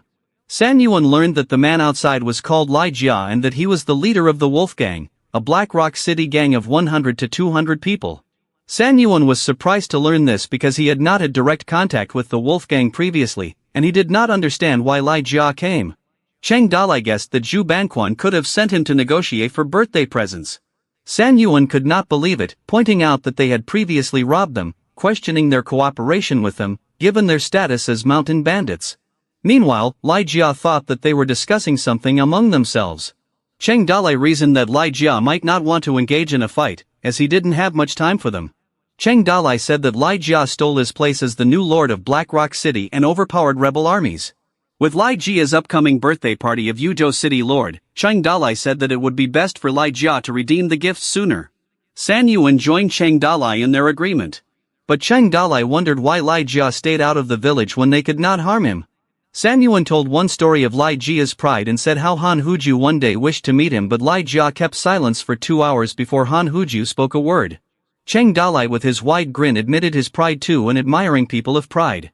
When San Yuan asked Chang Dalai whether he should go down to invite Lai Jia in, Chang Dalai declined, saying Lai Jia could wait as he went for a nap, adding that the day was lovely. Meanwhile, Lai Jia, waiting outside the village, was sweltering in the heat and wondered why the primitive people were afraid to face the sun by staying in the mountains. While the Wolfgang did business in the city with nobles and dignitaries, deeming themselves civilized in relation to the mere bandits, a minute later, Lai Jia believed that Chang Dalai had become rude after defeating Lu Heng. Lai Jia cursed as he wondered why no one had opened the door for him yet. He speculated whether the villagers were setting up a grand welcoming ceremony for him, deeming their behavior impolite. He also questioned whether he should tell those crazies some stories about the city to open their minds. Lai Jia also said the city lord was in a furious mood at the moment and the penalty would be severe because they had to deliver the birthday presents. The city lord in return would give them some cash. When he stood outside, Lai Jia felt mosquitoes and flies, leading to an itching sensation. After 3 hours, Lai Jia had been waiting outside the village, feeling frustrated and besieged by the sun's heat. He silently cursed and perspired excessively. Lastly, to catch their attention, Lai Jia yelled, introducing himself since he wanted to see them. San Yuan, hearing Lai Jia's yell, asked Chang Dalai if he should invite Lai Jia in. When Chang Dalai awoke from his afternoon nap and felt bright, he felt that Lai Jia would suffer a heatstroke and proposed inviting Lai Jia in to negotiate the price Shu Banquan was prepared to pay. San Yuan opened the gate and Lai Jia was relieved that the gate was at last opened. He welcomed San Yuan, since they had not met for a long time, and was relieved as he finally got rescued. Within the Toad village, where Lai Jia and San Yuan were in the room, Lai Jia was shocked that San Yuan had quit Black Rock City and was now a bandit. San Yuan explained that he was no longer a housekeeper but the manager of the Toad village. Lai Jia lamented that he could not see Chang Dalai. San Yuan clarified that Chang Dalai was occupied but volunteered to deal with whatever issues with Lai Jia on his behalf. Lai Jia then disclosed that Zhu Banquan was ready to exchange the birthday gifts for 20,000 coins and offered to act as the guarantor. It was an enormous favor from Zhu Banquan, he opined. San Yuan agreed with Zhu Banquan's great admiration of them but disputed the amount, saying it wasn't the proper value for the gifts. San Yuan was reminded by Lai Jia that they had stolen the gifts from Lu Hong, so they didn't own them. San Yuan replied, citing their identity as mountain bandits and asserting what they stole was theirs. Lai Jia responded in surprise and accused San Yuan of shamelessness. Then Chang Dalai emerged from the doorsteps, clad in a black hooded cape and exuding a frightening aura, lending an atmosphere of tension. Chang Dalai, whose imposing figure, took it upon himself to control the dialogue. He boldly announced they wanted 100,000 coins for the presents and inquired if Lai Jia was agreeing or not, taken aback by the amount Lai Jia screamed with incredulity. In his mind, Lai Jia commented on Chang Dalai's frightening tone of voice. Chang Dalai mentioned that he didn't like to bargain and hinted that he didn't care if Lai Jia didn't pay. He then left with the corpse of Shinji, who screamed for help, building up the tension. Considering the rumor he had heard that Chang Dalai had a cannibalistic lifestyle, Lai Jia felt unpleasant. In return, Lai Jia immediately agreed to Chang Dalai's request. San Yuan testified to the agreement and said that Lai Jia must bring 100,000 ransom money and Toad Village would bring back the birthday presents. But Lai Jia was worried about scheduling such a huge amount of money simultaneously. San Yuan comforted him with the suggestion that he could pay through installment. Lai Jia was not familiar with the concept of installment, and San Yuan clarified that instead of cash, Lai Jia could pay through salt, cloth, and grain. He just had to make a 30% down payment. In addition, the village would impose a 20% interest on all carts that go through King Nyo Mountain until the cash amount of 100,000 is fully paid. San Yuan suggested signing a contract and then presenting a copy agreement. Once Lai Jia signs it, he can bring it to Zhu Baquan for his signature and seal.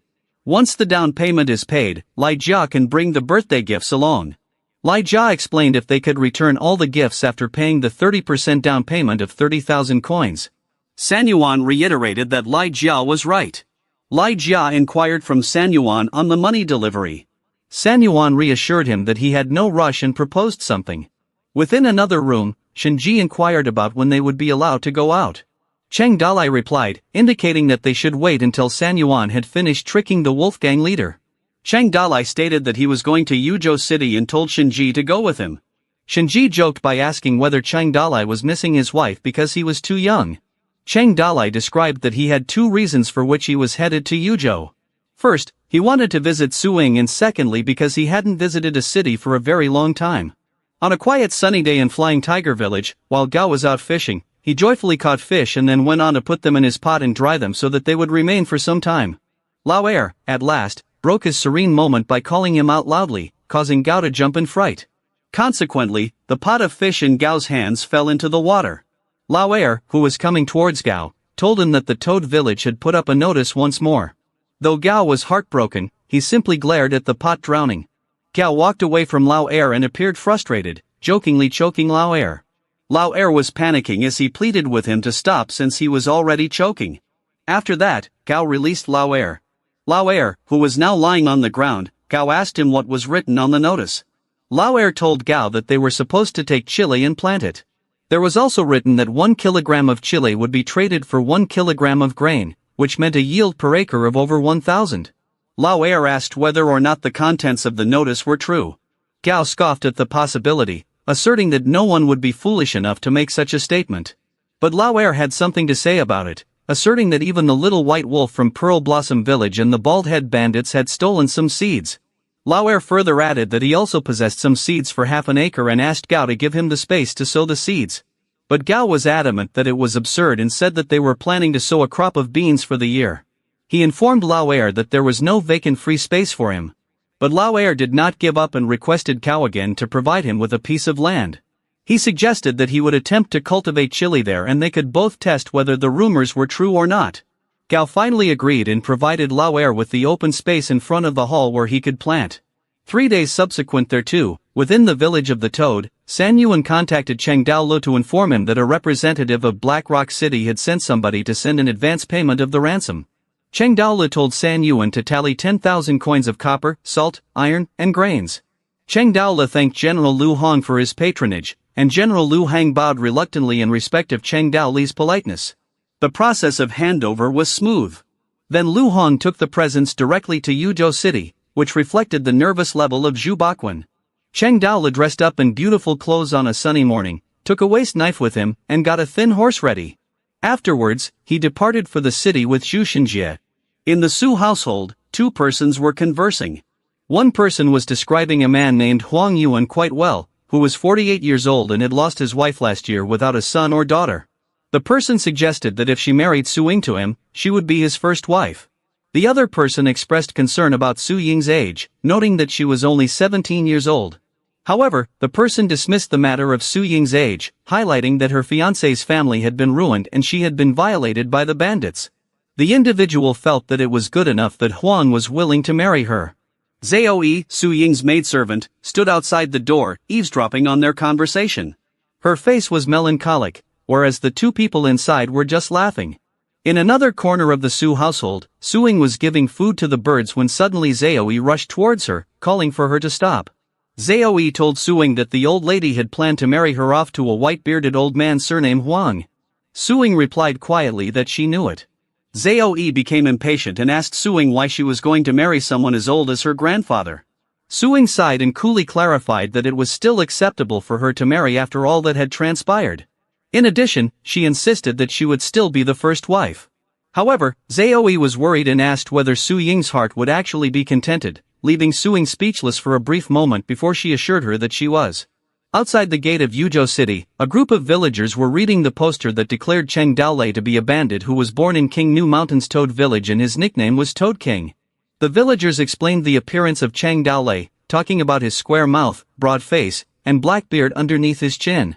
They also pointed out his murderous and cruel personality, saying that a reward of 100 coins would be paid to the person who apprehended him.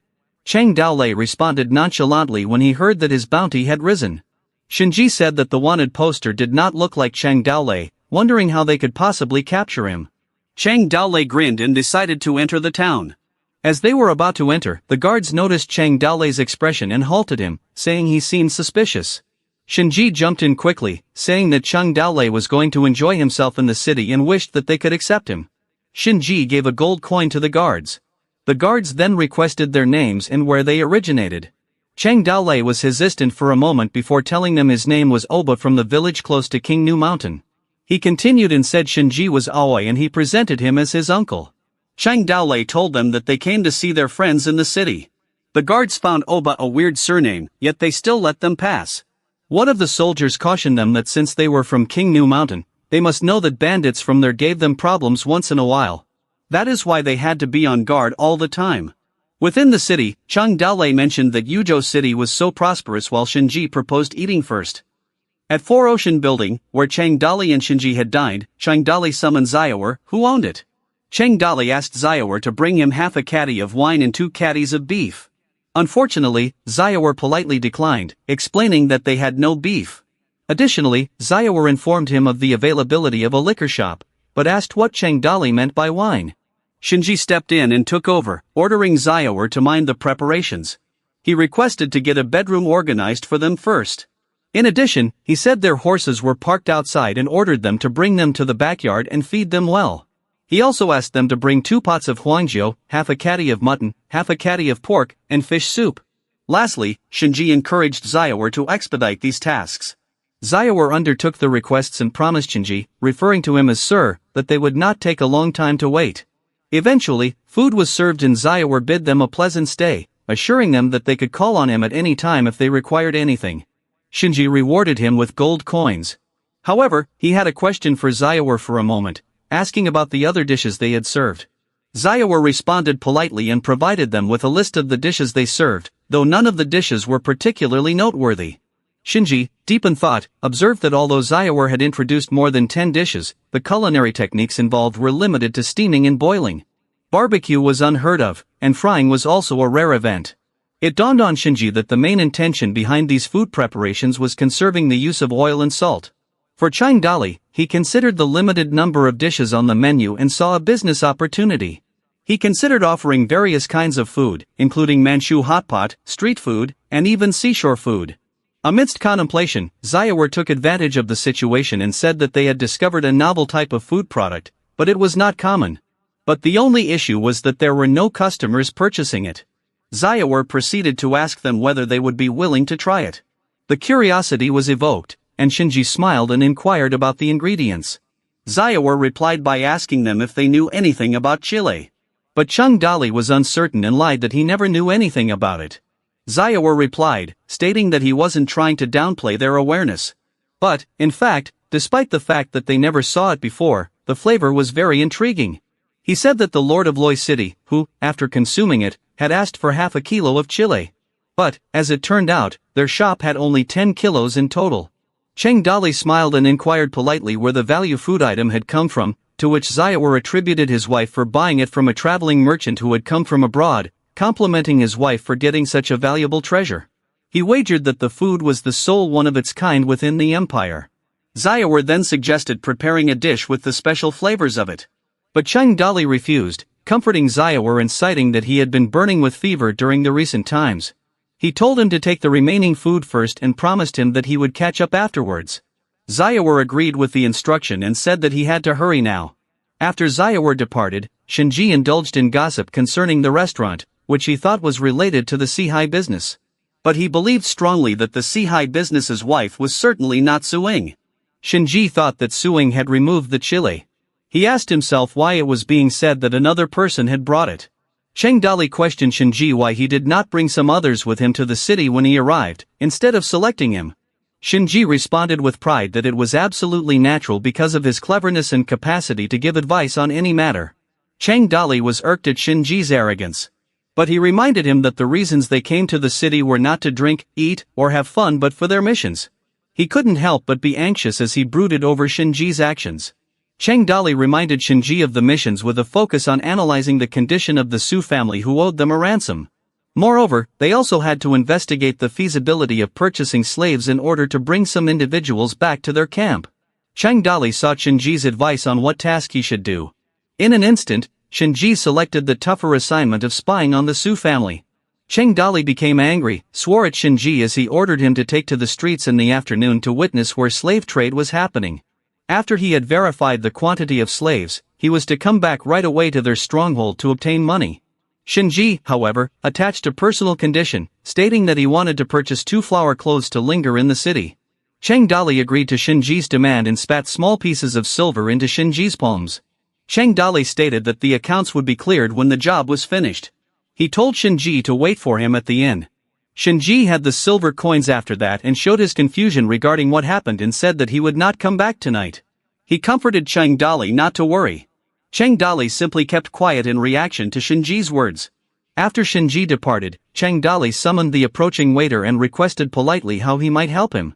Cheng Dali hesitated to utter it and couldn't find a word for a while before the waiter concluded that Cheng Dali's action suggested he was seeking a brothel. Shocked, Cheng Dali hushed the waiter as he blushed and inquired about the best Loi City brothel. The waiter proudly suggested the Huiyuan building. Soon thereafter, in the building of Huiyuan, Cheng Dali believed that he had truly come to the second city and felt a determination not to squander good lifetime as well as the excitement. In the brothel, a woman walked up to Cheng Dali and complimented him on his suaveness and elegance, which made her heart feel warm. Cheng Dali's face was pleased with the atmosphere and he felt the pleasant aroma in the air. He understood that it was actually a good spot to have fun with plenty of others, but before he could go on saying what he wanted to say, Cheng Dali's expression turned serious as he saw a figure that he knew. He turned back quickly and walked slowly towards the guy. He put his hands upon Shinji's shoulders, beckoning him. As Shinji turned around his back, he was surprised at the surprise meeting with Cheng Dali. The mood was suddenly uncomfortable after they caught sight of one another in such a location. Cheng Dali's face turned red and he found himself speechless as he didn't expect it. When he was just about to go on, Shinji cut him off, who had once confessed himself to be a sinner and shouldn't have been in such a location at such a time. Cheng Dali seized the opportunity when Shinji began to blame himself. He then showed his anger and disappointment because he had trusted Shinji so much to venture to such an extent. He blamed Shinji for spending the money belonging to the village. Shinji's face became pathetic as he attempted to justify that he had just passed by to take a glimpse. But Cheng Dali stopped his explanation halfway and lied to him, saying that he had been trailing Shinji and could hardly believe his reason. Shinji once more confessed that he was in the wrong and begged not to tell Ling Er, and he vowed to depart as early as possible. But Cheng Dali firmly responded that he was not cruel either. Cheng Dali happily articulated his proposal that since they were already there, they would simply take their time and observe them closely, attempting to scrutinize how they were ugly. As the courtesan began playing instruments and dancing, while other people were serving the men, someone began inquiring whether they had heard of a courtesan being commanded again. He went on to say that the individual had become rich and been promoted and also penned a wonderful poem, and the crowd of people then burst out laughing at it. During that information lag era, rumors were the most crucial means of communication. Shinji inquired of Chang Dali whether he wished to order an escort some wine. Chang Dali replied to him in an unruffled manner to get lost. Someone asked if someone had noticed the notice on the city gate. Shinji and Chang Dali were merely eavesdropping on their dialogue. Someone else responded by telling the man to cut the crap, that nobody who didn't know about the Toad King existed. Lu Hong, known for his strong personality, and no one dared to move in front of him. A man hiccuped spasmodically while talking, naming the 150 taels reward for whoever could fetch the head of the Toad King, saying that a person would never have to worry about drinks and food for his whole life. The courtesan then joined in with the conversation, stating that she had heard the Toad King was 22 feet tall and wielded a 300 catty axe. A man cut in, haughtily shutting them up, as he said that he had heard that the Toad King had mastered magic from an immortal and understood 5 various thunder techniques. He said that the Toad King had a 1,000-mile vision and a benevolent hearing ability, further stating that he could hear people chatting from miles off, while Chang Dali grew nervous upon hearing the discussion. The other silly-smiled man noticed their active discussion and inquired if there was anyone who had seen the Toad King. One of the men asked Zhu if he had met the Toad King. A man named Zhu addressed, brimming with passion, and narrated his experience that day when he was walking through the Toad Ridge. Abruptly, he heard a scream that captured his attention. To his surprise, a man descended from above, and that man professed himself as the Toad King. Zhu asserted that he had fought him for 30 rounds of combat and he was unlucky to get distracted and defeated in one move. The courtesans interrupted, giggling, and showed incredulity, making comparisons with Lu Hong, who could not do anything about the Toad King, and asking him whether he was superior to Lu Heng. The rest of the courtesans stood up for Mr. Zhu's assertion that the swordsmanship of Master Zhu's family was superb, vouching for his abilities. Zhu turned defensive, saying he had fallen short in his abilities last time and was beaten by the Toad King. He turned serious and promised he would erase the Toad King for Loi City with swords in his fists for the justice he believed in. On Zhu's declaration, he heard someone chuckling behind him. Zhu confronted Shinji, facial expression angry, and demanded why he had been laughing at him and whether he had not believed what Zhu had told him. Shinji's laughter stopped suddenly, replaced by a confused look, caused by Zhu's outburst and a surprise hiccup. He simply kept quiet. Shinji was slightly elbowed by Chang Dao, which surprised Shinji. Chang Dao smiled sheepishly towards Zhu, indicating that not only did Shinji believe in it but also that he did not believe in Zhu. He asked Zhu whether or not he had truly met the Toad King. Zhu assured him confidently that he had indeed met the Toad King and inquired as to why they would doubt him. Chang Dao introduced himself physically as Oba and said that in Jianghu, he was known as the Gentle Hatchet. The group of men began referring to Oba with interest. Chang Dao thought that he had felt embarrassed when the group of rowdies referred to him by that name. When Zhu spoke unexpectedly, laughing, and said that regardless of who Chang Dao was, his interest was only in the lady and asked Chang Dao if he had also been drawn in by the lady's name. Chang Dao responded irritably that he had been drawn with an inquiring tone, questioning what had been wrong with it. The public gazed to mock Chang Dao in the area, saying that he had also appeared to want to view the lady. Some of them commented on his look, saying that he must have been poor and asking where he was from. Chang Dao responded with a piercing stare at them but remained quiet. Chang Dao slowly asked from the public rumor about the lady. Her last name had been Lu, her full name Lu Zhaihong. Lu family had also been a large family in Loi City. She was deserving of the name of the chief courtesan. She was the daughter of a man who served in the army and protected the harbor from the pirates, but suppressing the pirates was not easy all the time. Later, he had been discovered making secret arrangements with the pirates. In a series, the city master was beheaded by her father and she was made a slave. Lu Zhaihong, Lu's most prime daughter, was born and sold as an official slave. Chang Dao went to the destination with the purpose of purchasing slaves, elaborating more on Lu Zea's circumstances. Miss Lu would be 28 years old that year. Even though she had been lowered to a courtesan and from an aristocrat to a pariah class 4th, it was not because that no one wanted to see her. To begin with, you had to have a sum of copper coins in your hand as the admission fee. Then, you had to compose a funny poem to entertain her. Only if you did that could you gain an opportunity to get into Lu Zea's chambers. There was a curtain over her. Regarding how to ask Lu Zea to come out from behind the curtain, one would give her a glass of wine and speak a few words. If one was able to please Miss Lu, she would say that she was exhausted and would tell one to return the following day. After repeating this 3 to 4 times, whether one could eventually see each other depended on fate. Lastly, if one wanted to sleep with each other, one would have to come up with a lot of money. Even so, there was still a constant stream of individuals who wished to spend money on it. Continuing, Zhu requested the Lu Zhe maidservant if the Miss Courtesan was present on that day, while Chang Dao requested the courtesan to fetch him some ink. The courtesan accommodated and called him young master. Shenji walked over and asked Chang Dao why he was doing this, while the man guarding Chang Dao said he was fantasizing about seeing the lady. As Chang Dao was composing a poem, he overheard a man at a distance grumbling about something he had just read. The man swore and said that the literary was so poor that even children could compose better. Chang Dao simply looked and decided to ignore him. When Chang Dao had completed writing, he requested the maidservant because he put the letter along with the tiny pieces of silver. The men talked about the lady's possible selection for the day, observing that Zhu had also been around for over 10 days and wondering how much money he spent. Another batch of men said that they had overheard Zhu requesting one of the experts to compose a poem, but the woman was also famous for being a poet. After a period of time and suspense, the men were anxious as they waited for the outcome, with some eagerly speculating on the upcoming result. Out of nowhere, one of the maidservants appeared from inside the room and bowed respectfully and called Chang Dao, who was Mr. Wu, telling him that the lady had invited him. This shocked the team of men, and some were stuttering while others did not believe it, their faces becoming tired because of the news. Chang Dao grinned and playfully smacked Zhu's back and made a peace sign to him, with Zhu's face scowling because he was jealous. Zhu afterwards discussed having been around for more than 10 consecutive days and told of a good encounter he had with the lady yesterday. A man ventured that Chang Dao's success could be due to the poem that he had composed. Zhu was bewildered and inquired what poetry they spoke of, while the other men felt sorry for him and instructed Zhu to quit shaking. Puzzled by their reaction, Zhu inquired what had transpired.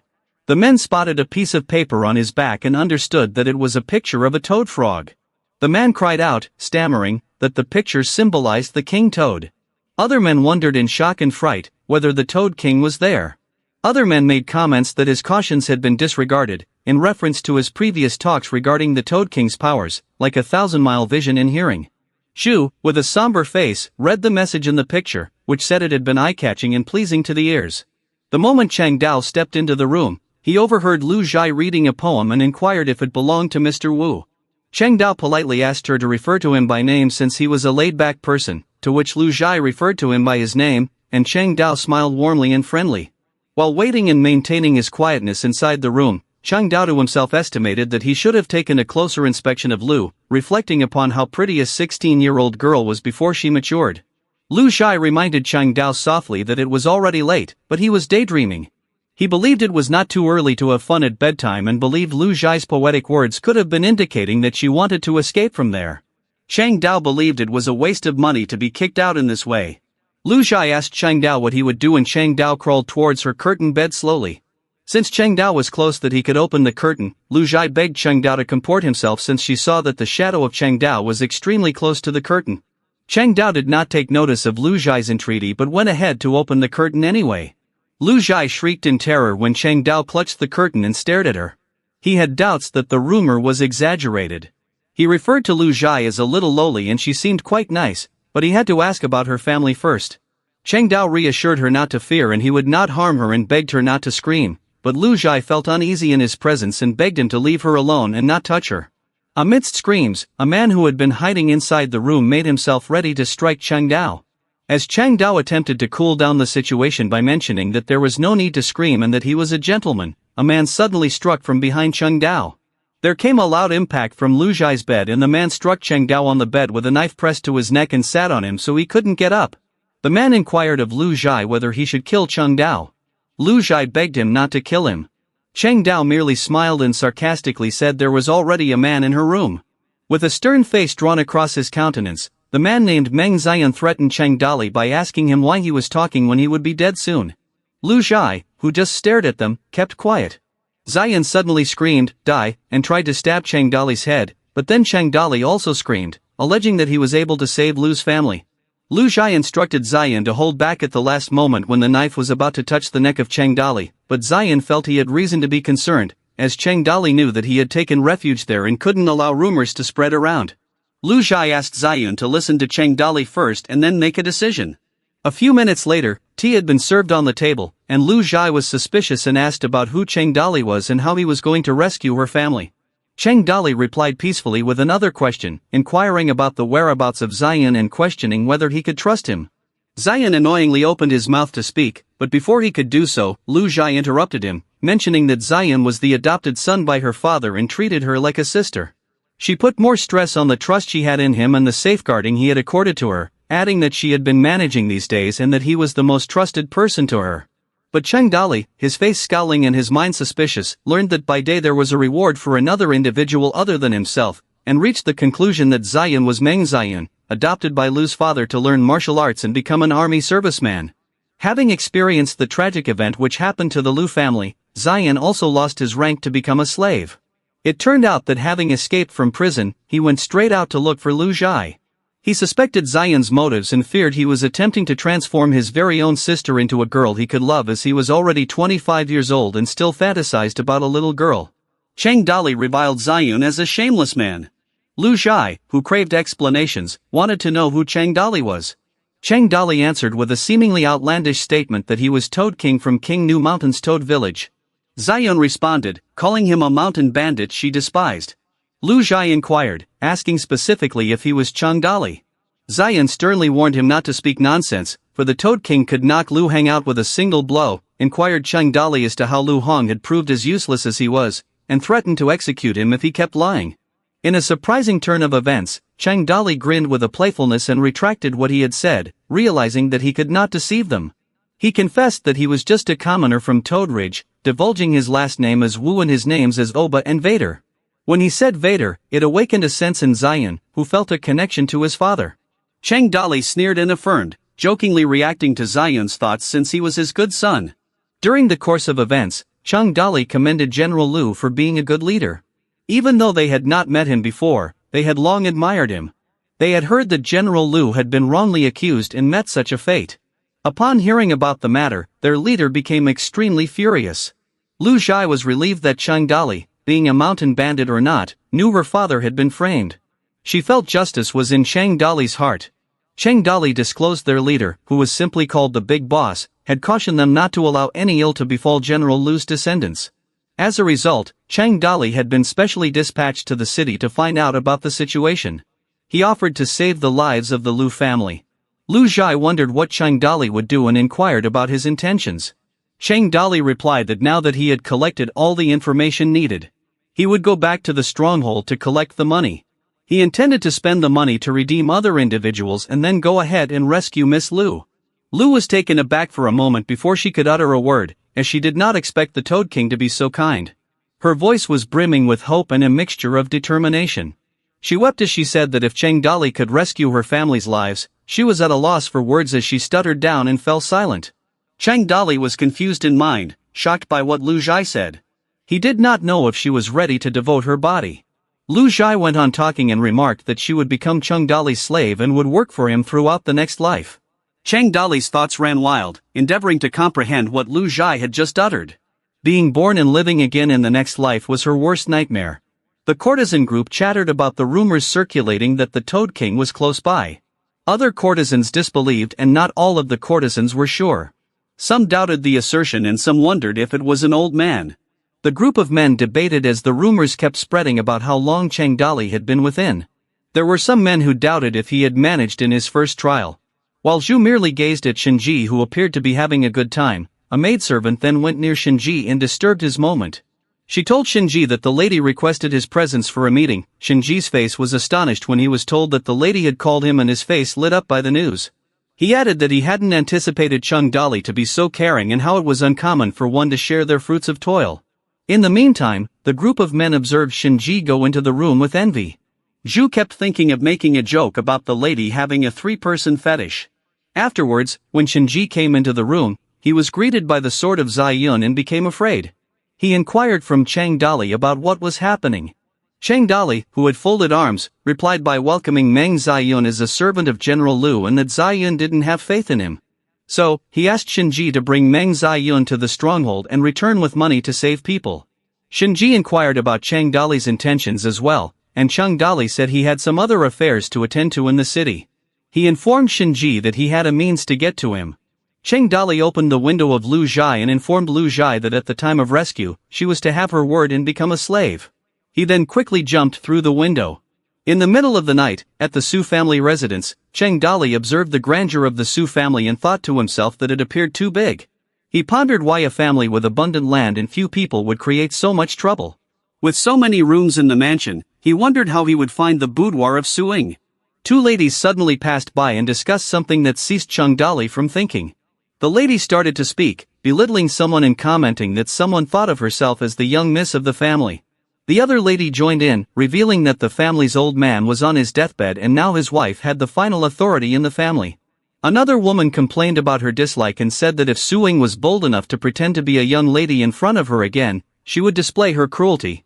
Cheng Dali happened to be hiding behind a big rock when he heard the two ladies' conversation. He inferred that the two women had just left Su Ying's room.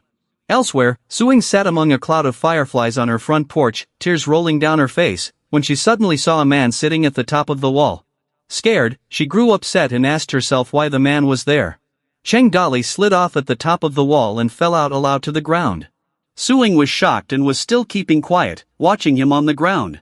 Cheng Dali said hello with a relaxed yo while Su Ying's response was horror. She did not understand why Cheng Dali was still alive. Because of this, it provided 88 fear points from the Cheng Dali quest.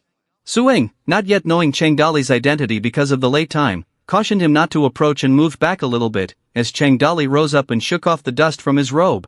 Cheng Dali, with a large grin, greeted Su Ying first, spoke of the long night, and was amazed that he wasn't the sole one who couldn't sleep, as Su Ying was also not asleep. Su Ying finally realized that he was that person and wondered if he was still in shock. The two were quiet for a while when Cheng Dali gave a gift to Su Ying and told her it was hers and asked her if she liked it. Su Ying then took a sniff of it and said that it had the scent of a woman and asked him if Cheng Dali met a woman somehow.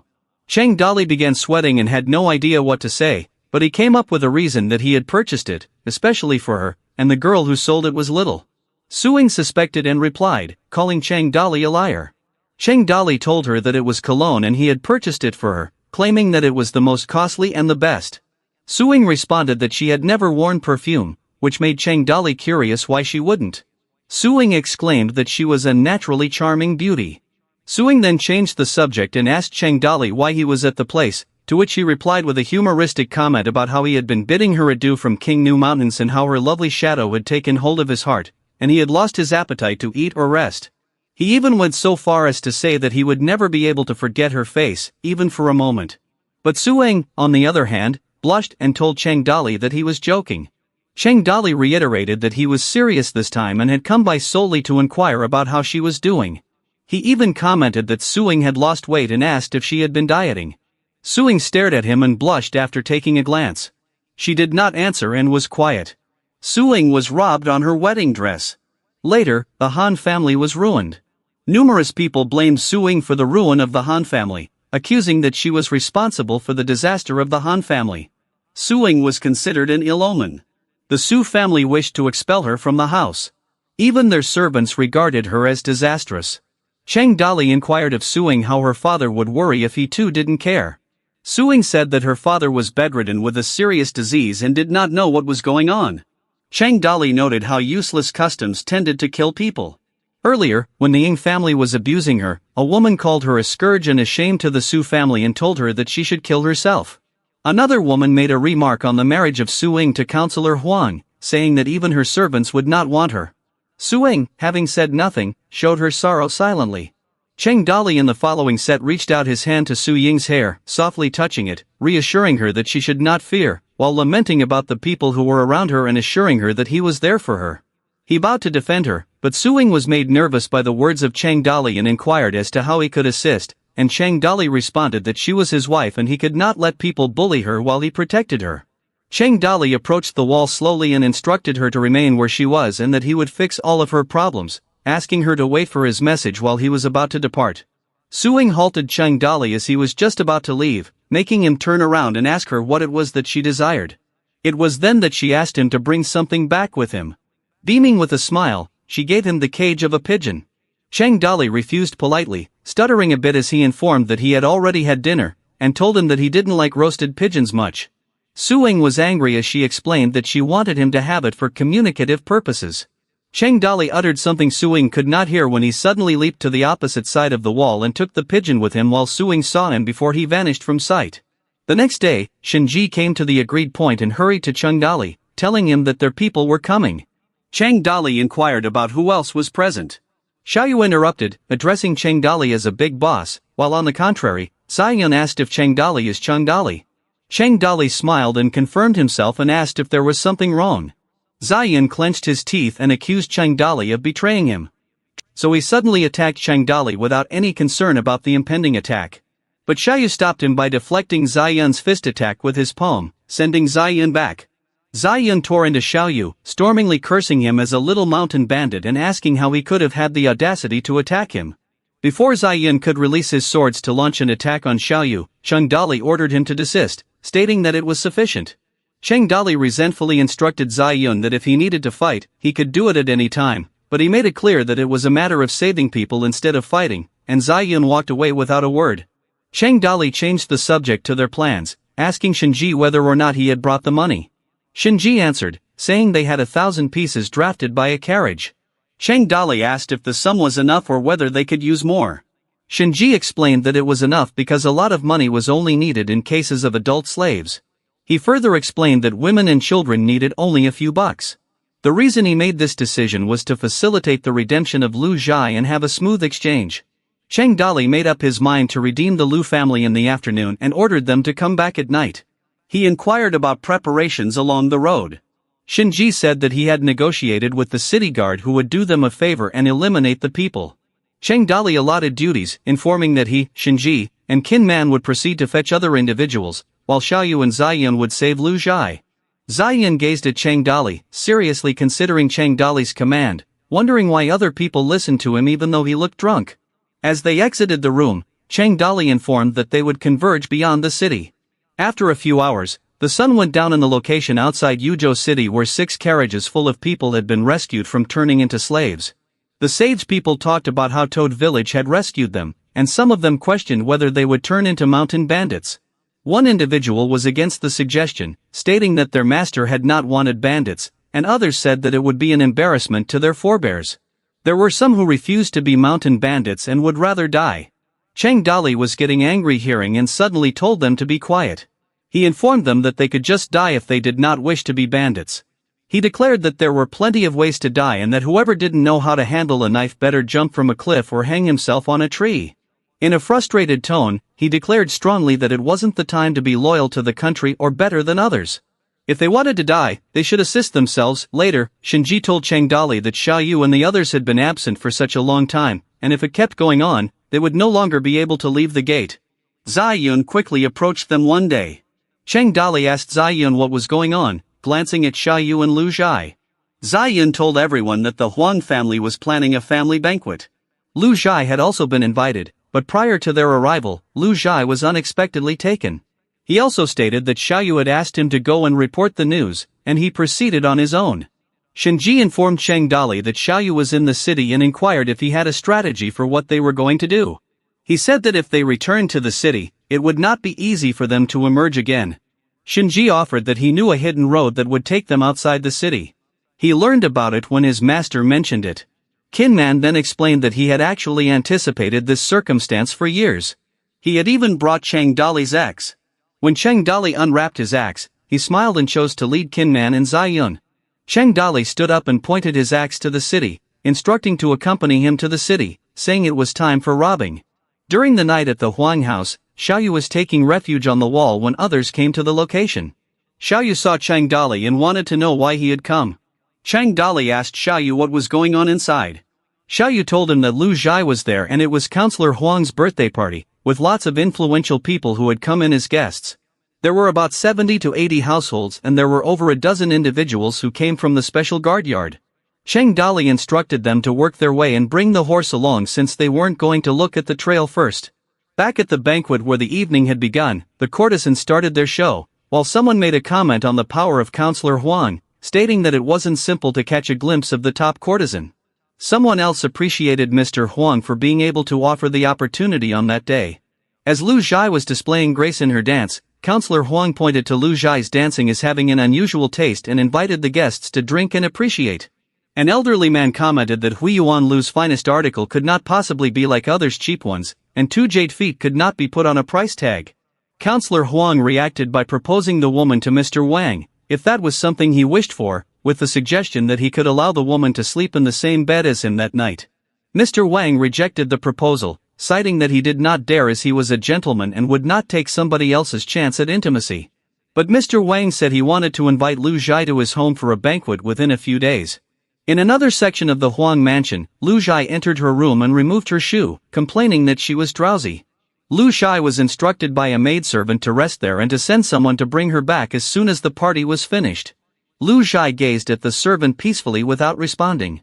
After the maidservant departed, someone opened the door to her room suddenly. Lu Zhai inquired as to who it was, and there was a drunk man standing in front of her. He addressed Lu Zhai as babe and praised her beauty that made him reveal he was the eldest son of Counselor Huang. Lu was terrified, stuttering and inquired as to why he was there.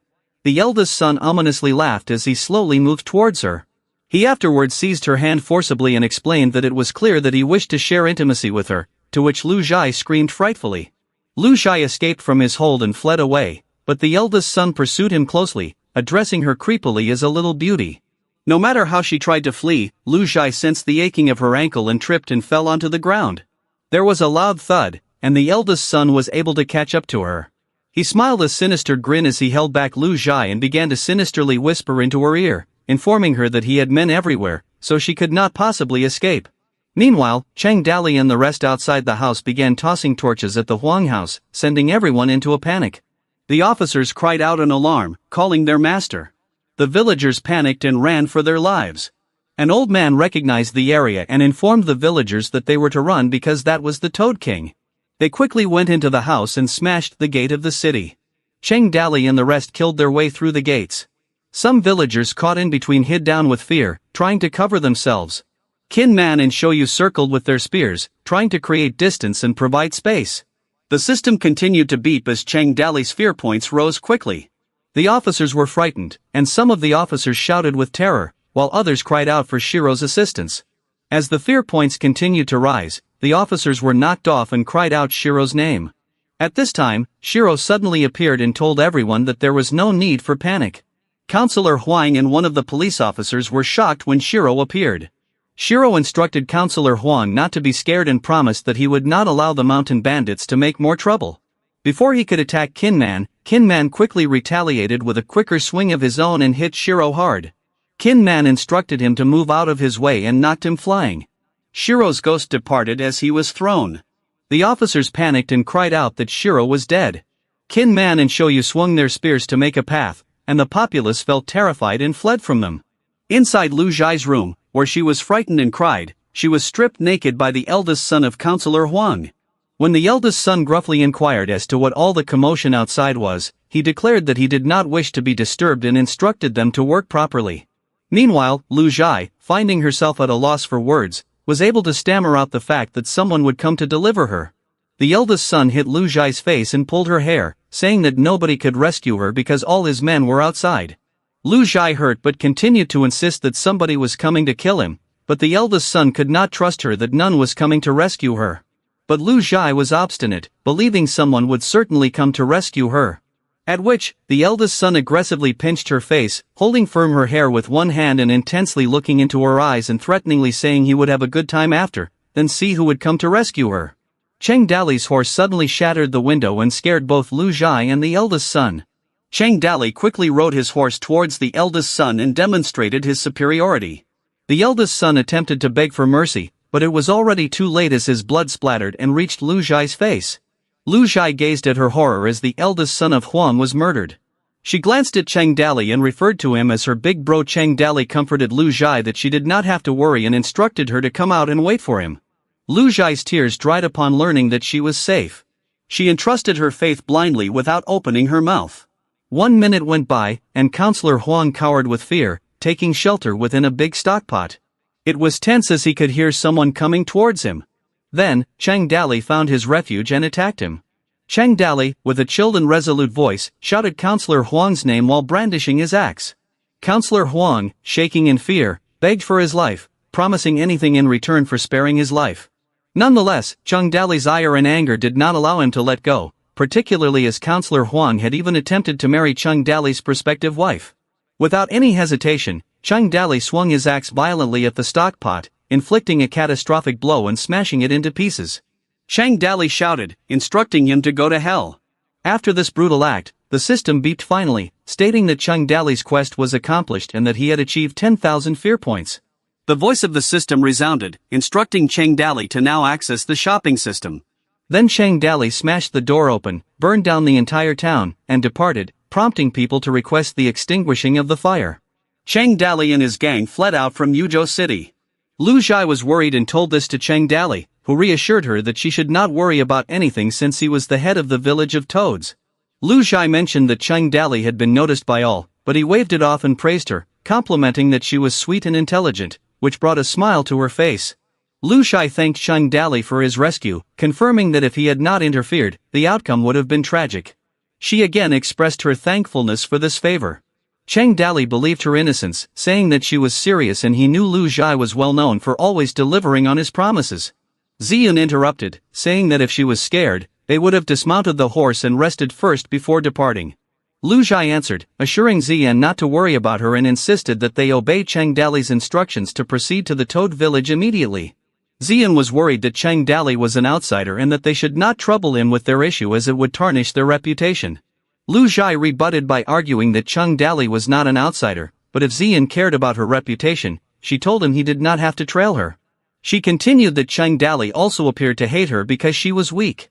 Chung Dali replied, explaining that despite his profession as a mountain bandit, he guaranteed her that she should not worry about anything.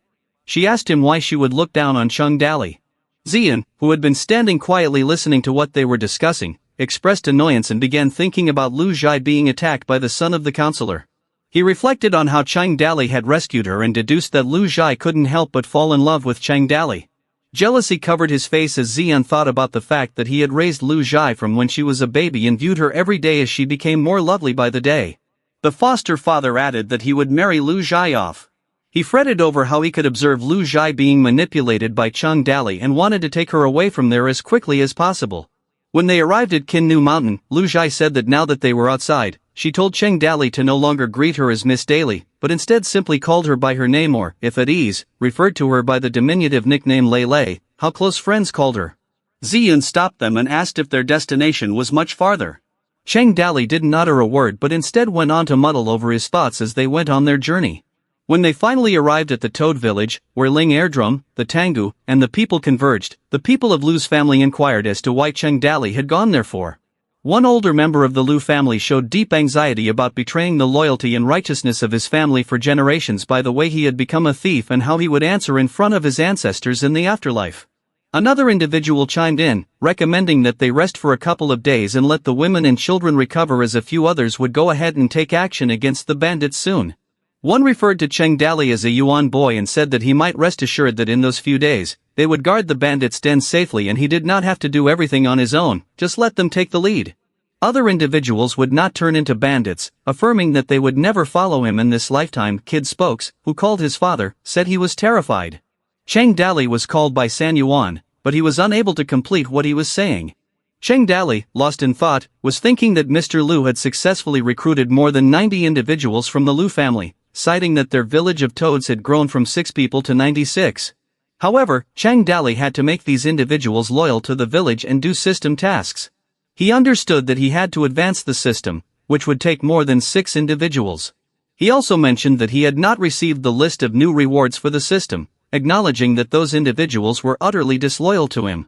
In response to this, Chung Dali thought about the necessity of somehow placating and making them loyal to the Toad village. He thought those individuals dumb and had to accommodate them. Chung Dali instructed Qin Man to expel Lu's family members. Qin Man, not hesitating at all, nodded in agreement and jumped off the stage to confront the Lu family. The man declared boldly, claiming to Qin Man that he didn't qualify to play tricks on him, but he made a promise to give Qin Man a lesson. Reminding them of their history, the man said that they used to be at sea, where they had spent decades, scaring the pirates half to death. He told them that perhaps Qin Man did not know about them in the mountains and insisted that they believed Qin Man was attempting to play tricks on them. Other men joined the conversation and stated that they had been the ones tasked with quelling bandits in King Nyo Mountain initially. They reiterated that there were no bandits in the vicinity now. With a surge of instant energy, Kinman began the fight by running at the two men and punching them hard in their stomachs. Kinman provoked them and shouted to bring it on. Kinman easily overpowered them with his fist and provoked them by saying, "Have a taste of my fist." Lu's family members appeared frightened as Shiyun remarked on Kinman's strength in comparison to the last one with a spear, Xiaoyu. Kinman continued to stand firm as he overpowered Lu's family members on the ground. The older man of the Lu family, who was introduced as Lu Muyun, simply stared in shock without saying anything. Cheng Dalai spoke up and indicated that he was still standing there and asked if they believed the Toad King legend was false. Lu Shai walked over to Cheng Dalai and proposed that they vacate. Cheng Dalai, not hesitating, consented. On the same day, in the afternoon, the Lu family was expelled from the Toad village. Cheng Dalai muttered that he was not as kind as to turn them over to the Toad village. Indignant, Zhu Xinji regretted that the individuals they had saved were shameless and ungrateful for requesting them to take control of their village. Cheng Dalai mumbled afterwards that as they live for their honor, they should also die for their honor.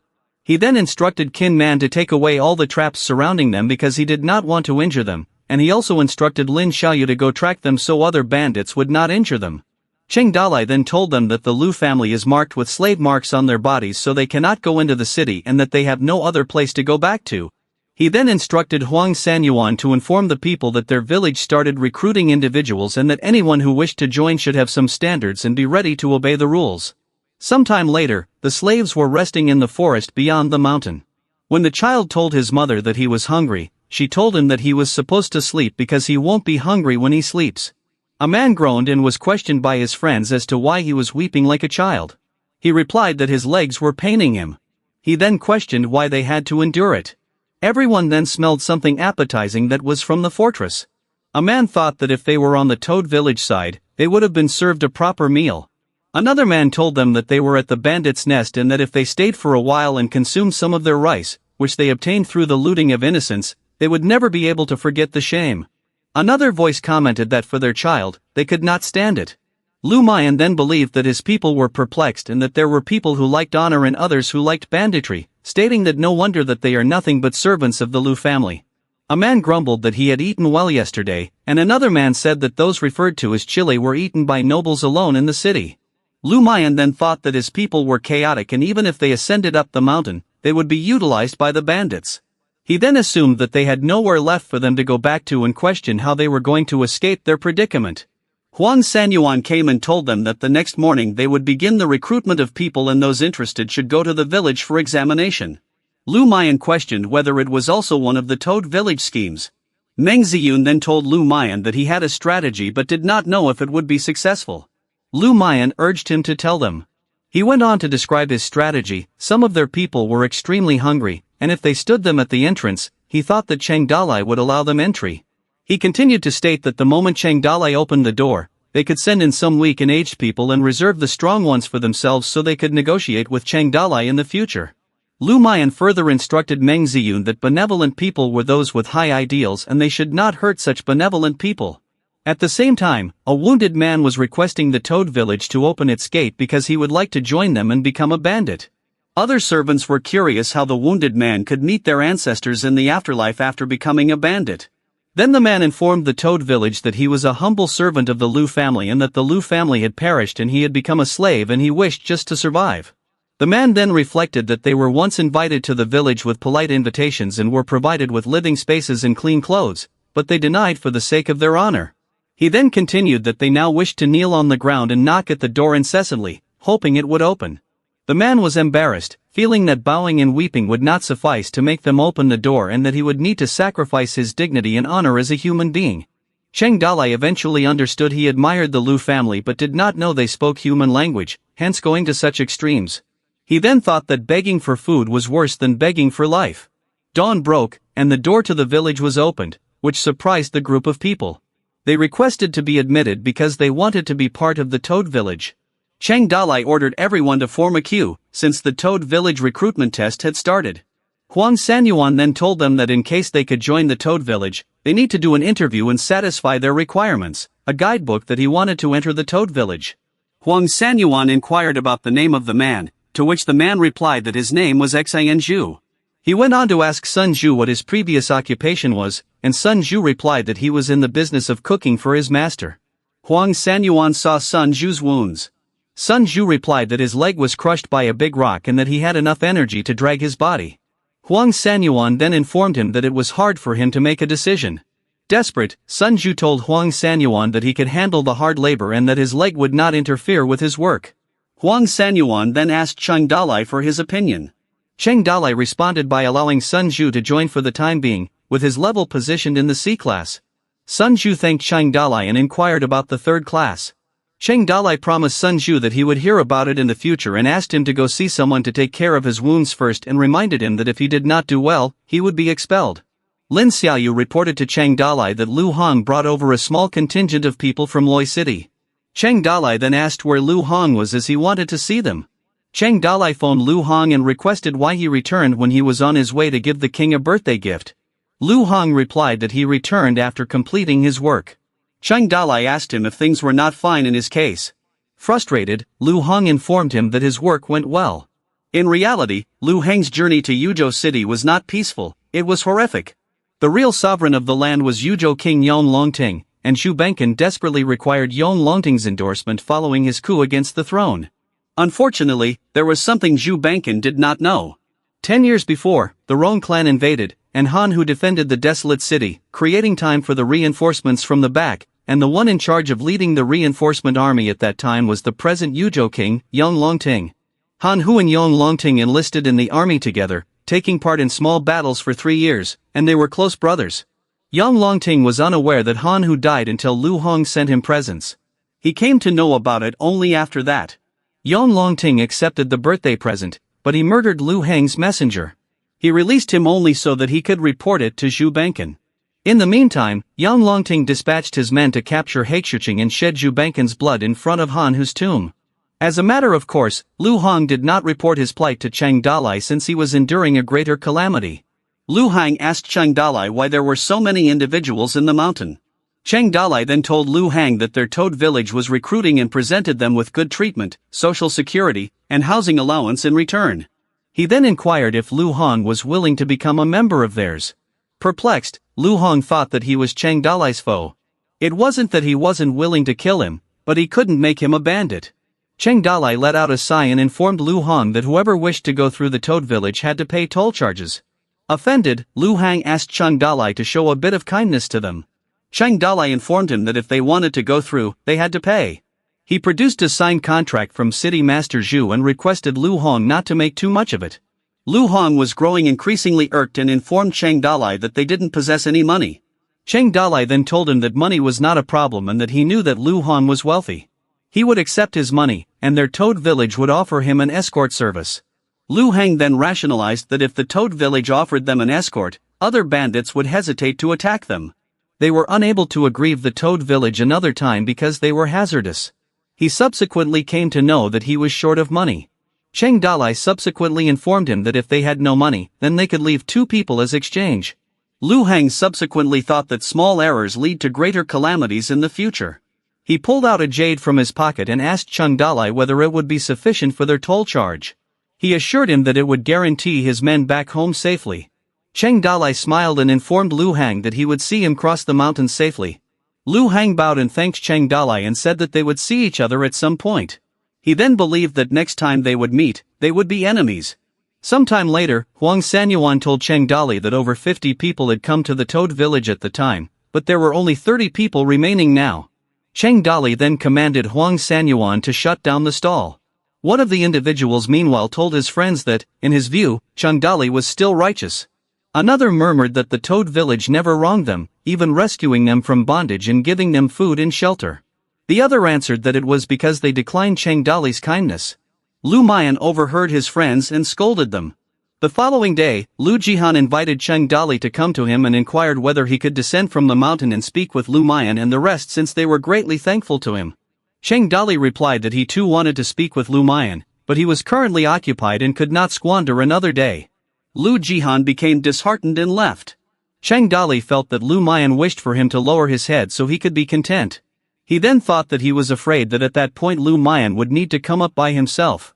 In the evening, Lu Jihan came back and told Chang Dali that the Lu family would like to dedicate her to him and that they only hoped, in return, he would be kind to the Lu family and take them in. Chang Dali inquired as to what she meant by dedicating.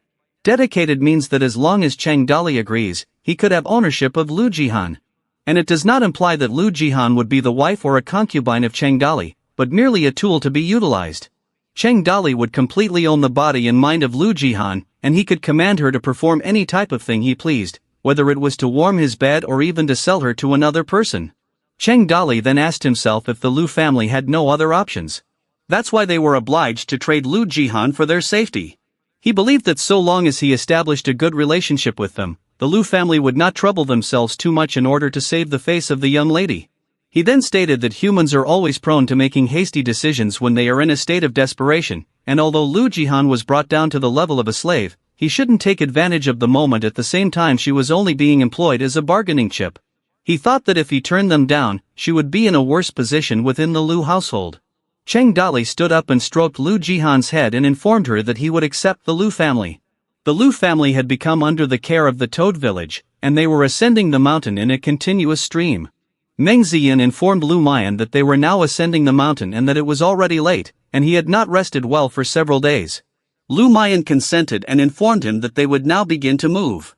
Lu Mayan and Meng Ziyun arrived at the Toad village gate after some time, which they then observed by Chang Dali. Lu Mayan took a stand, removed his headband, and screamed to their ancestors that he would now be arriving to unite with them. He then smashed his head onto the ground, which caused Meng Ziyun and the others' jaws to fall wide open. Chang Dali then thought that there exist such individuals in this world who would happily die for their honor. He then queried Lu Mayan's dead body why he had to act like a hero. The scholars should never be obstinate and should be responsible for their people, rather than die at their own volition. The Lu family were shocked that Lu Mayan had committed suicide. Chang Dali felt that with Lu Mayan's death, hatred had sprouted in their hearts and would one day prove to be a lethal poison. He then wondered how he could erase their hatred. Chang Dali frightened the people. He felt that fear points could also be gained in that way. Wang Ziyun requested orders from Chang Dali. Perplexed, Chang Dali did not know what to do at that moment. He then ordered Huang Sanyuan to bury the body of Lu Mayan, send the Lu family home, and told him to go to bed. Later on, Chang Dali had just emerged from the shower and saw Lu Zihang in his room. He then questioned her why she was in his room, which earned him fear points. Stammering, Lu Zihang explained to him that she had prepared hot water for him and was waiting for him to wash up.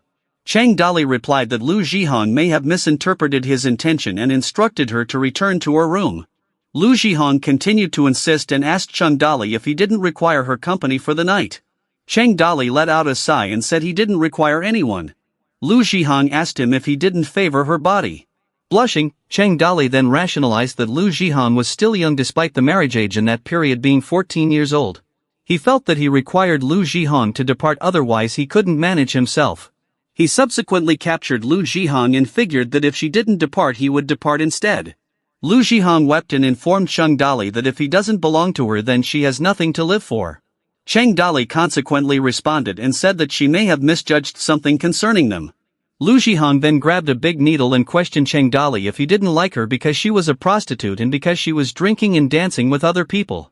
She then aimed the big needle at her throat and muttered that she should die. Chang Dali then clarified that she was mistaken and he did not dislike her. She was just too young and requested her to lay down the needle. Lu Zihang pouted and said to Chang Dali that she was not young. She continued saying that she was aware that Chang Dali was a righteous person and would never do something bad to her. But if he left the room that night, people would conclude that he hated her. She then told him that she had rescued him when she was a slave. Chang Dali then believed that what Lu Zihang said was not entirely incorrect and others at that time would believe in superstitions which could get her into trouble. He then believed that it would be effective. Chang Dali and Lu Zihang both slept in bed together.